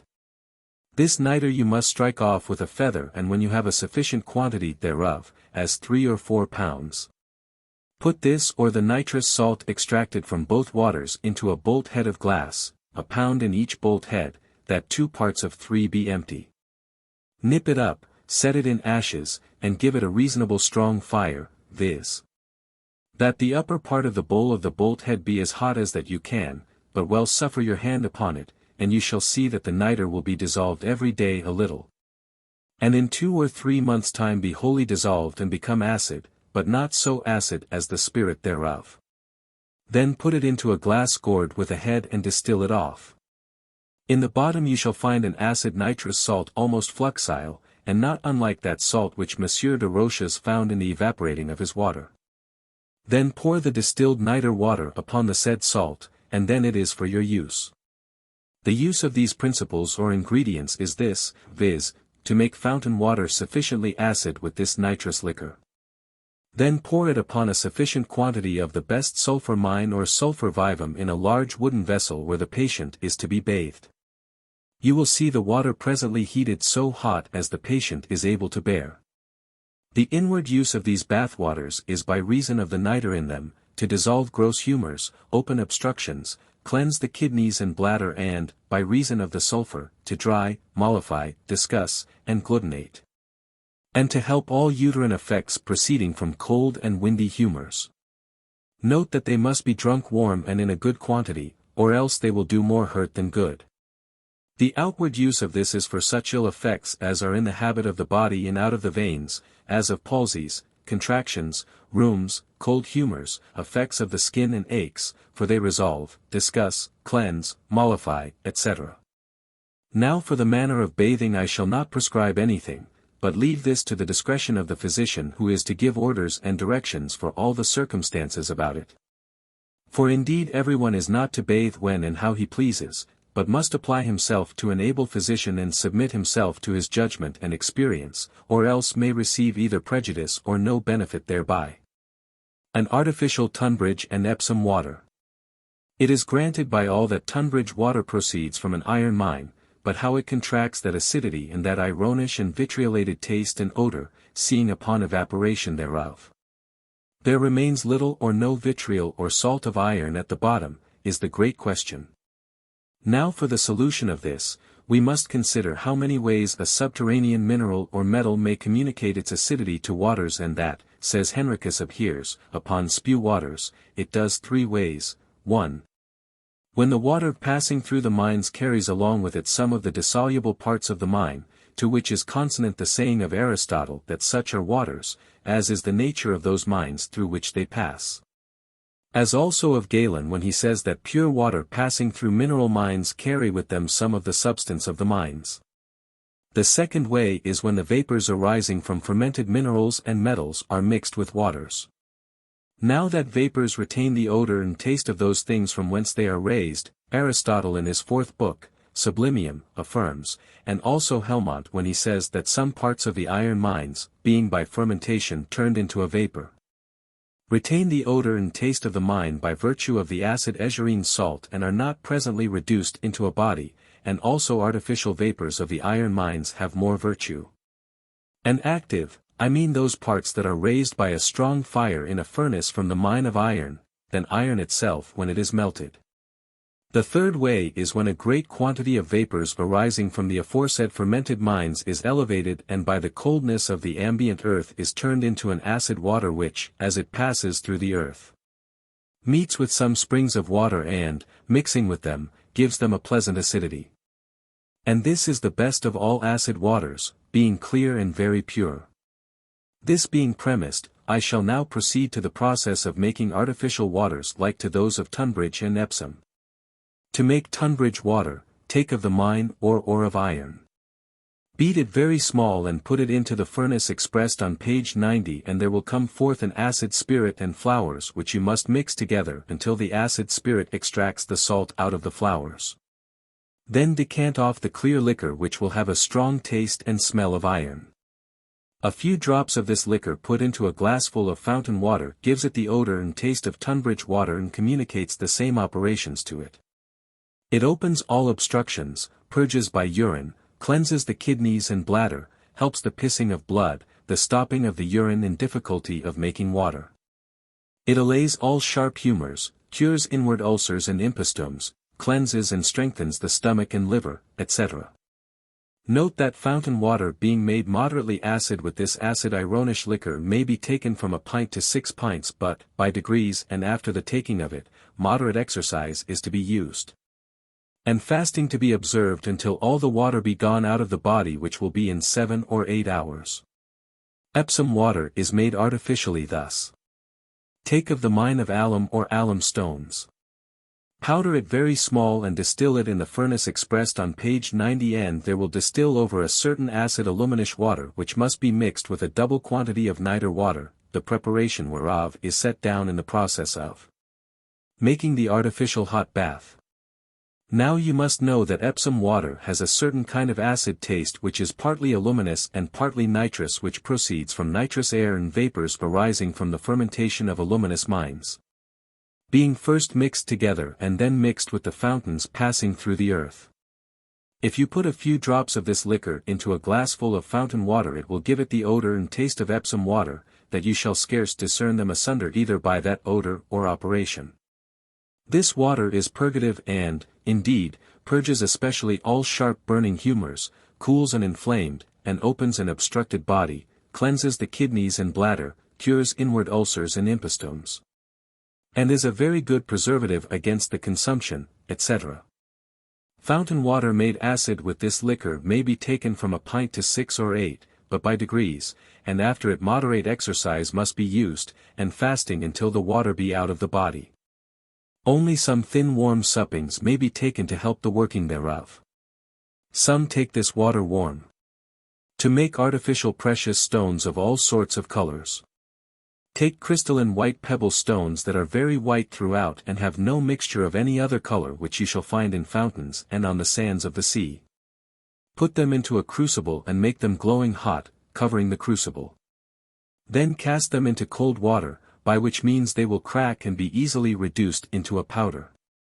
Take the powder thereof and put the like quantity of pure salt of tartar thereto, which salt must not be made in any medaling, but glass vessels, so that it may have no mixture of any other colon. To this mixture you may add what color you please, which must be of a mineral or a metalline nature. Then put them into a very strong crucible, which must be but half full and then covered, and there melt them in a strong fire until they become like glass. Note that when this mixture is in melting you must put an iron rod into it and take up some of it, and if there appears no corns of gravel in it, it is enough. If otherwise, you must melt it longer. The especial minerals and metals that give colons are these, viz., copper, iron, silver, gold, bismuth, magnesia, and granite. Common copper makes a sea green, copper made out of iron, a grass green, granite, a smaragdine green. Iron, yellow or a hyacinth color, silver, white yellow, green, and granite color, gold, a fine sky color, bismuth common blue, magnesia, an amethyst colon, and if you will mix 2 or 3 of these together, they will give other colors.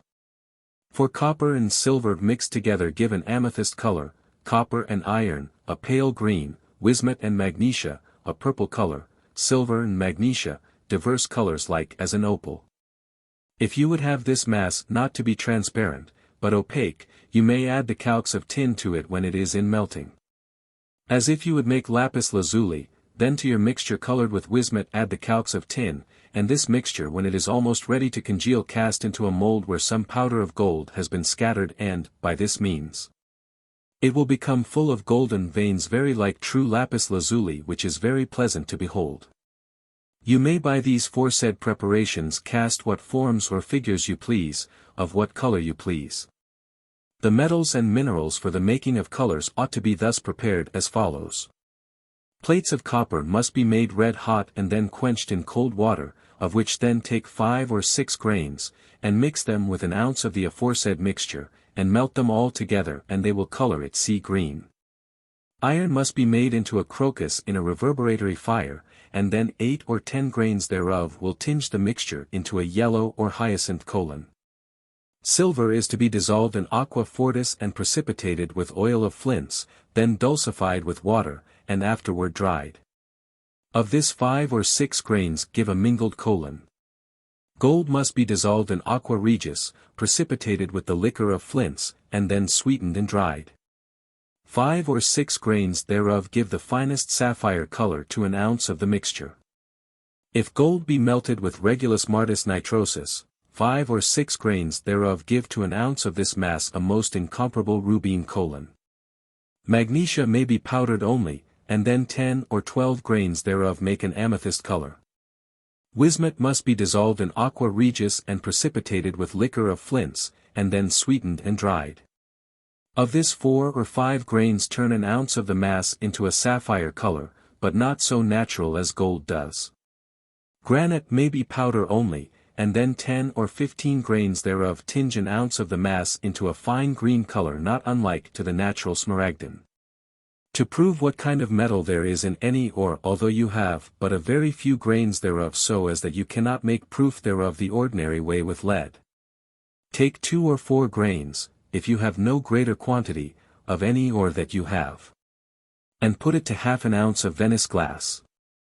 Melt them together in a crucible, the crucible being covered, and according to the tincture that the glass receives from the ore, so may you judge what kind of metal there is in the ore. For if it be a copper ore, then the glass will be tinged with a sea-green colon.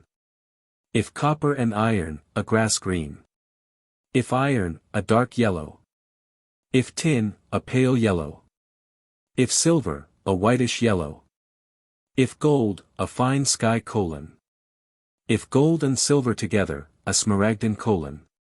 If gold, silver, copper, and iron together, an amethyst colon. A pretty observation upon the melting of copper and tin together. First, make 2 bullets of red copper of the same magnitude. Make also 2 bullets of the purest tin in the same mold as the others were made. Weigh all 4 bullets and observe the weight well. Then melt the copper bullets first. Upon their being melted, put the 2 tin bullets and melt them together, but have a care that the tin fume not away. Then cast this molten mixture in the same molds as before, and it will scarce make 3 bullets, but yet they weigh as heavy as the 4 did before they were melted together.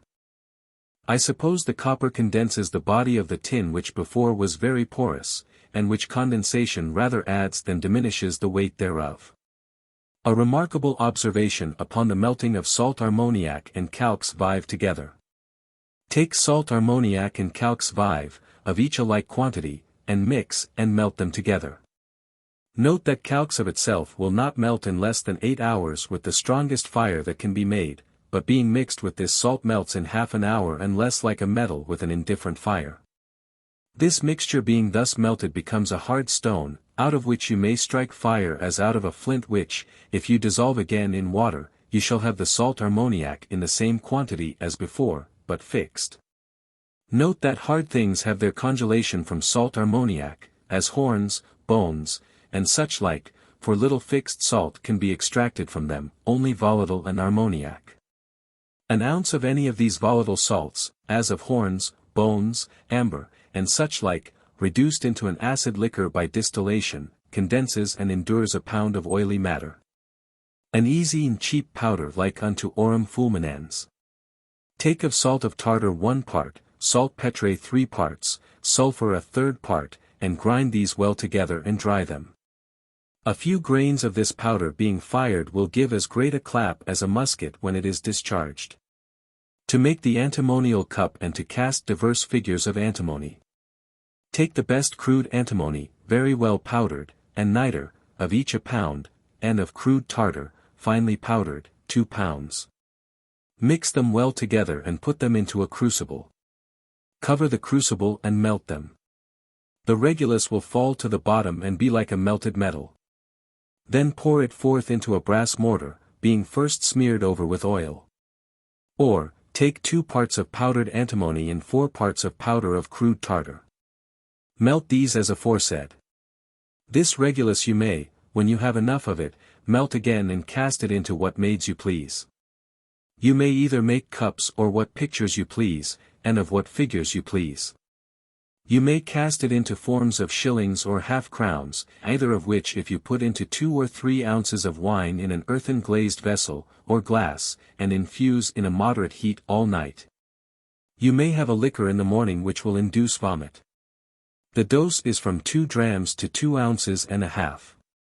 Note that in the wine you may put a little cinnamon to correct and give a more grateful relish to it. It is the custom to fill the antimonial cup with wine and to put as much wine round about between that and the little earthen cup where it stands, and so infuse it all night, and then drink up all that wine.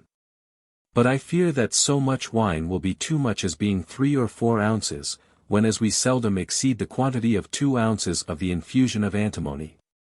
These cups or pictures will last forever and be as effectual after 1,000 times infusion as at first. And if they be broken at any time, as easily they may, being as brittle as glass, they may be cast again into what forms you please.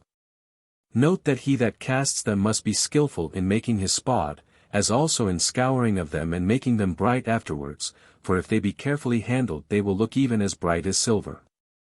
Book 6. The Spagyrical Anatomy of Gold and Silver. Together with the curiosities therein and chiefest preparations thereof. I shall first endeavour to show whence gold had its origin, and what the matter thereof is. As nature, says Sendivogius, is in the will of God, and God created her. So nature made for herself a seed, with her will in the elements. Now she indeed is one, yet she brings forth diverse things, but she operates nothing without a sperm. Whatsoever the sperm will, nature operates, for she is as it were the instrument of any artificers. The sperm therefore of everything is better and more profitable than nature herself. For you shall from nature do as much without a sperm as a goldsmith without fire or a husbandman without grain or feed. Now the sperm of anything is the elixir, the balsam of sulfur, and the same as humidum radical is in metals. But to proceed to what concerns our purpose. For elements generate a sperm, by the will of God, and the imagination of nature. For, as the sperm of a man has its canter or the vessel of its seed in the kidneys. So the four elements by their indefinite motion, every one according to its quality, cast forth a sperm into the center of the earth where it is digested and by motion is sent abroad. Now the center of the earth is a certain empty place where nothing can rest. The four elements send forth their qualities into the circumference of the canter. As a male sends forth his seed into the womb of the female which, after it has received a due portion, casts out the rest. So it happens in the center of the earth that the magnetic power of a part of any place attracts something and the rest is cast forth into stones and other excrements. For something has its origin from this fountain, and there is nothing in the world produced but by this fountain. As for example, set upon an even table a vessel of water which may be placed in the middle thereof, and round about it set diverse things, and diverse colors, also salt, etc., everything by itself. Then pour the water into the middle, and you shall then see water to run every way, and when any stream touches the red color, it will be made red by it. If the water touches the salt, it will contract the taste of salt from it, and so of the rest. Now the water does not change the places, but the diversity of places changes the water. In like manner, the seed or sperm, being cast forth by the four elements from the canter of the earth unto the superficies thereof, passes through various places, and according to the nature of the place is anything produced. If it come to a pure place of earth and water, a pure thing is made. The seed and sperm of all things is but one, and yet it generates diverse things, as it appears by the former example. The sperm while it is in the center is indifferent to all forms, but when it is come into any determinate place, it changes no more its form. The sperm while it is in the center can as easily produce a tree as a metal, and an herb as a stone, and one more precious than another according to the purity of the place. Now this sperm is produced of elements thus. These four are never quiet but, by reason of their contrariety, mutually act one upon another, and every one of itself sends forth its own subtlety, and they agree in the canter. Now in this canter is the archeus, the servant of nature which, mixing those sperms together, sends them abroad and by distillation sublimes them by the heat of a continual motion unto the superficies of the earth. For the earth is porous, and the vapor, or wind, as the philosophers call it, is by distilling through the pores of the earth resolved into water, of which all things are produced. Let therefore, as I said before, all sons of art, know that the sperm of metals is not different from the sperm of all things, being a humid vapor. Therefore, in vain do artists endeavor the reduction of metals into their first matter which is only a vapor. Now, says Bernard Trevisan, when philosophers speak of a first matter they did not mean this vapor, but the second matter which is an unctuous water which to us is the first, because we never find the former. Now the specification of this vapor into distinct metals is thus. This vapor passes in its distillation through the earth, through places either cold or hot. If through hot and pure, where the fatness of sulfur sticks to the sides thereof, then that vapor, which philosophers call the mercury of philosophers, mixes, and joins itself unto that fatness which afterwards it sublimes with itself. Then it becomes, leaving the name of a vapor, an unctuosity, which afterwards coming by sublimation into other places, which the antecedent vapor did purge, where the earth is subtle, pure, and humid, fills the pores thereof and is joined to it. And so it becomes gold. Where it is hot in something impure, it becomes silver. But if that fatness comes to impure places which are cold, it is made lead. If that place be pure and mixed with sulfur, it becomes copper. For by how much the more pure and warm the place is, so much the more excellent does it make the metals.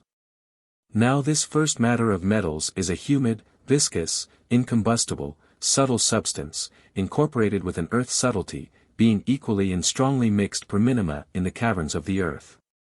But, as in many things, there is a twofold unctuosity, whereof one is, as it were, internal, retained in the canter of the thing lest it should be destroyed by fire, which cannot be without the destruction of the substance itself wherein it is.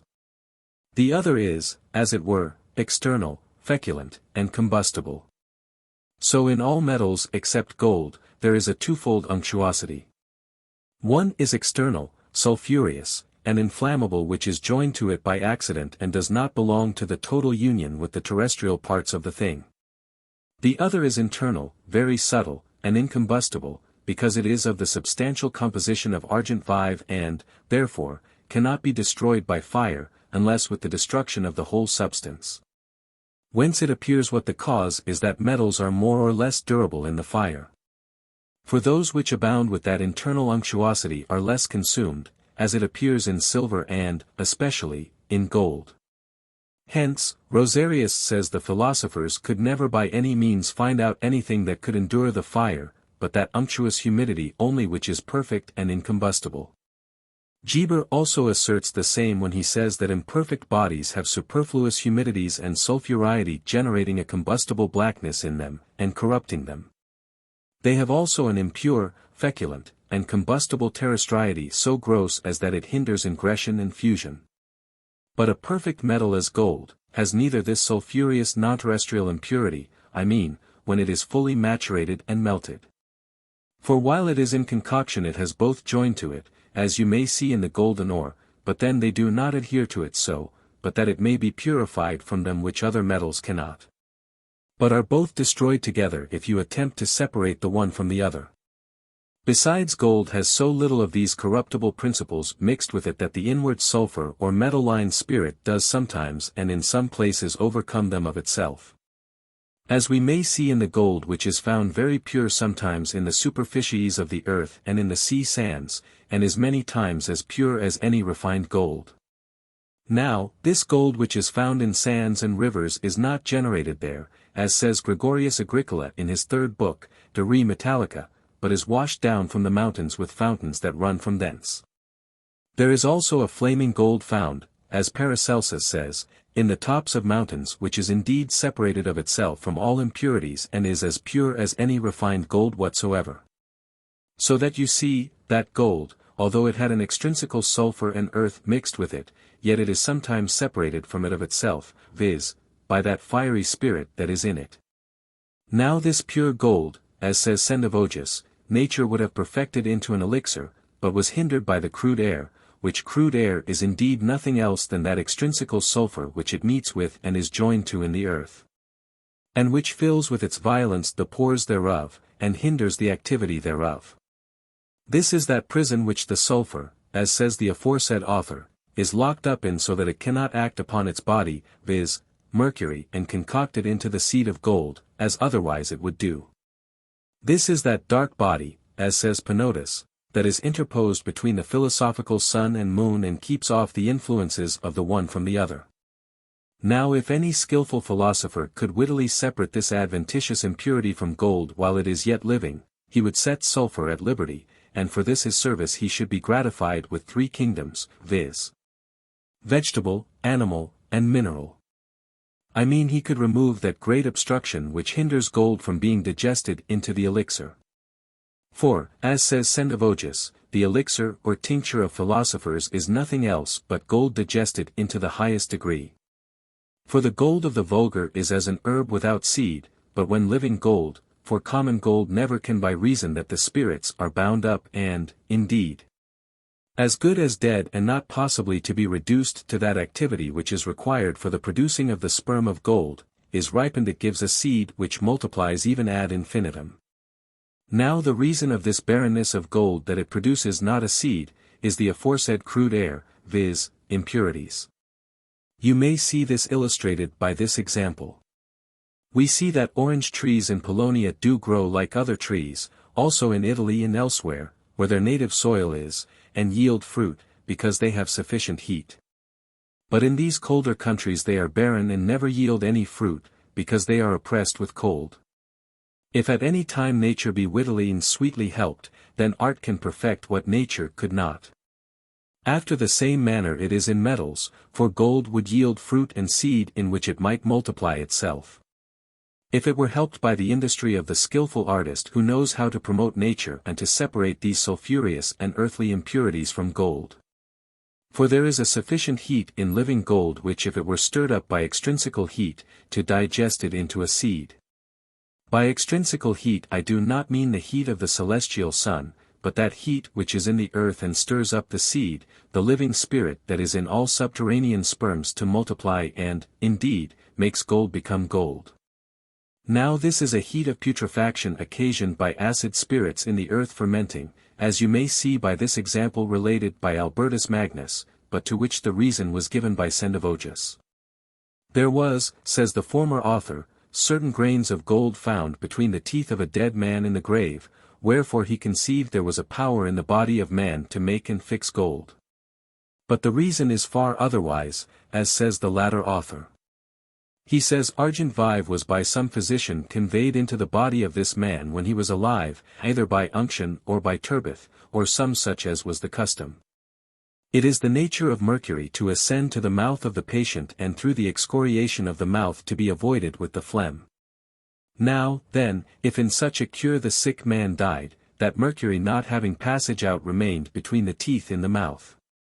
That carcass became the natural vessel of mercury, and so for a long time being shut up, was congealed by its proper sulfur into gold by the natural heat of putrefaction, being purified by the corrosive phlegm of the carcass. But if the mineral mercury had not been brought in thither, gold had never been produced there. This is a most true example that as mercury is by the proper sulfur that is in itself, being stirred up and helped by an extrinsical heat, coagulated into gold, unless it be hindered by any accident, or have not a requisite extrinsical heat, or a convenient place, so also nature does in the bowels of earth produce of mercury only gold and silver, and other metals according to the disposition of the place and matrix, which assertion is further cleared by the rule of reduction. For if it be true that all things consist of that which they may be reduced into, then gold consists of mercury, because, as most grant, Paracelsus affirms, and many at this day profess they can do, it may be reduced into it. There is a way by which the tincture of gold which is the soul thereof, and fixes it, may be so fully extracted that the remaining substance will be sublimed like arsenic and may be as easily reduced into mercury as sublimate.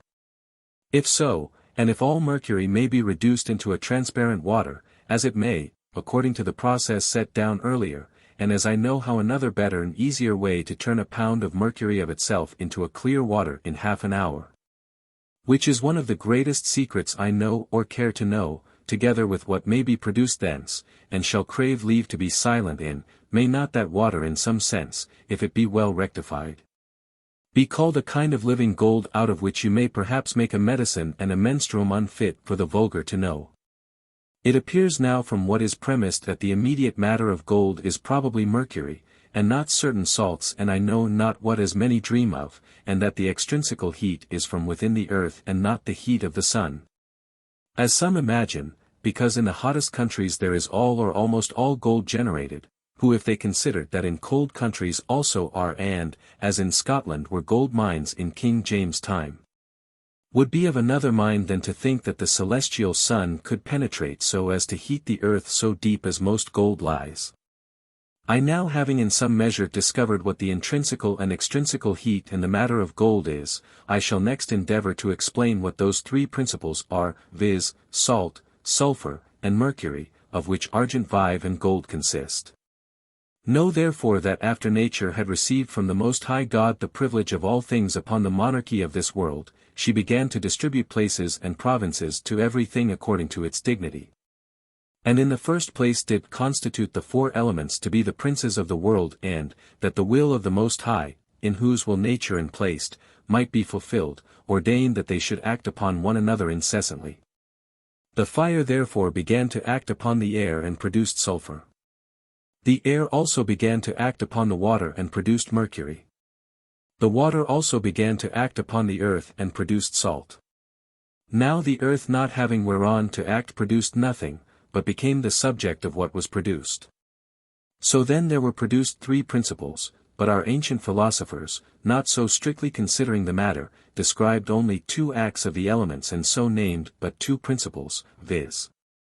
Sulfur and mercury, or else they were willing to be silent in the other, speaking only to the sons of art. The sulfur, therefore, of philosophers, which indeed is the sulfur of metals and of all things, is not, as many think, that common combustible sulfur which is sold in shops, but is another thing far differing from that, and is combustible. Not burning nor heating, but preserving and restoring all things which it is in. It is the calidum innatum of everything, the fire of nature, the created light, and of the nature of the sun, and is called the sun. Thus whatsoever in anything is fiery and airy is sulfur, not that anything is wholly sulphureous, but what in it is most thin and subtle.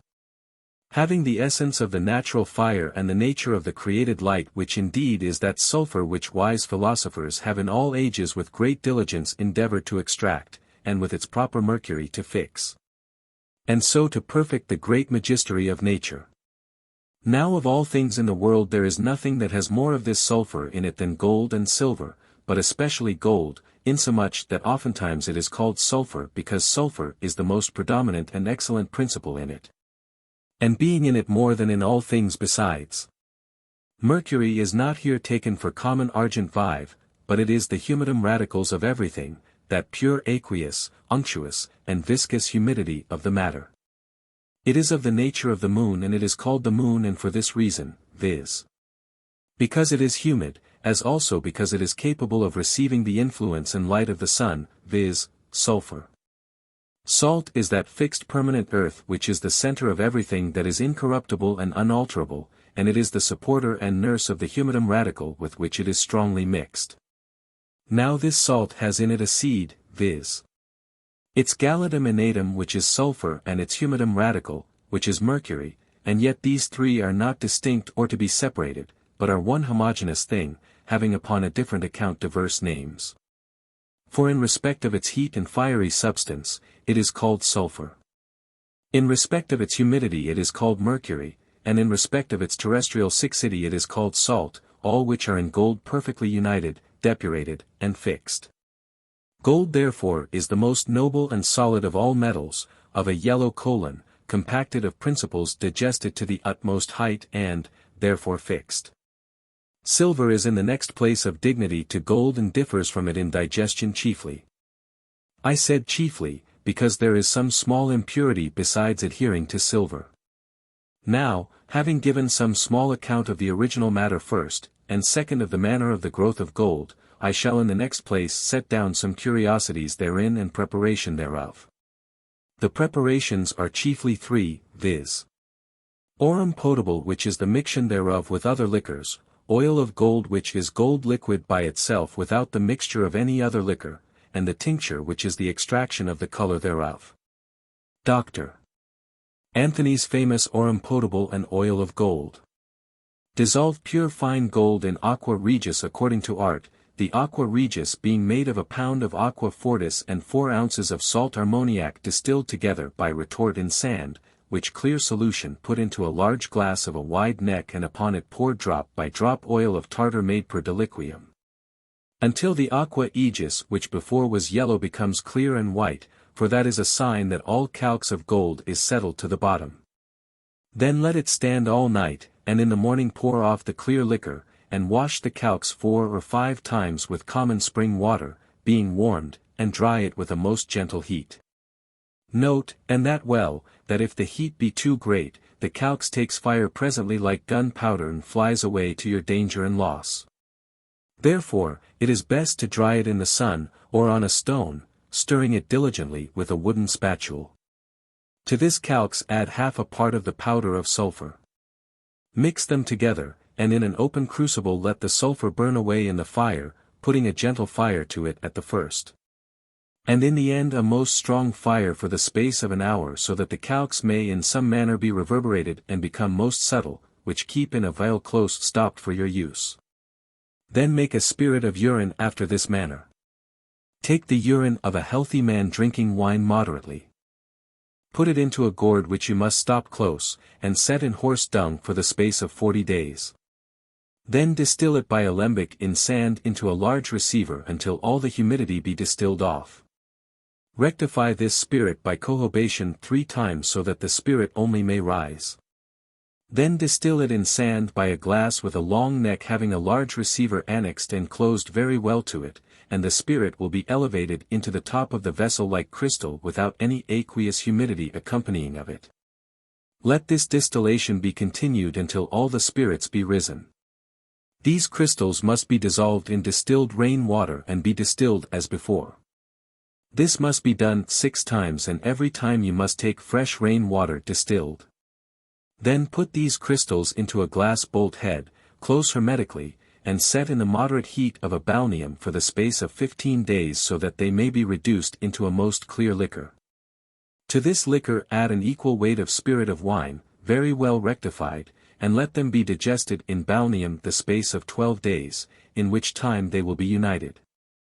Then take the calx of gold above said, and pour upon it of these united spirits as much as will cover them 3 fingers' breadth. Digest them in a gentle heat until the liquor be tinged as red as blood. Decant off the tincture and put on more of the aforesaid spirits and do as before until all the tincture be extracted. Then put all the tincted spirits together and digest them 10 or 12 days, after which time abstract the spirit with a gentle heat and coabate it once. And then the calx will remain in the bottom like an oil as red as blood and of a pleasant odor, and which will be dissolved in any liquor. Wherefore this oil may be the succedaneum of true gold.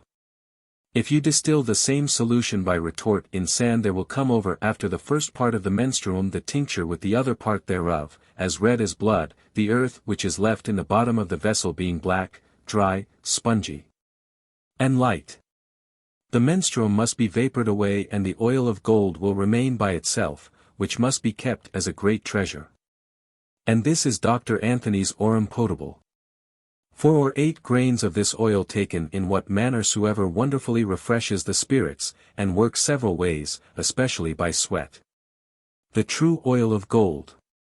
Take an ounce of leaf gold and dissolve it in 4 ounces of the rectified water of mercury.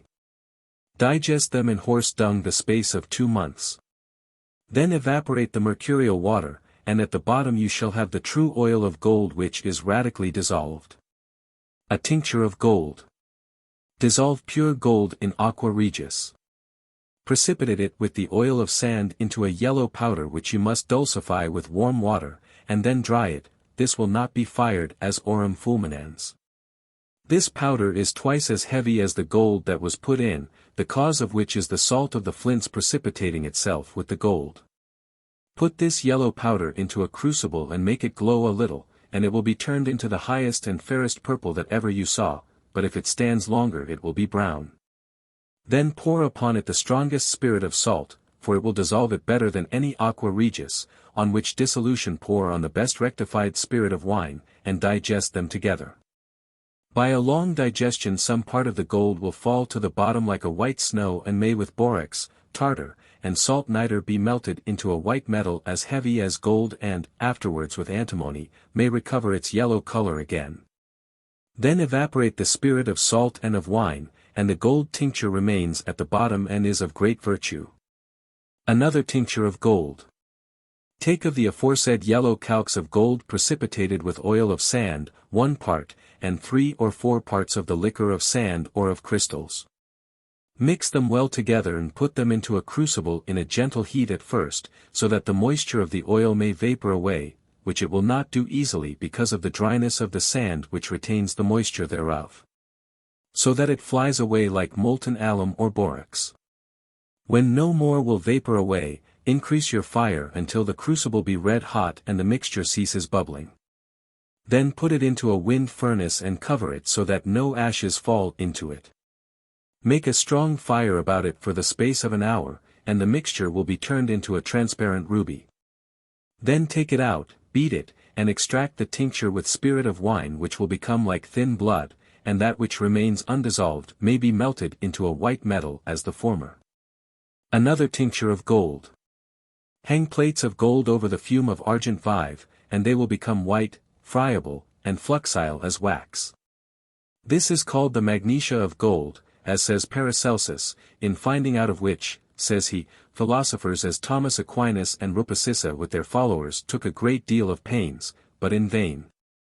And it is a memorable secret and indeed very singular for melting of metals that are not easily fluxible. Now, then, gold being thus prepared and melted together with the mercury, is become a brittle substance which must be powdered, and out of it a tincture may be drawn for the transmuting of metals.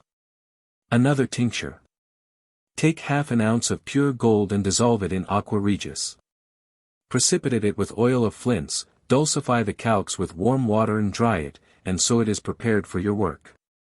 Then take Regulus Martis powdered and mix it with 3 parts of salt niter, both which put into a crucible and make them glow gently at first. Then give a strong melting fire, and then this mixture will become to be of a purple colon, which then take out and beat to powder.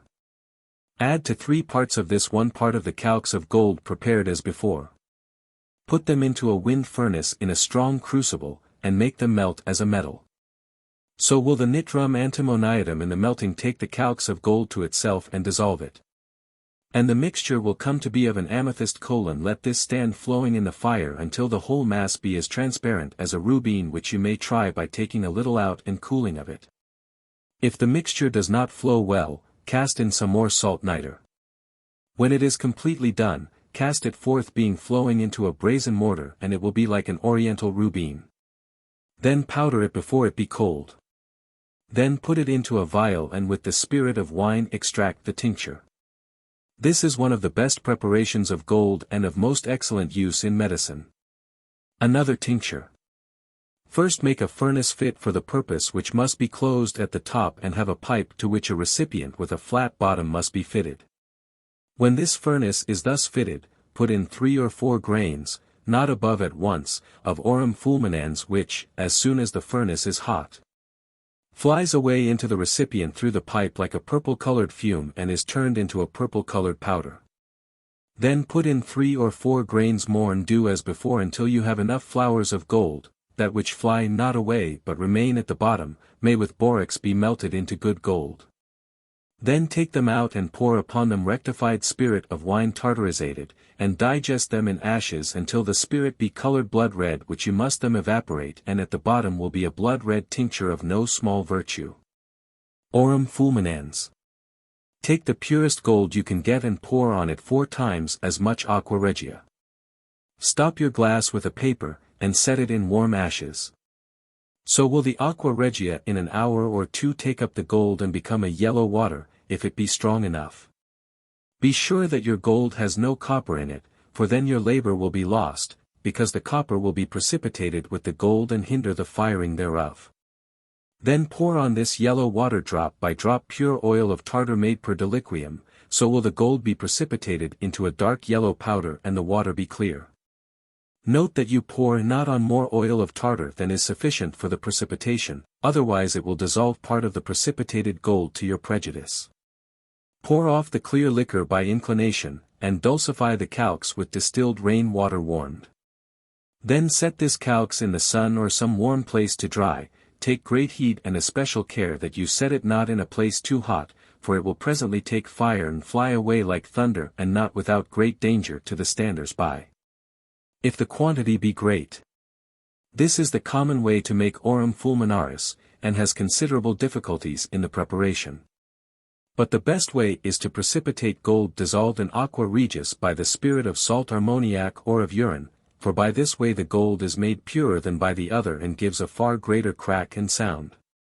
Note that the salt of the spirits which is precipitated with the gold must be washed away and the gold dulcified as before.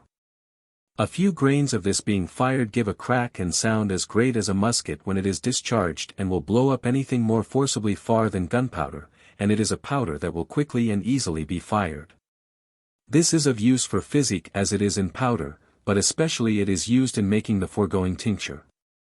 To make gold grow in a glass like a tree which is called the golden tree of the philosophers. Take oil of sand, as much as you please, and pour upon it the same quantity of oil of tartar per deliquium. Shake them well together so that they be incorporated and become as one liquor of a thin consistency. Then is your menstruum or liquor prepared. Then dissolve gold in aqua regia, and evaporate the menstruum and dry the calx in the fire, but make it not too hot, for it will thereby lose its growing quality. Then take it out and break it into little bits, not into powder. Put those bits into the aforesaid liquor, that they may lay a finger's breadth the one from the other, in a very clear glass. Keep the liquor from the air, and you shall see that those bits of the calx will presently begin to grow. First they will swell. Then they will put forth 1 or 2 stems, and then diverse branches and twigs so exactly as that you cannot choose but exceedingly to wonder. This growing is real and not imaginary only. Note that the glass must stand still and not be moved. Another way. Calcine fine gold in aqua regia so that it becomes a calx, which put into a gourd glass, and pour upon it good and fresh aqua regia and the water of gradation, so that they cover the calx 4 fingers' breadth. This menstruum abstract in the 3rd degree of fire until no more will ascend. This distilled water pour on it again and abstract it as before, and this do so often until you see the gold rise in the glass and grow in the form of a tree having many boughs and leaves. To make gold grow and be increased in the earth. Take leaves of gold and bury them in the earth which looks towards the east. Let it often be soiled with man's urine and dove's dung, and you shall see that in a short time they will be increased. The reason of this growth, I conceive, may be the gold's attracting that universal vapor and sperm that comes from the canter through the earth, as has been spoken in the anatomy of gold, and by the heat of putrefaction of the dung putrefying and assimilating it to itself. A remarkable observation upon a golden marcasite. There is found a certain stone in Bononia, which some call a golden marcasite, some a salary magnus, that receives light from the sun in the daytime and gives it forth in the dark. About this there has been much reasoning among philosophers, as whether light be really a body, or any kind of substance, or an accident only, and whether this stone had any gold in it or no, and what it did consist of. He that first discovered it thought that he had found a thing that would transmute metals into gold, by which it appears that there seemed to be something of gold in it or something more glorious than gold. But his hopes were frustrated by a fruitless labor, notwithstanding which I conceive there might be some immature or crude gold in it. For crude gold is a subject, being there is some life in it, that is most fit to receive the influences of the sun according to the unanimous consent of all philosophers and, therefore, is by them not only called salary, but soul, the sun itself. It is prepared for the receiving of light thus. It is calcined 2 ways. First it is brought into a most subtle powder with a very strong fire in a crucible. Secondly, being thus brought into a powder, it is made up into cakes as big as $1 or a piece of 8, either with common water alone or with the white of an egg. Put those cakes being dried by themselves into a wind furnace with coals and calcine them in a most strong fire for the space of 4 or 5 hours. When the furnace is cold, take them out, and if they be not sufficiently calcined the first time, which is known by their giving but little light, then reiterate the calcination after the same manner as before, which is sometimes to be done thrice. That is the best which is made with the choicest stones that are clean, pure, and diaphanous, and gives the best light. With this being powdered, you may make the forms of diverse animals, of what shapes you please, which you must keep in boxes, and they will, receiving light from the sun in the daytime, give light in the night or in a dark place which light will vanish by degrees. The virtues of the aforesaid preparations of gold.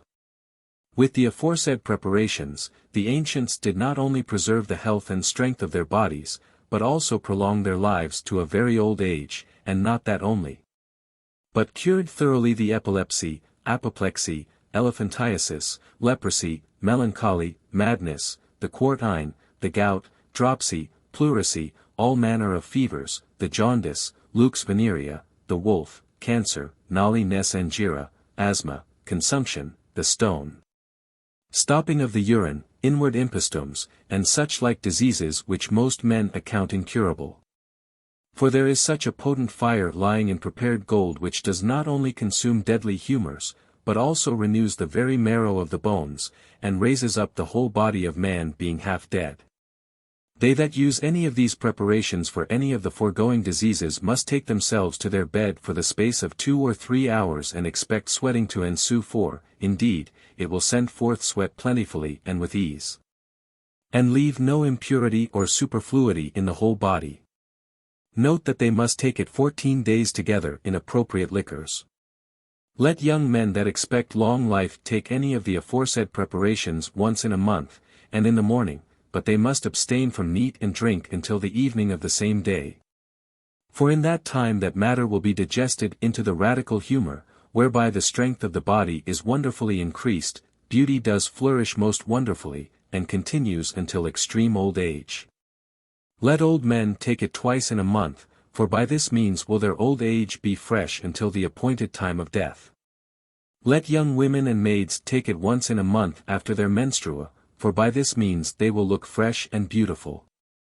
Let women that are in travail take it, and it will help and strengthen them to bring forth without much pain, notwithstanding many difficulties. Let it be given to women that have passed the years of their menstrual once or twice a month, and it will preserve them very fresh, and many times cause their menstrua to return and make them capable again of bearing children. It cures the plague and expels the matter of a carbuncle by sweat most potently. When I say that this, or it will do thus or thus, I mean any one of the forementioned preparations, viz., aurum potable, oils or tincture of gold. The preparations of silver in genera L. All the several preparations of gold may, except that of aurum fulminans, be applied to silver, of which being thus prepared the virtues are inferior to those of gold, yet come nearer to them than those of any other matter whatsoever, or howsoever prepared. Note that silver has some peculiar preparations which neither gold or any other metals are capable of. A green tincture of silver. Take fine silver and dissolve it in twice so much rectified spirit of nitre. Then abstract half of the said spirit in sand. Let it stand a day or two in a cold place, and much of the silver will shoot into crystals, and in off-doing, most of it. These crystals are very bitter, yet may be made into pills and taken inwardly from 3 grains to 12. They purge very securely and gently, and colour the lips, tongue, and mouth black. If in this dissolution of silver before it be brought to crystals, half so much mercury be dissolved and both shoot together into crystals, ye shall have a stone not much unlike to alum. This purges sooner and better, and is not so bitter. It colons the nails, hair, skin, if it be dissolved in rainwater, with a lovely brown, red, or black, according as you put more or less thereof. Take of the aforesaid crystals of silver and mix with them a like quantity of pure saltpetre well powdered. Then put this mixture into the distilling vessel at the bottom of which must be powdered coals to the thickness of 2 fingers' breadth. Then make a strong fire so that the vessel and coals be red hot. Put in a dram of the aforesaid mixture, and it will presently sublime in a silver fume into the recipient which, being settled, put in more and do so until you have enough. Take out the flowers and digest them in the best alkalizated spirit of wine so that thereby the tincture may be extracted which will be green. A green oil of silver. Take of the above said crystals of silver 1 part, of spirit of salt armoniac 2 or 3 parts, and digest them together in a glass with a long neck, well stopped, 12 or 14 days. So will the spirit of salt armoniac be colored with a very specious blue color. Pour it off and filter it. Then put it into a small retort and draw off most of the spirit of ammoniac, and there will remain in the bottom a grass green liquor. Then draw off all the spirit, and there will remain in the bottom a salt which may be purified with spirit of wine or be put into a retort. Then there will distill off a subtle spirit and a sharp oil. This green liquor is of great use for the gilding of all things presently. If you take common rainwater distilled, and dissolve and digest the aforesaid crystals of silver for a few days, you shall after the appearance of diverse colors find an essence at the bottom, not so bitter as the former, but sweet. In this liquor may all metals in a gentle heat by long digestion be maturated and made fit for medicine.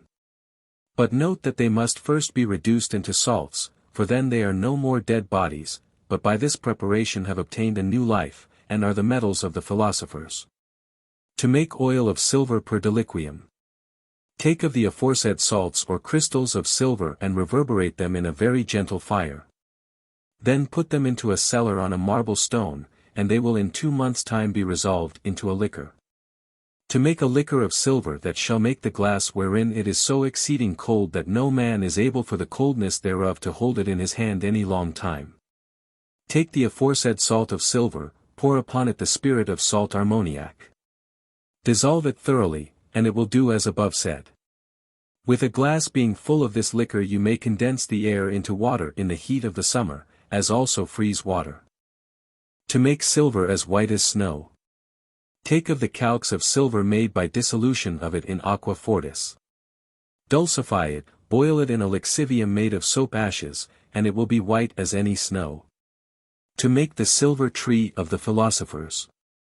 Take 4 ounces of aqua fortis in which dissolve an ounce of fine silver. Then take 2 ounces of aqua fortis in which is dissolved half an ounce of argent 5. Mix these 2 liquors together in a clear glass with a pint of pure water. Stop the glass very close and you shall see day after day a tree to grow by little and little which is wonderful pleasant to behold. I have set down several vulgar preparations of gold and silver, and of almost all things else. I shall now crave leave to give an account of some philosophical preparations of the philosophers' gold and silver. For indeed the art of preparing them is the true alchemy, in comparison of which all the chemical discoveries are but abortives and found out by accident, viz., by endeavoring after this. I would not have the world believe that I pretend to the understanding of them. Yet I would have them know that I am not incredulous as touching the possibility of that great philosophical work which many have so much labored after and may have found. To me there is nothing in the world seems more possible. And whosoever shall without prejudice read over the book entitled The New Light of Alchemy shall almost whether he will or not, unless he resolves not to believe anything though never so credible, be convinced of the possibility of it. What unworthiness God saw in gold more than in other things that he should deny the seed of multiplication, which is the perfection of the creatures, to it, and give it to all things besides, seems to me to be a question as hard to be resolved, yea, and harder than the finding out the elixir itself, in the discovering of which the greatest difficulty is, not to be convinced of the easiness thereof. If the preparations were difficult many more would find it out than do, says Sendivogius, for they cast themselves upon most difficult operations and are very subtle in difficult discoveries which the philosophers never dreamed of. Nay, says the aforenamed author, if Hermes himself were now living together with subtle-witted Geber and most profound Raymond Lully, they would be accounted by our chemists not for philosophers, but rather for learners. They were ignorant of those so many distillations, so many circulations, so many calcinations, and so many other innumerable operations of artists nowadays used which, indeed, men of this age did find out and invented out of their books. Yet there is one thing wanting to us which they did, viz., to know how to make the philosopher's stone, or physical tincture, the processes of which according to some philosophers are these. The process of the elixir according to Paracelsus. Take the mineral electrum, being immature and made very subtle. Put it into its own sphere so that the impurities and superfluities may be washed away. Then purge it as much as possibly you can with stibium after the alchemistical way, lest by its impurity you suffer prejudice. Then resolve it in the stomach of an estrich which is brought forth in the earth and through the sharpness of the eagle is comforted in its virtue. Now when the electrum is consumed, and has after its solution received the color of a marigold, do not forget to reduce it into a spiritual transparent essence which is like to true amber.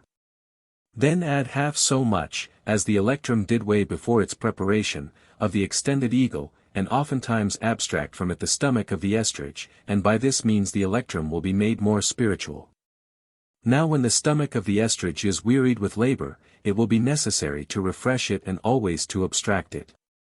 Lastly, when it has again lost its sharpness, add the tartarizated quintessence, yet so that it be spoiled of its redness the height of 4 fingers and that pass over with it. This do so often until it be of itself white, and when it is enough and you see that sign, sublime it. So will the electrum be converted into the whiteness of an exalted eagle, and with a little more labor be transmuted into deep redness, and then it is fit for medicine. The process of the elixir according to Divi Leschi genus Amo. Take of our earth through 11 degrees, 11 grains, of our gold, and not of the vulgar, 1 grain, of our tuna, not of the vulgar, grains 2. But be you admonished that you take not the gold and silver of the vulgar, for they are dead, but take ours which are living. Then put them into our fire, and there will thence be made a dry liquor. First the earth will be resolved into water which is called the mercury of philosophers, and in that water it will resolve the bodies of the sun and moon and consume them so that there remain but the 10th part with 1 part. And this will be the humidum radical metallicum. Then take the water of the salt nitre of our earth, in which there is a living stream if you digest the pit knee deep. Take therefore the water of it, but take it clear and set over it that humidum radicals, and put it over the fire of putrefaction, but not so much as was that in the first operation. Govern all things with a great deal of discretion until there appear colors like to the tail of a peacock. Govern it by digesting of it, and be not weary until these colons cease and there appear throughout the whole a green color, and so of the rest, and when you shall see in the bottom ashes of a fiery color and the water almost red, open the vessel. Dip in a feather, and smear over some iron with it. If it tinge, have in readiness that water which is the menstruum of the world, out of the sphere of the moon so often rectified until it can calcine gold. Put in so much of that water as was the cold air which went in. Boil it again with the former fire until it tinge again. The process of the philosopher's stone according to Pontanus. Take the matter and grind it with a physical contrition as diligently as may be. Then set it upon the fire and let the proportion of fire be known, viz. that it only stir up the matter, and in a short time that fire without any other laying on of hands will accomplish the whole work, because it will putrefy, corrupt, generate, and perfect, and make to appear the 3 principal colors, black, white, and red. And by the means of our fire, the medicine will be multiplied if it be joined with the crude matter, not only in quantity but also in virtue. Withal, they might therefore search out this fire, which is mineral, equal, continual, vapors not away, except it be too much stirred up, partakes of sulfur, is taken from elsewhere than from the matter. Pulls down all things, dissolves, congeals, and calcines, and is artificial to find out, and that by a compendious and near way without any cost, at least very small, is not transmuted with the matter because it is not of the matter. And you shall attain your wish, because it does the whole work, and is the key of the philosophers which they never revealed. The Smaragdine table of Hermes from whence all alchemy did arise. True, without all falsity, certain and most true. That which is inferior is as that which is superior, and that which is superior is as that which is inferior, for the accomplishing of the miracles of one thing. And as all things were from one, by the mediation of one, so all things have proceeded from this one thing by adaptation. The father thereof is the sun, and the mother thereof the moon. The wind carried it in its belly. The nurse thereof is the earth. The father of all the perfection of the whole world is this. The virtue thereof is entire, if it be turned into earth. Thou shalt separate the earth from the fire, the subtle from the thick, sweetly, with a great deal of judgment. It ascends from the earth up to heaven, and again descends down to the earth, and receives the powers of superiors and inferiors. So you have the glory of the whole world. Therefore let all obscurity fly from you. This is the strong fortitude of the whole fortitude, because it shall overcome everything that is subtle and penetrate every solid thing, as the world is created. Hence shall wonderful adaptations be, whereof this is the manner, wherefore I am called Hermes Trismegistus, having 3 parts of the philosophy of the whole world. It is complete, what I have spoken of the operation of the sun. Postscript. If I shall hereafter see that what I have here done shall deserve a second edition, I shall hereunto add some other parts of chemistry, viz. sublimation and calcination, which here I have omitted, except what I have written by the way of reference to the perfecting of any kind of distillation. For indeed distillation, which is the making, extracting, or purifying of liquors, is the chiefest subject of this discourse and, indeed, the whole, except some spagyrical experiments and curiosities set down in the 5th book. The end.